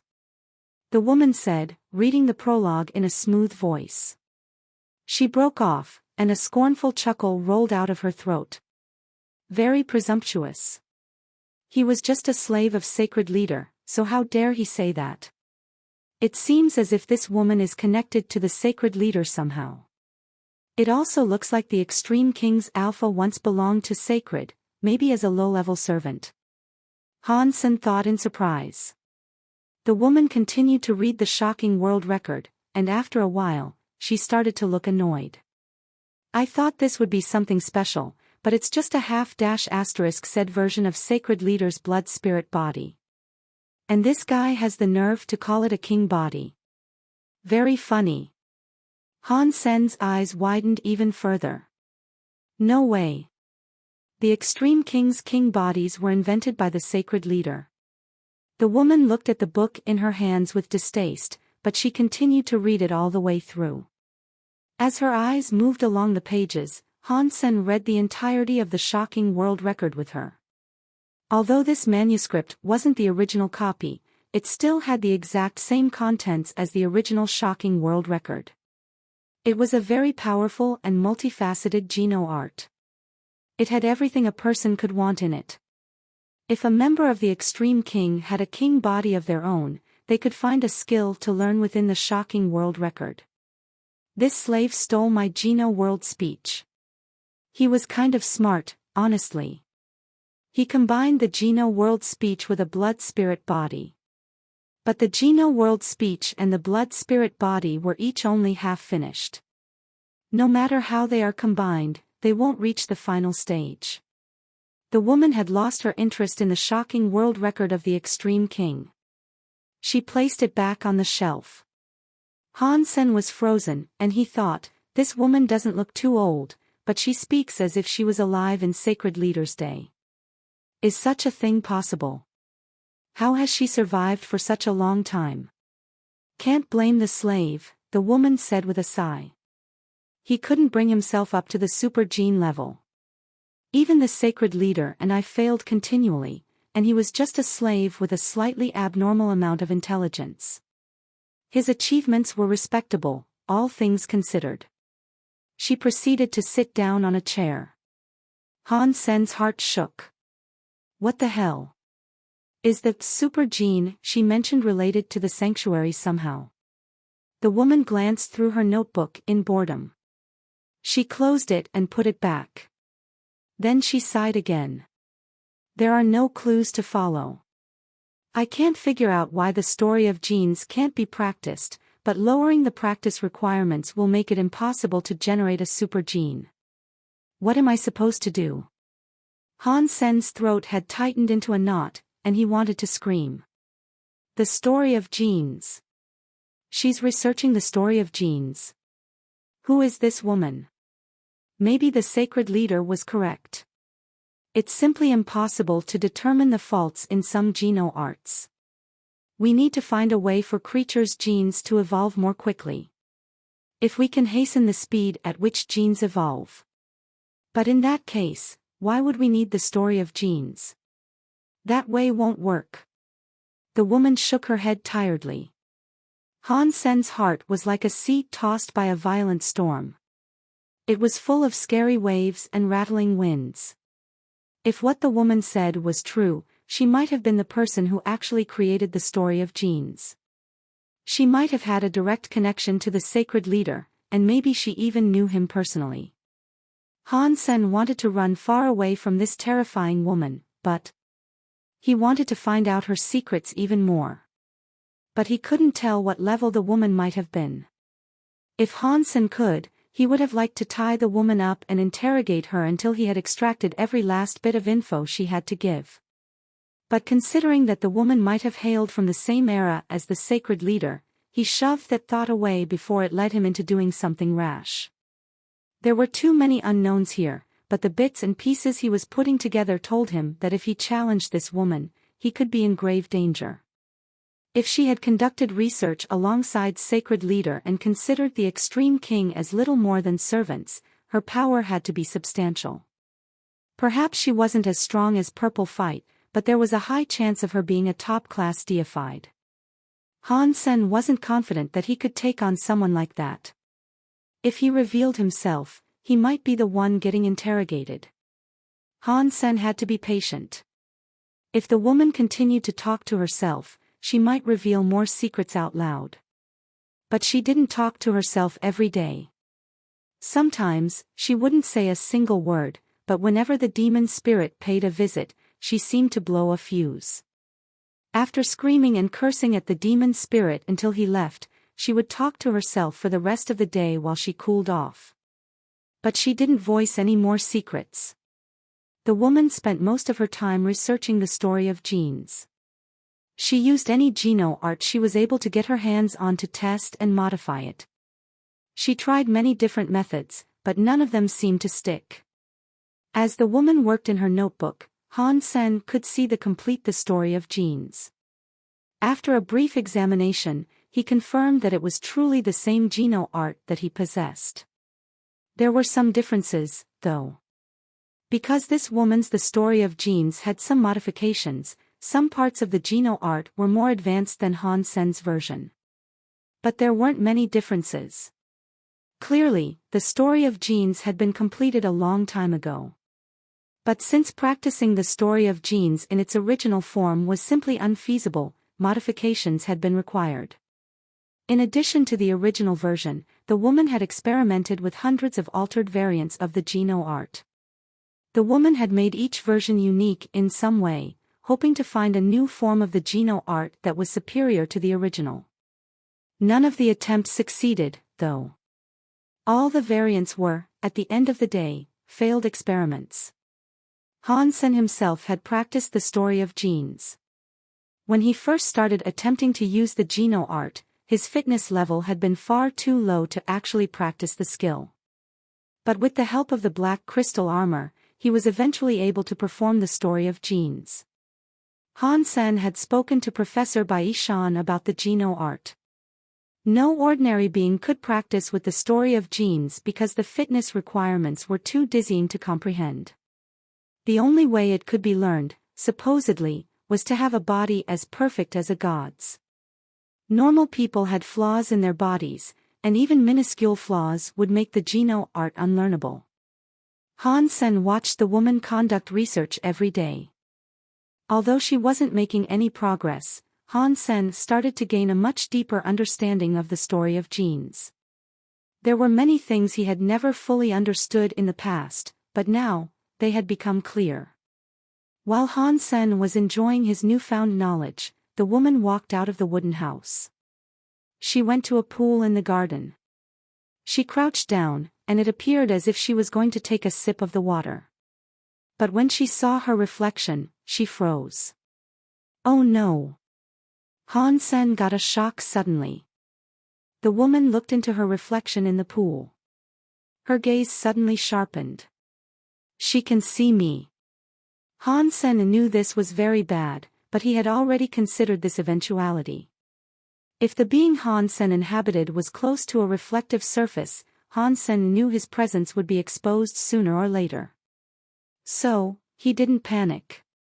When the woman saw the strange appearance of her eye, she didn't panic either. She smiled and said, "Interesting. You dared to use an eye trick on someone like me. You are brave." After that, the woman released a burning golden light in her eyes. It started in her pupils and spread across her irises, slowly fighting back the red and transforming it into gold. Han Sen's chest tightened. He didn't know what sort of power that woman had employed, but after the gold light consumed her eyes, the woman put away her power. As soon as she released her power, the gold color extinguished and the red reappeared. My golden eye didn't work. This is tricky, the woman said with a pleased smile. The color of her eye changed again. This time, a deep black swept over her irises. The black rolled over the entirety of her eyeballs, overwhelming the red.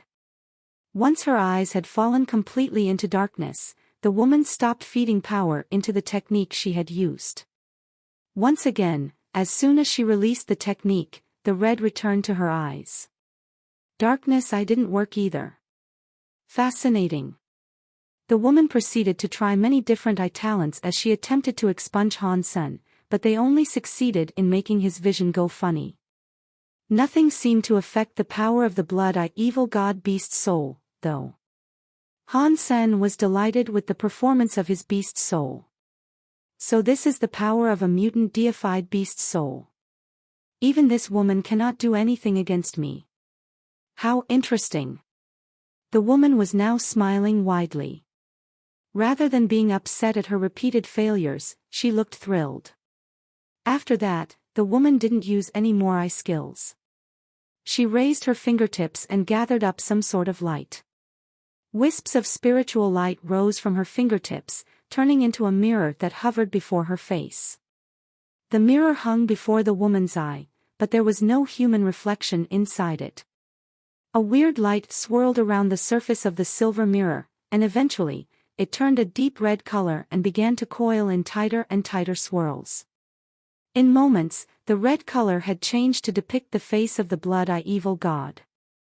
Ah, it is Blood Eye Evil God. No wonder my eye skills didn't work. When the woman saw the image of Blood Eye Evil God, she smiled in sudden understanding. She raised her finger and pressed it to her forehead just above her eyes. More spiritual light went into her. The woman's eyes shattered like glass. The shadowy space that Han Sen inhabited collapsed, and he was forced to come out. He fell onto the ground and immediately tried to leap away from the house. What's this? That isn't Blood Eye Evil God, the woman murmured in surprise. Her eyes healed immediately, and her hands never stopped moving. She raised one hand, and a crystal ball flew toward Han Sen to trap him. Han Sen moved to evade the crystal ball, but the woman shifted the position of her hand and cast a few lights that struck Han Sen with pinpoint precision. Han Sen's body became much heavier, and his speed dropped drastically. A deep ache sank into his back, and he felt as if he had ejaculated prematurely and then become impotent. He was suddenly struck with the pain of a woman's period, and his eyesight became blurry. Pain and nausea swept through him. God only knew how many Geno arts the woman had cast to give him such a wretched series of debilitations. Han Sen used his jade skin area, which transformed his body into jade-like ice. The woman's debilitating Geno arts no longer worked on Han Sen, allowing him to dodge the second crystal attack. Then, he leaped out the window. The woman's face looked like the face of a cat in pursuit of a mouse. It was as if she had made a fascinating discovery. She ran out of the wooden house, too. Han Sen wanted to fly away and escape the island, but as soon as he moved, he saw the crystal ball racing toward him. Han Sen evaded it, but the crystal ball exploded. It transformed into a giant crystal net that covered the entire island. Han Sen had nowhere to run. Han Sen's fingers wriggled like mad, casting sword silks as he attempted to lift the net of crystal.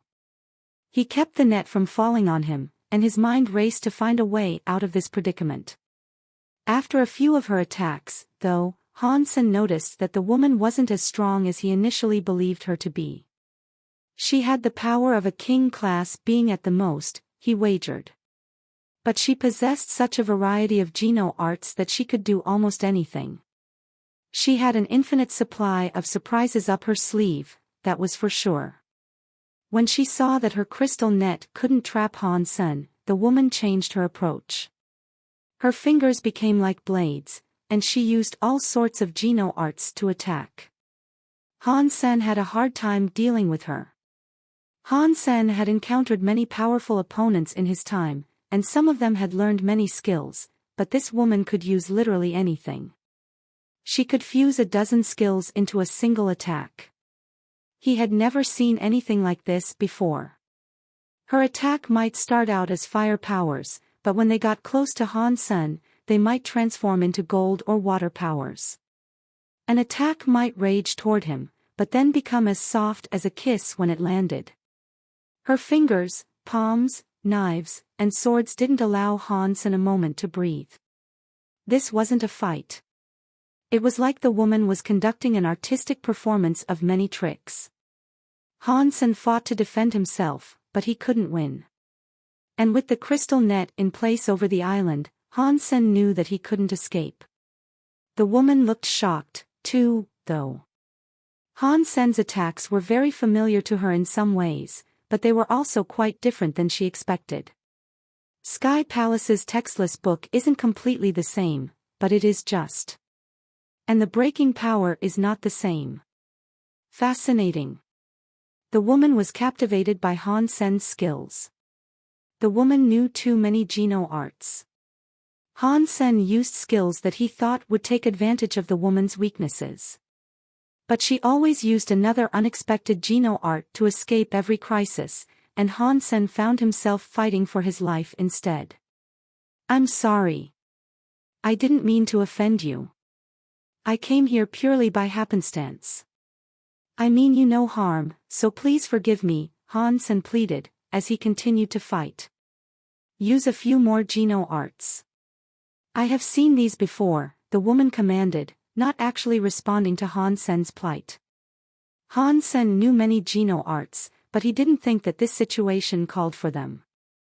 Instead, he stuck with skills that he knew could counter her attacks. The woman, seeing that Han Sen was only using a few skills to break all of her Geno arts, looked profoundly annoyed. Down! The woman waved her hand, and the crystal net snapped Han Sen's sword silks and fell toward him. Many substance chains now writhed within the crystal net. She's deified. Han Sen realized that the woman had been playing with him. She hadn't used her real powers up until now. Han Sen had the strong urge to use his super god spirit power to escape the falling net, but ultimately, he chose not to. Instead, he allowed himself to be captured by the crystal net. Who are you? How are you using abilities that should belong only to the blood-eye evil god? The woman asked Han Sen, who was now trapped on the ground like a fish in a net.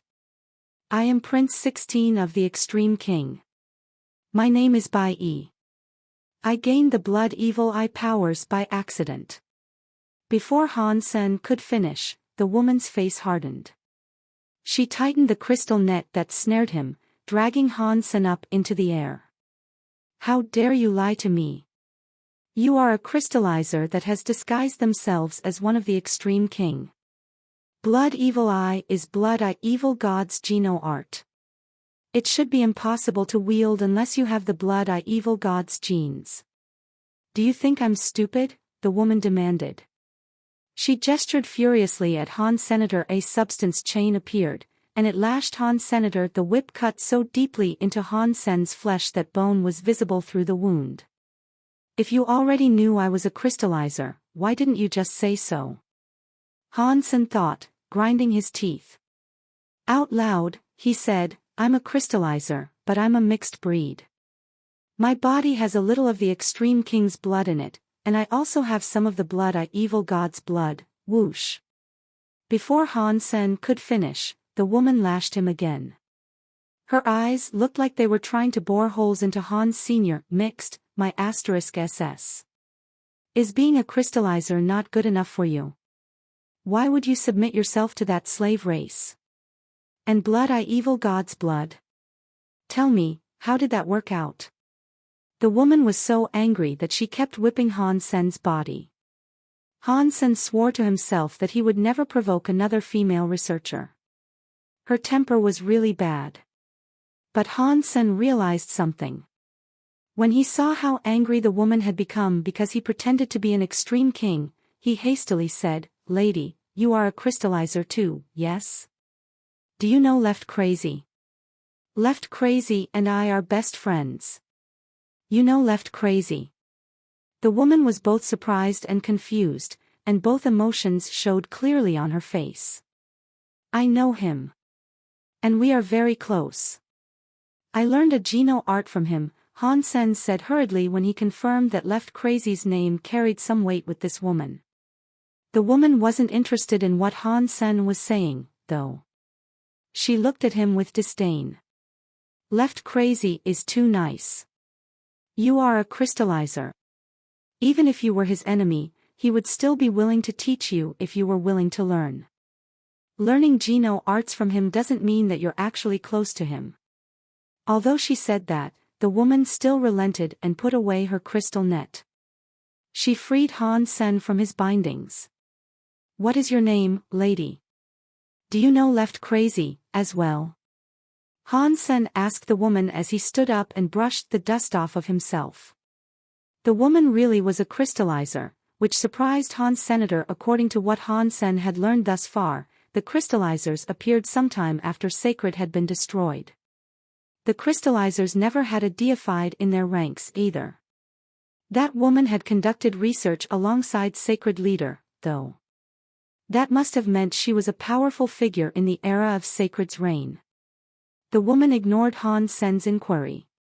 She looked at him and said, "You are of the crystallizer blood, but how are your body's genes able to evolve so fast?" "My genes are fast." Han Sen asked, feigning ignorance. The woman looked at Han Sen with a frown. She said to herself, "This shouldn't be. My crystallizers finished their tests as a failure. Their fitness was weak, and only their intelligence was at a passable level. How could this one have evolved so fast?" When Han Sen heard that, he was surprised. He looked at the woman and asked, "You created the crystallizers?" The woman shook her head. "Not exactly. The crystallizers already existed, but I used Sacred's resources to modify the genes of the crystallizers. I sped up the progress of their evolution. It was not much of a success, but it worked out better than I had expected. Their fitness and evolution progress were bad, but they were very intelligent. They made perfect assistants for my work. And Left Crazy was one of them." After that, the woman walked back toward the wooden house. Because the woman had stopped threatening Han Sen, he no longer wanted to leave. He wanted to learn as many secrets as he could, straight from this horse's mouth. Based on the woman's story, it was clear she had once been a prestigious person in Sacred. She must have been the head of a research department or something like that. She must have known a lot. "That means you created the story of genes?" Han Sen asked as he reached the door. "Half of it. Sacred Leader and I built the story of genes together, but it failed." The woman looked at Han Sen and went on to say, "Left Crazy showed you the story of genes?" Han Sen nodded. But he didn't tell her that he practiced the story of genes. If she found out that he had studied the story of genes, he was worried that she might decide she needed to dissect him and analyze the pieces. "Stop there," the woman said sternly as Han Sen was about to step into the house. "You stand outside. Don't track dirt into my house," the woman continued, sending a cold glance toward Han Senator. Han Sen knew that the woman meant no harm. She was just a very hygienic woman with a bad case of OCD. He didn't mind her brusqueness. He stood outside the door and said, "What did you do during your time researching the story of genes with Sacred Leader?" "I have heard that it is related to Super Gene." The woman went into the house and grabbed a shovel. She came out and started to fix the ground where Han Sen had disturbed the grass while fighting. "You start floating. Don't touch anything here," the woman said. She then sprayed Han Sen with a perfume. Han Sen made himself float as the woman commanded. He wanted to learn about the relationship between the story of genes and Super Gene, and also their relation to the sanctuaries. The woman kept cleaning where Han Sen had walked, and she said, "We researched the story of genes so that creatures could learn to use Super Gene. Did Left Crazy not teach you that? No. He only told me that the requirements of the story of genes hadn't been fulfilled, and thus, there were limits to what he could investigate. Han-sen kept trying to get her to tell him more. The woman really didn't mind the bean spilling, so she went on to say, I cannot believe Left Crazy is still researching the story of genes. He was right, though. There are requirements for the story of genes that were never fulfilled. Even now, it is a failed research project. What is super gene? What is super gene used for? Han-sen asked, trying not to let his voice betray how badly he wanted this answer. The woman looked at Han-sen with an odd expression. As she stared, she asked, do you believe God exists? Why am I being asked this crappy question again? Han-sen wondered, annoyed. This was a question he couldn't care less about answering. Han-sen sighed and said, I've met a couple of guys who called themselves gods. But I don't know if they were real gods. Those gods you met, did they claim to be able to fulfill your wishes? The woman squinted at Senator Han-sen's heart jumped. He had gotten to the crux of the issue already, and so he quickly answered, yes. The woman quirked her lips into a smile. Running her hand through her hair, she said, becoming super gene means killing these guys who call themselves God. Why are you trying to do that? Han-sen was shocked. He knew how scary those beings were. But luckily, they couldn't directly attack the beings of the universe. Their powers were much stronger than any creature within the Geno universe. Not even deified beings could be compared to them. The woman and sacred leader had wanted to kill these self-proclaimed gods. And Han-sen shared their insane desire. He just wasn't strong enough right now, so he didn't know how he would eventually bring the gods down. Because of this, Han-sen had no plans to kill a god just yet. When he had been inside Destiny's Tower of the Extreme King, he had only seen the statue of a god. If the black crystal armor hadn't helped him, he would have been incapable of defeating the thing. He couldn't imagine how scary things might have been if he faced a real god. I don't know why Sacred Leader was pursuing this goal, but I know I had my reasons, the woman obviously not wanting to share her actual reason. Having a super gene can allow a person to kill those gods? Han-sen asked. According to my research, yes. That is correct. The woman nodded, speaking with certainty. But then the woman shook her head, smiling wryly. But our research still failed. We discovered a method that could turn a body into a super gene, but there was no creature in this universe that could use this method. It was like we were holding a candle, and we knew we could light it, but we didn't have a single match to do so. We were so close to dispelling the darkness, but we couldn't. That was the difficulty we faced. The thing that we lacked to complete the story of genes seemed like an insurmountable barrier.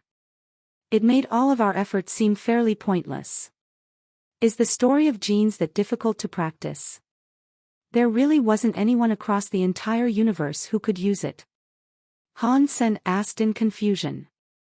After all, he had already learned the story of genes. The woman thought for a moment, then said, this problem is very complicated, and explaining it fully would take some time. Let me use an analogy instead. A horse needs to eat plants for energy, so it can stay alive and run. However, a car requires fuel in order to operate. You cannot give the horse fuel, and you cannot give the car grass. This description isn't perfect, but it sort of gets across what I mean. The story of genes has many requirements, and there is no creature in the universe that can satisfy every one of them. You cannot lack in any department. Han-sen pretended to understand, but he actually rather confused. He started to ask another question, but he just didn't know how to explain what he didn't understand. Who are those people that call themselves gods? Why can only those with a super gene kill them? Han-sen returned the conversation to the initial question. That question is also complicated. To put it simply, these gods are creatures, but they exist in a different way than we do. It's like the difference between corporeal life forms and spirits. But the reality is more complicated, especially when one tries to understand how they interact with our universe. The woman paused, and then she went on to say, and you asked why those with a super gene can kill those who claim to be gods. It all began with a test conducted by the sacred leader. What test? Han Sen asked. The woman didn't answer Han Senator. She stood up and said, okay, the garden's clean now. Don't you dare make this place dirty again. If you do, I'll turn you into a pig.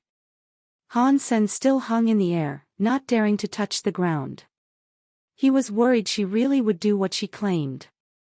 Considering the woman's power, she probably had a stronger gene-altering skill than Burning Lamp Alpha did. You still haven't told me what sort of test the sacred leader conducted, Han Sen said to the woman as he hovered in the air. The woman turned around and looked at Han Sr. Why do I have to tell you? Han Sen didn't know how to respond. She had no connection to him, and she didn't owe him anything. There really was no reason for her to tell him. Pang! While Han Sen's mind raced for an answer, the woman returned to the house and slammed the door. Should I tell this woman I have practiced the story of genes? If I tell her, I might learn more secrets from her. But she also might catch me and use me as some sort of lab rat. That would be bad. Han Sen found it to be quite the dilemma, and he was torn on what to do. The woman had said Han Sen wasn't allowed to touch her stuff. Han Sen didn't want to upset her cleanliness and OCD, so he flew over the fence and landed on the ground outside. He sat there, looking up at the yellow clouds. He pulled out the Wuxia Rubik's Cube and sent a video to the Treasure Identifier Elder. When the Treasure Identifier Elder had played Han Sen's last video, it had drawn the focus of all the other races. That light yellow clouds became the focus of many elites. When this new video came out, many factions were able to confirm Han Sen's location based on the changes in the cloud patterns.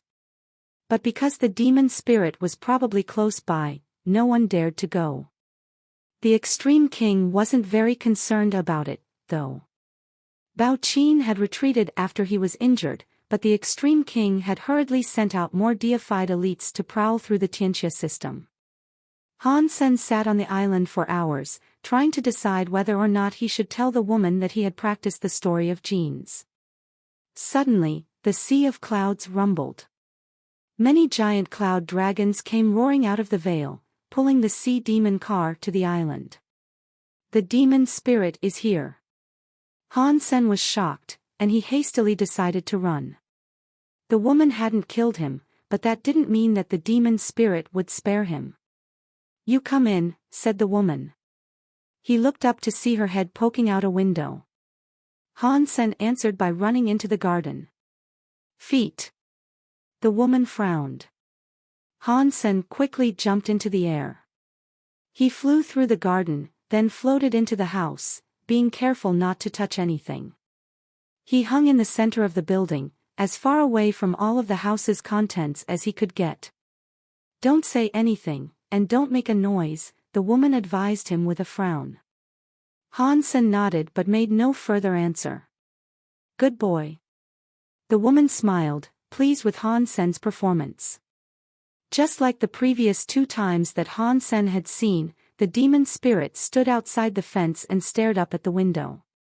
The woman ignored him for half the day, becoming grumpier with every second that passed. In the end, she couldn't help but open the window and shout at him. When the woman grew tired of yelling and subsided into silence, the demon spirit left.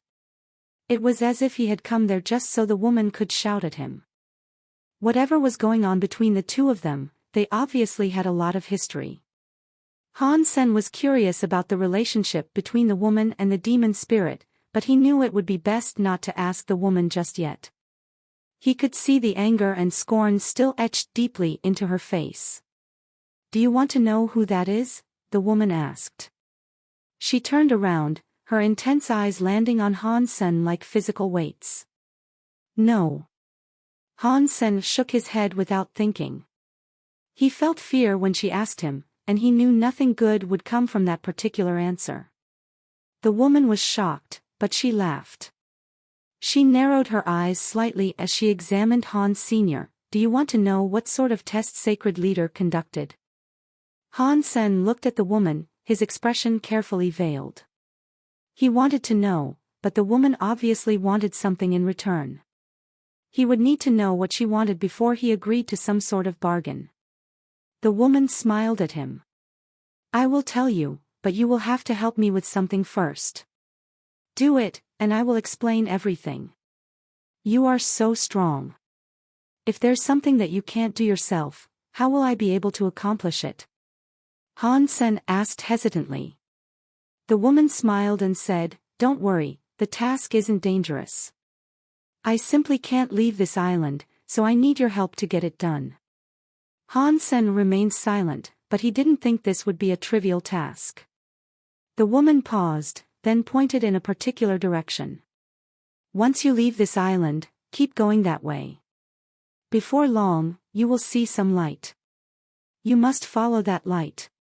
Then, you will find an island that is identical to this one.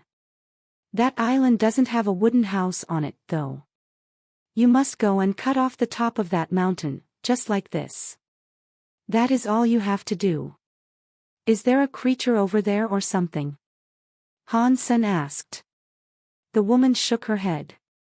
No, but you must remember one thing, once you see the light, you cannot speak. As long as you don't talk, you should be fine. If you say anything, even if it is just a single word, you will be dead. What is the light? Han Sen asked. I don't know what it is, but it is still up to you if you want to go or not. I won't force you to go if you don't want to, the woman said. Then, she turned away from Han Sen and carried on with her research. Can I see those Geno arts? Han Sen pointed to the books lined up on the shelves. They were the best Geno arts of all the races. Even if Han Sen didn't practice them, it would be useful for him to be able to remember them all. If you are willing to go, you can read as much as you like. Okay, you can leave my house now, the woman said, without raising her head. Han Sen flew out the window, and he landed outside the yard. The woman was way too clean, and she had a serious case of OCD. If Han Sen wasn't working for her, she would never agree to let him touch her things. Han Sen decided to go to the place the woman had described to him. The woman had nothing to gain by hiding any dangers in the task. If Han Sen died halfway through the task, then sending him would have been pointless. Even if it is dangerous, I can only suppose the danger will arise after completing the mission. Han Sen knew that the woman probably wanted him to free her from her prison.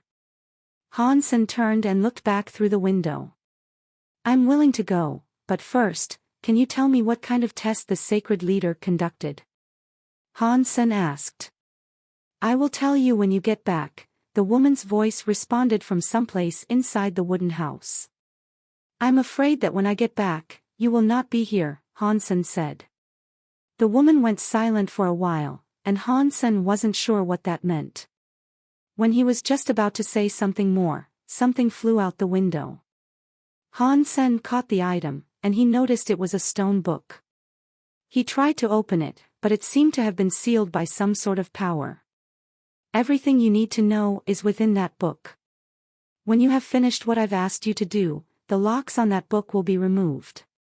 Now, it is again up to you to decide if you want to go or not, the woman said. Han Sen looked at the stone book. He wasn't sure if what the woman was saying was true, but he was out of options. He had no choice but to believe her. Otherwise, he'd never know the truth. D***mn. Still holding the stone book, Han Sen gnashed his teeth and asked, in the legends, Sacred had a xenogenic space called the Sanctuaries. Do you know that place? That is the place Sacred Leader researched the immortal spirits. I've never been there myself, though. So, I don't know, the woman said. The fact that the woman didn't know about the sanctuaries was quite disappointing to Han. Senator Han Sen wanted to know the answers to a few more questions, but the woman said, "I will not answer any more questions of yours if you aren't going." "You have to tell me what the light looks like," Han Sen said. "You will know it when you see it," the woman said coldly. Han Sen shrugged and then flew in the direction that the woman had told him to go. As he was surrounded by the yellow clouds, there was a limit to how much Han Sen could see. So, he made use of his Dongxian area to try to detect nearby objects and energies. There was nothing notable about the direction in which he was flying. As far as he could tell, there were just more clouds. One thing that might have been different from other places within the Tianxia system, however, was the distinct lack of xenogeneics. Han Sen continued flying in the direction the woman had instructed him to go, and he didn't deviate. And lo and behold, after 3 or 4 hours, he saw a light ahead. The light was like the sun in the twilight hours. It was a deep red, and it looked like a big lantern on the horizon. Just as the woman said, he knew it when he saw it. When Han Sen found the light, it was as if the light had found him, too. It flew over towards Han Sen, enveloping him in its glow. Han Sen remembered what the woman said, and he didn't make a peep. The light spun around him for a while but eventually lost interest. A few minutes later, it flew away. Han Sen felt some modicum of relief. He caught up to the light, though, and he followed it from behind. The light was pretty slow, but it also drifted back and forth. It didn't stick to a fixed trajectory or direction. It went left, right, forward, and back. Han Sen was confused, but he still followed it. Luckily, the wandering light didn't seem to be leading him into danger. As he flew, he still didn't notice any nearby xenogeneics. After following the light for half a day, he suddenly saw a giant shadow ahead. When he peered at it a little more intently, he noticed that the shadow was actually another island. That made him happy. When Han Sen got a bit closer, he noticed that the island was indeed the same as the woman's island. Even all the plant life was identical. The light went to the island and settled down upon the grass like it was sleeping. Han Sen came down to the island, as well. As he came close, the heavy gravity dragged him down to the surface. He certainly couldn't fly on this version of the island. That mattered little to Han Sen, though. He walked towards the mountain at the island's center, and it wasn't long before he came before its foothills. There were some stone stairs carved into the familiar rocks, and so Han Sen walked all the way up them. There was no wooden house or garden on the small peak. A weird black symbol was carved into the side of the peak. He couldn't tell what it was. Han Sen guessed that might have been the restriction of the island. If he destroyed it, then the woman might be freed. Han Sen had no reason to hesitate. The Geno universe was messy enough, and the woman was just one of the many beings that lived there. It didn't matter if she was good or bad. Han Sen pulled out his ghost teeth knife and used it to swipe the mountaintop. He wanted to cut through it. But when the teeth power hit the mountain, that symbol glowed with a deep light. The teeth power vanished. The blade of the ghost teeth knife still struck the mountain, however, carving a mark across the stone. Han Sen slashed a few more times, and aside from the physical strikes of the weapon, no other powers could damage the stone. The symbol carved into the mountain seemed to just consume any powers that came against it. If I have to keep slashing and slashing like this, how long is this going to take? Han Sen thought gloomily. He tried to cut through the symbol on the mountain first to see if he could remove it. But when he tried to strike the symbol, it seemed to sink down into the stone, rather than remaining on the surface. He couldn't tell how deep it might have sunk beneath the surface. Han Sen didn't know what to do, so he just kept striking the peak of the mountain. Luckily, no dangerous creatures had appeared to harass him. Despite all the loud noises ringing from the stone mountain, no hidden xenogeneics were waking up from their slumber to come and see the commotion. The light was still resting on the grass, too. It didn't seem to care what Hansen did. Hansen kept digging, and before long, he became really sweaty. He felt like a senile old man as he hacked away at the side of the mountain. Luckily, the peak was pretty small. Hansen guessed it might take another 2 days for him to cut all the way through it. After digging for 10 hours straight, Hansen's hard work had opened the peak a little. Nothing happened, though, which reinforced Hansen's feeling of security. Dong! Hansen struck again. But when he raised his knife, he saw that blood was leaking from the stone where his knife had just landed. What? Why is the mountain bleeding? Hansen's heart jumped. He took a step back and fell into a defensive position himself. Hansen didn't like the fact that the mountain was bleeding, especially after his time in Do God City. That place had made him afraid of bleeding rocks. Hansen wasn't afraid of having a real fight, but he was unsettled by tricky monsters that messed with people's heads. Ning Yu's little green sword had come from a bleeding rock. Hansen still wouldn't dare go close to that terrible thing. As he watched the blood trickle from the rock, Hansen's scalp felt numb. He wasn't frightened, exactly, but he felt very uncomfortable. Hansen waited a while, and he noted that only a small volume of blood had trickled out. And no other weird things seemed to be happening. He waved his hand and brushed the blood away from the wall to look at the knife mark. What he saw next chilled him. In the deepest part of the knife mark, Hansen could see flesh.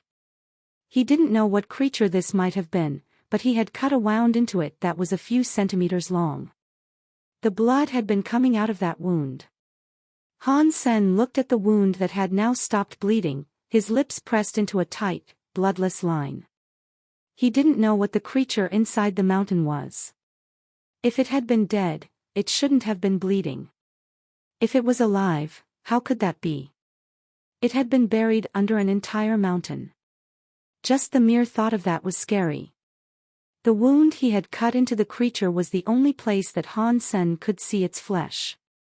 He hesitated a bit, but he eventually decided to resume digging. He had already come this far, so he couldn't just give up now. That wasn't his style. Even if the creature was still alive, that didn't matter to him. If it couldn't get out of a mountain, it couldn't have been too horrifyingly strong. Hansen used his knife to keep digging around the flesh. If he could dig away the rocks that covered it, he might be able to get a better view of the creature. Hansen dug for a while more, and slowly, the excavation site expanded. Eventually, he uncovered a scrap of yellow cloth. The body part Hansen had wounded was actually a leg. Hansen could tell that the leg belonged to a woman. The pants certainly appeared girly. Hansen frowned, and he kept on digging. More and more parts of the being were starting to be revealed, and soon, Hansen was able to confirm that it was indeed a woman. He carved carefully into the rock, revealing the woman's white feet. She was wearing yellow pants, and she had very long legs. Her upper body was still inside the mountain, so he couldn't yet tell what she looked like. But he couldn't detect a life force from her body. She was like a corpse. But when Hansen checked out the wound on her leg again, the cut appeared to have closed. And earlier, she had been bleeding. At this point, Hansen had no idea if the woman was alive or dead. Hansen had a sudden and disturbing thought. He used all his strength to dig away the rest of the mountain. More and more parts of the woman became visible. When Hansen dug her head out and got a look at her face, his eyes opened wide. This woman looked exactly the same as the woman in the wooden house. Even a twin wouldn't look this similar. What's going on? Why is this woman buried here? If this woman is alive, then who is that woman in the wooden house? Hansen shivered as he thought of all this. But when Hansen removed the last of the rock that had held the woman in place, she showed no sign of moving. It really did look like she was dead. She wasn't breathing, and she had no heartbeat. But when he glanced at her face, She looked more at peace than anything. She looked as if she was softly asleep. Han Sen examined the woman, but she didn't look sick. She just didn't seem to have a life force. Han Sen placed his power into her, but that quickly proved pointless. He couldn't kickstart her life force. The locks on the stone book were still present, as well. So, Han Sen set the woman aside and resumed digging. Han Sen dug steadily through the stone, and it was only a matter of time before he broke through. His hands were getting pretty sore, and he could hardly hold his knife anymore. Xia Qin King is far better suited for this sort of work. With his power, and him yelling, "Alu alu alu," it would get done much faster, Han Sen thought as he continued digging. Han Sr. Suddenly, Han Sen heard someone call his name. He was about to answer, but when he opened his mouth, his face paled slightly. He quickly closed it. The woman told him that if he spoke a word, he would die. There was no one here, anyway, so who could have possibly called him? Is it the body of the woman? Still keeping his jaw firmly shut, Han Sen turned around to observe that woman's body. When he was halfway through his turn, he froze. The woman's body had vanished. Han Sr. The voice called out Han Sen's name again. This time, it was right next to his ear, too. He even felt a soft wind tickle his cheek. Han Sen didn't speak. He quickly turned around and activated his area. Han Sen caught his breath.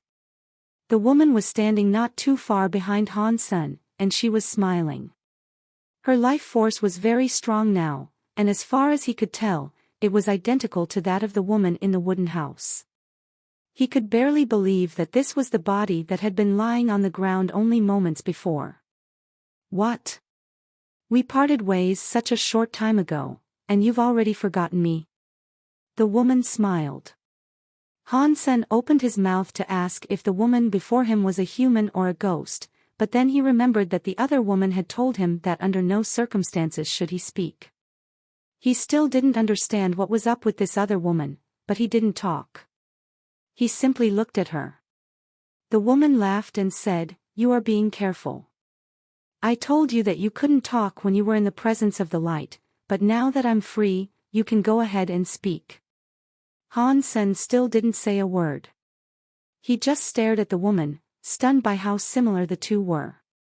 Aside from wearing different clothes, they looked precisely the same.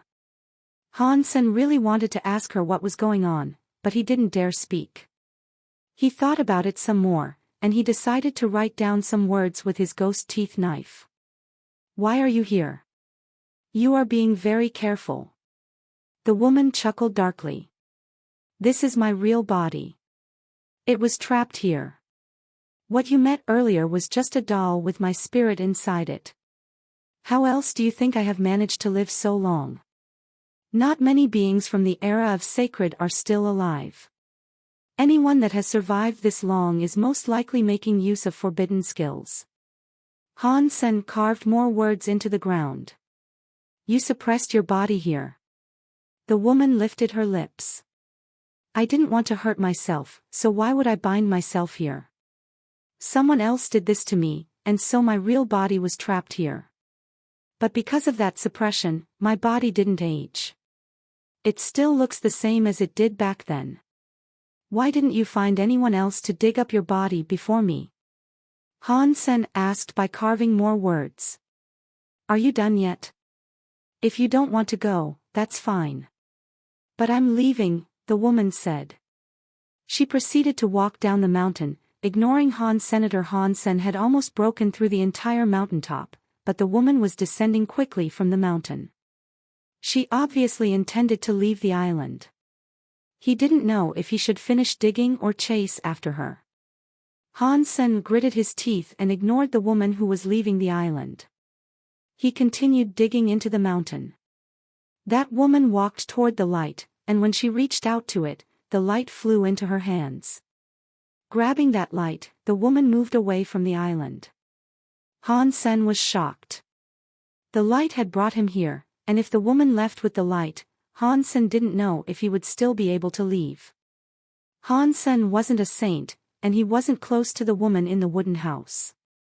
He wouldn't give his life up for her. Gritting his teeth, Han Sen went after the departing woman. Han Sen shook his head but didn't speak. He looked at the woman's hand, and he saw that she was still holding the light she had stolen. Han Sen moved a bit closer, and he noticed that the light was actually a red lantern. The woman held the red lantern before her as she traveled through the clouds. She was wearing yellow clothing, but her feet were bare. With the red light shining across her as she flew, she looked very weird. Han Sen followed her from behind, but still, he didn't speak. The woman clutched the lantern, continuing to move forward. She was moving much more smoothly than Han Senator, but just as Han Sen was wondering if the woman knew where they were going, something bright appeared in front of him.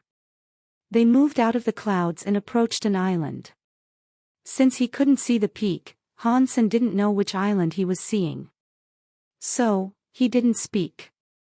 The woman made her way up the mountain, and Han Sen followed her silently. When they were halfway up, Han Sen could feel that the mountain would have no peak. He felt as if there would be a wooden house and a garden. Are we really back here? Han Sen thought to himself. He walked all the way to the mountaintop and confirmed his suspicion. The woman walked into the garden, heading for the wooden house. Han Sen followed the woman into the house. Han Sen thought something was amiss. The woman in the wooden house loved to clean, and she had a severe case of OCD. He wasn't allowed to walk in her garden, let alone her house. But Han Sen had followed this woman all the way into the wooden house. She hadn't said a word, and that made Han Sen suspicious. Is she really not that woman? Is this a fake version of the island, then? Han Sen frowned as he looked around the wooden house. From the first floor to the second floor, there was no one else except for the woman holding the lantern.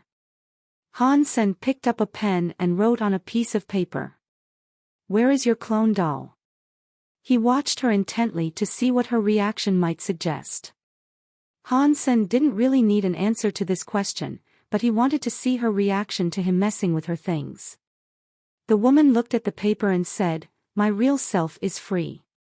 So, my clone is now gone." That sounds untrue, Han Sen thought. The woman hadn't been bothered by Han Sen's use of her pen and paper. That made him really suspicious. Han Sen looked at the stone book and found that it was still locked tightly shut. He hesitated to do so, but he held the book out in front of her.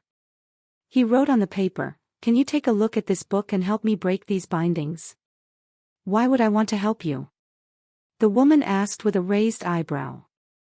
She didn't accept the book. Han Sen now knew that this version of the woman was fake. The woman had personally given him the stone book. If this woman wearing yellow clothes was real, she would have recognized this book, and she wouldn't have said something like that. What to do? Han Sen frowned. He knew that this woman was fake, but the wooden house was the same. Han Sen wasn't sure how to proceed.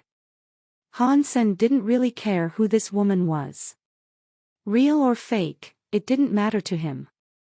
But he didn't want to just leave things like this. There were secrets right in front of his nose, and yet he couldn't uncover them. As Han Sen tried to figure out what to do, he suddenly heard the roar of a big dragon. A giant purple dragon soared through the sky above the island. Atop the giant dragon was a man from the Extreme King. This is really the place. The dragon was too big to land on the island, so it circled overhead. The Extreme King man stood atop the head of the dragon, peering down at the island.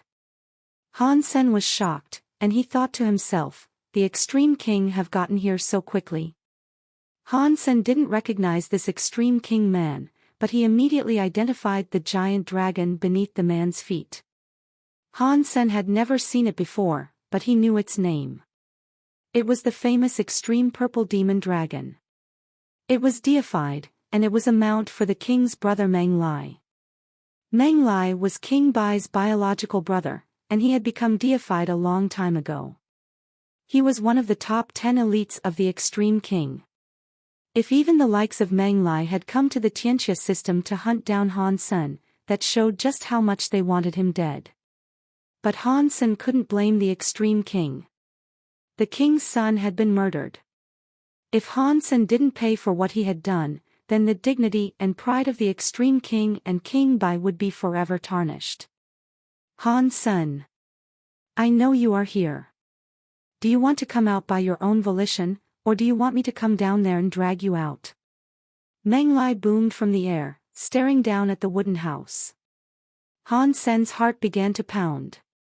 He knew the Extreme King would come after he sent the video, but he hadn't thought they would arrive so quickly. Han Sen had expected the demon spirit to be nearby when the Extreme King arrived, so they would have to deal with him before they could focus on Han's senator, but in a surprising turn of events, the demon spirit had yet to appear. 2 deifieds have come looking for you. It seems as if you're in over your head. The woman looked at Han Sen with interest. Before Han Sen could answer, the extreme purple demon dragon beneath Meng Lai gathered up a sphere of dragon power.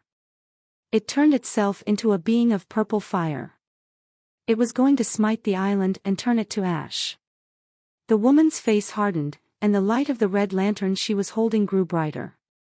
The red light covered the whole island, intercepting the purple fireball. The dragon's attack was unable to penetrate the light.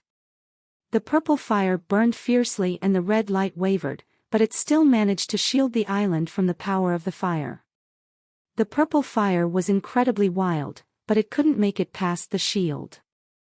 The extreme purple demon dragon became incredibly angry. It spat out more of that purple fire, but try as it might, it couldn't displace the red light. The woman was unshaken. She raised her lantern and put her hand inside it. When she pulled her hand back out of it, Han Sen saw there was a little flame flickering atop her fingers. The woman flicked it at the extreme purple demon dragon that hovered in the sky.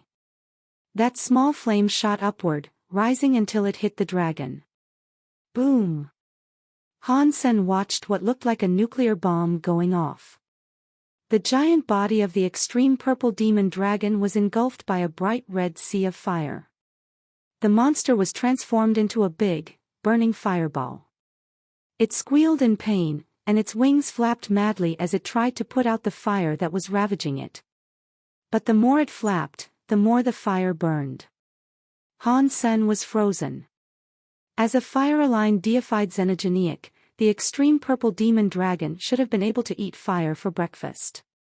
Instead, it was burning in intense pain. It was difficult to imagine how terrifying that tiny flame must have been. The woman stood as calmly as if nothing spectacular had happened. She continued to hold the big red lantern, and she stood in front of the window, looking up at the extreme purple demon dragon and Meng Lai.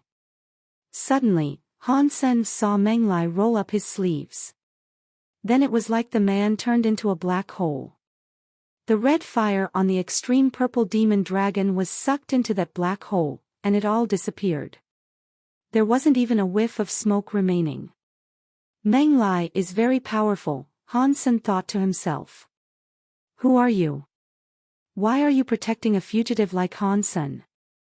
Meng Lai stood atop the head of the extreme purple demon dragon's head, looking down at the woman near the window. He frowned. This is my house, the woman said simply. You cannot just come here and attempt to burn it down, killing as you please. Meng Lai looked at the woman in the same way. Han Sen has a deep grudge with the Extreme King. The Extreme King will make him pay with his blood. If you would grant me access to your abode, we will greatly appreciate it. And what if I don't? The woman wasn't pleased by Meng Lai's tone. Meng Lai had asked her to stay out of the way, but it had sounded more like a command. There was no room for maneuvering or negotiation. Then I will forge my own path. The Extreme King are here now, and no one can stop me, Meng Lai said imperiously. Hearing Meng Lai say that, Han Sen almost burst out laughing. The Extreme King had enough power to suppress many races. and all of the top 10 deifieds of the Extreme King were a serious threat. But Meng Lai had just condescended to the wrong person. This woman had come from the era of the sacred leader. The Extreme King's alpha had been merely a servant to a woman like this, once upon a time. And now, an heir of the Extreme King was talking down to her in such a manner. Han Sen knew what she was going to do, just judging from the man's disrespectful tone of voice. The Extreme King must be really powerful. I am keen to see how you, a scion of the Extreme King, will build a path that cuts right through me, the woman said, her voice dripping with contempt. Meng Lai frowned. The Extreme King were one of the most famous races in the universe, and they had been for a very long time. Furthermore, Meng Lai was the brother of the king. Aside from those of the very high or the ancient god, no one ever dared to speak to them in such a way. Humph! Meng Lai flipped his hands out and started to push toward the island. The hand became a big print that suddenly covered the whole shield. A hellish godlight burned from the print. It turned into an old word that read, King, and it was infused with powers for crushing the sky and the ground. The clouds of the Tianxia system shook because of that word. The clouds nearby were all rolling, and space was tearing and coming undone under the force of the large print. The whole area had become a dangerous maelstrom of destructive power. In Han Sen's eyes, it was like the whole world was being flattened by that unstoppable word. The island was going to get crushed like an egg. You stole the world print, and now you have the gall to show it off here. The woman looked up with disdain. She raised her hands, and a small print appeared on her fingers. She threw it at the big print that was coming down toward the island. The small print and the big print collided. Weird symbols flashed across the smaller print. Han Sen couldn't tell what the symbols meant, but the sight of them was disconcerting. It was like the universe's destiny now resided in that little print. Boom! The small print hit the big print. Then, the scary big print shattered. It couldn't repel the small print. How is that possible? Meng Lai's face changed. His king print could suppress the sky and earth, and no race should have been able to stop it. But now, a much smaller print had been able to crush it. It was a sight that beggared belief. Han Sen had used his purple-eye butterfly to observe the conflict. The woman's small print had a similar structure to the big print, but the smaller variant's power was much denser. They looked roughly the same, but when they ran into each other, but it was like refined steel going up against baked clay. The world-shocking king print shattered. It couldn't compare to the woman's world print.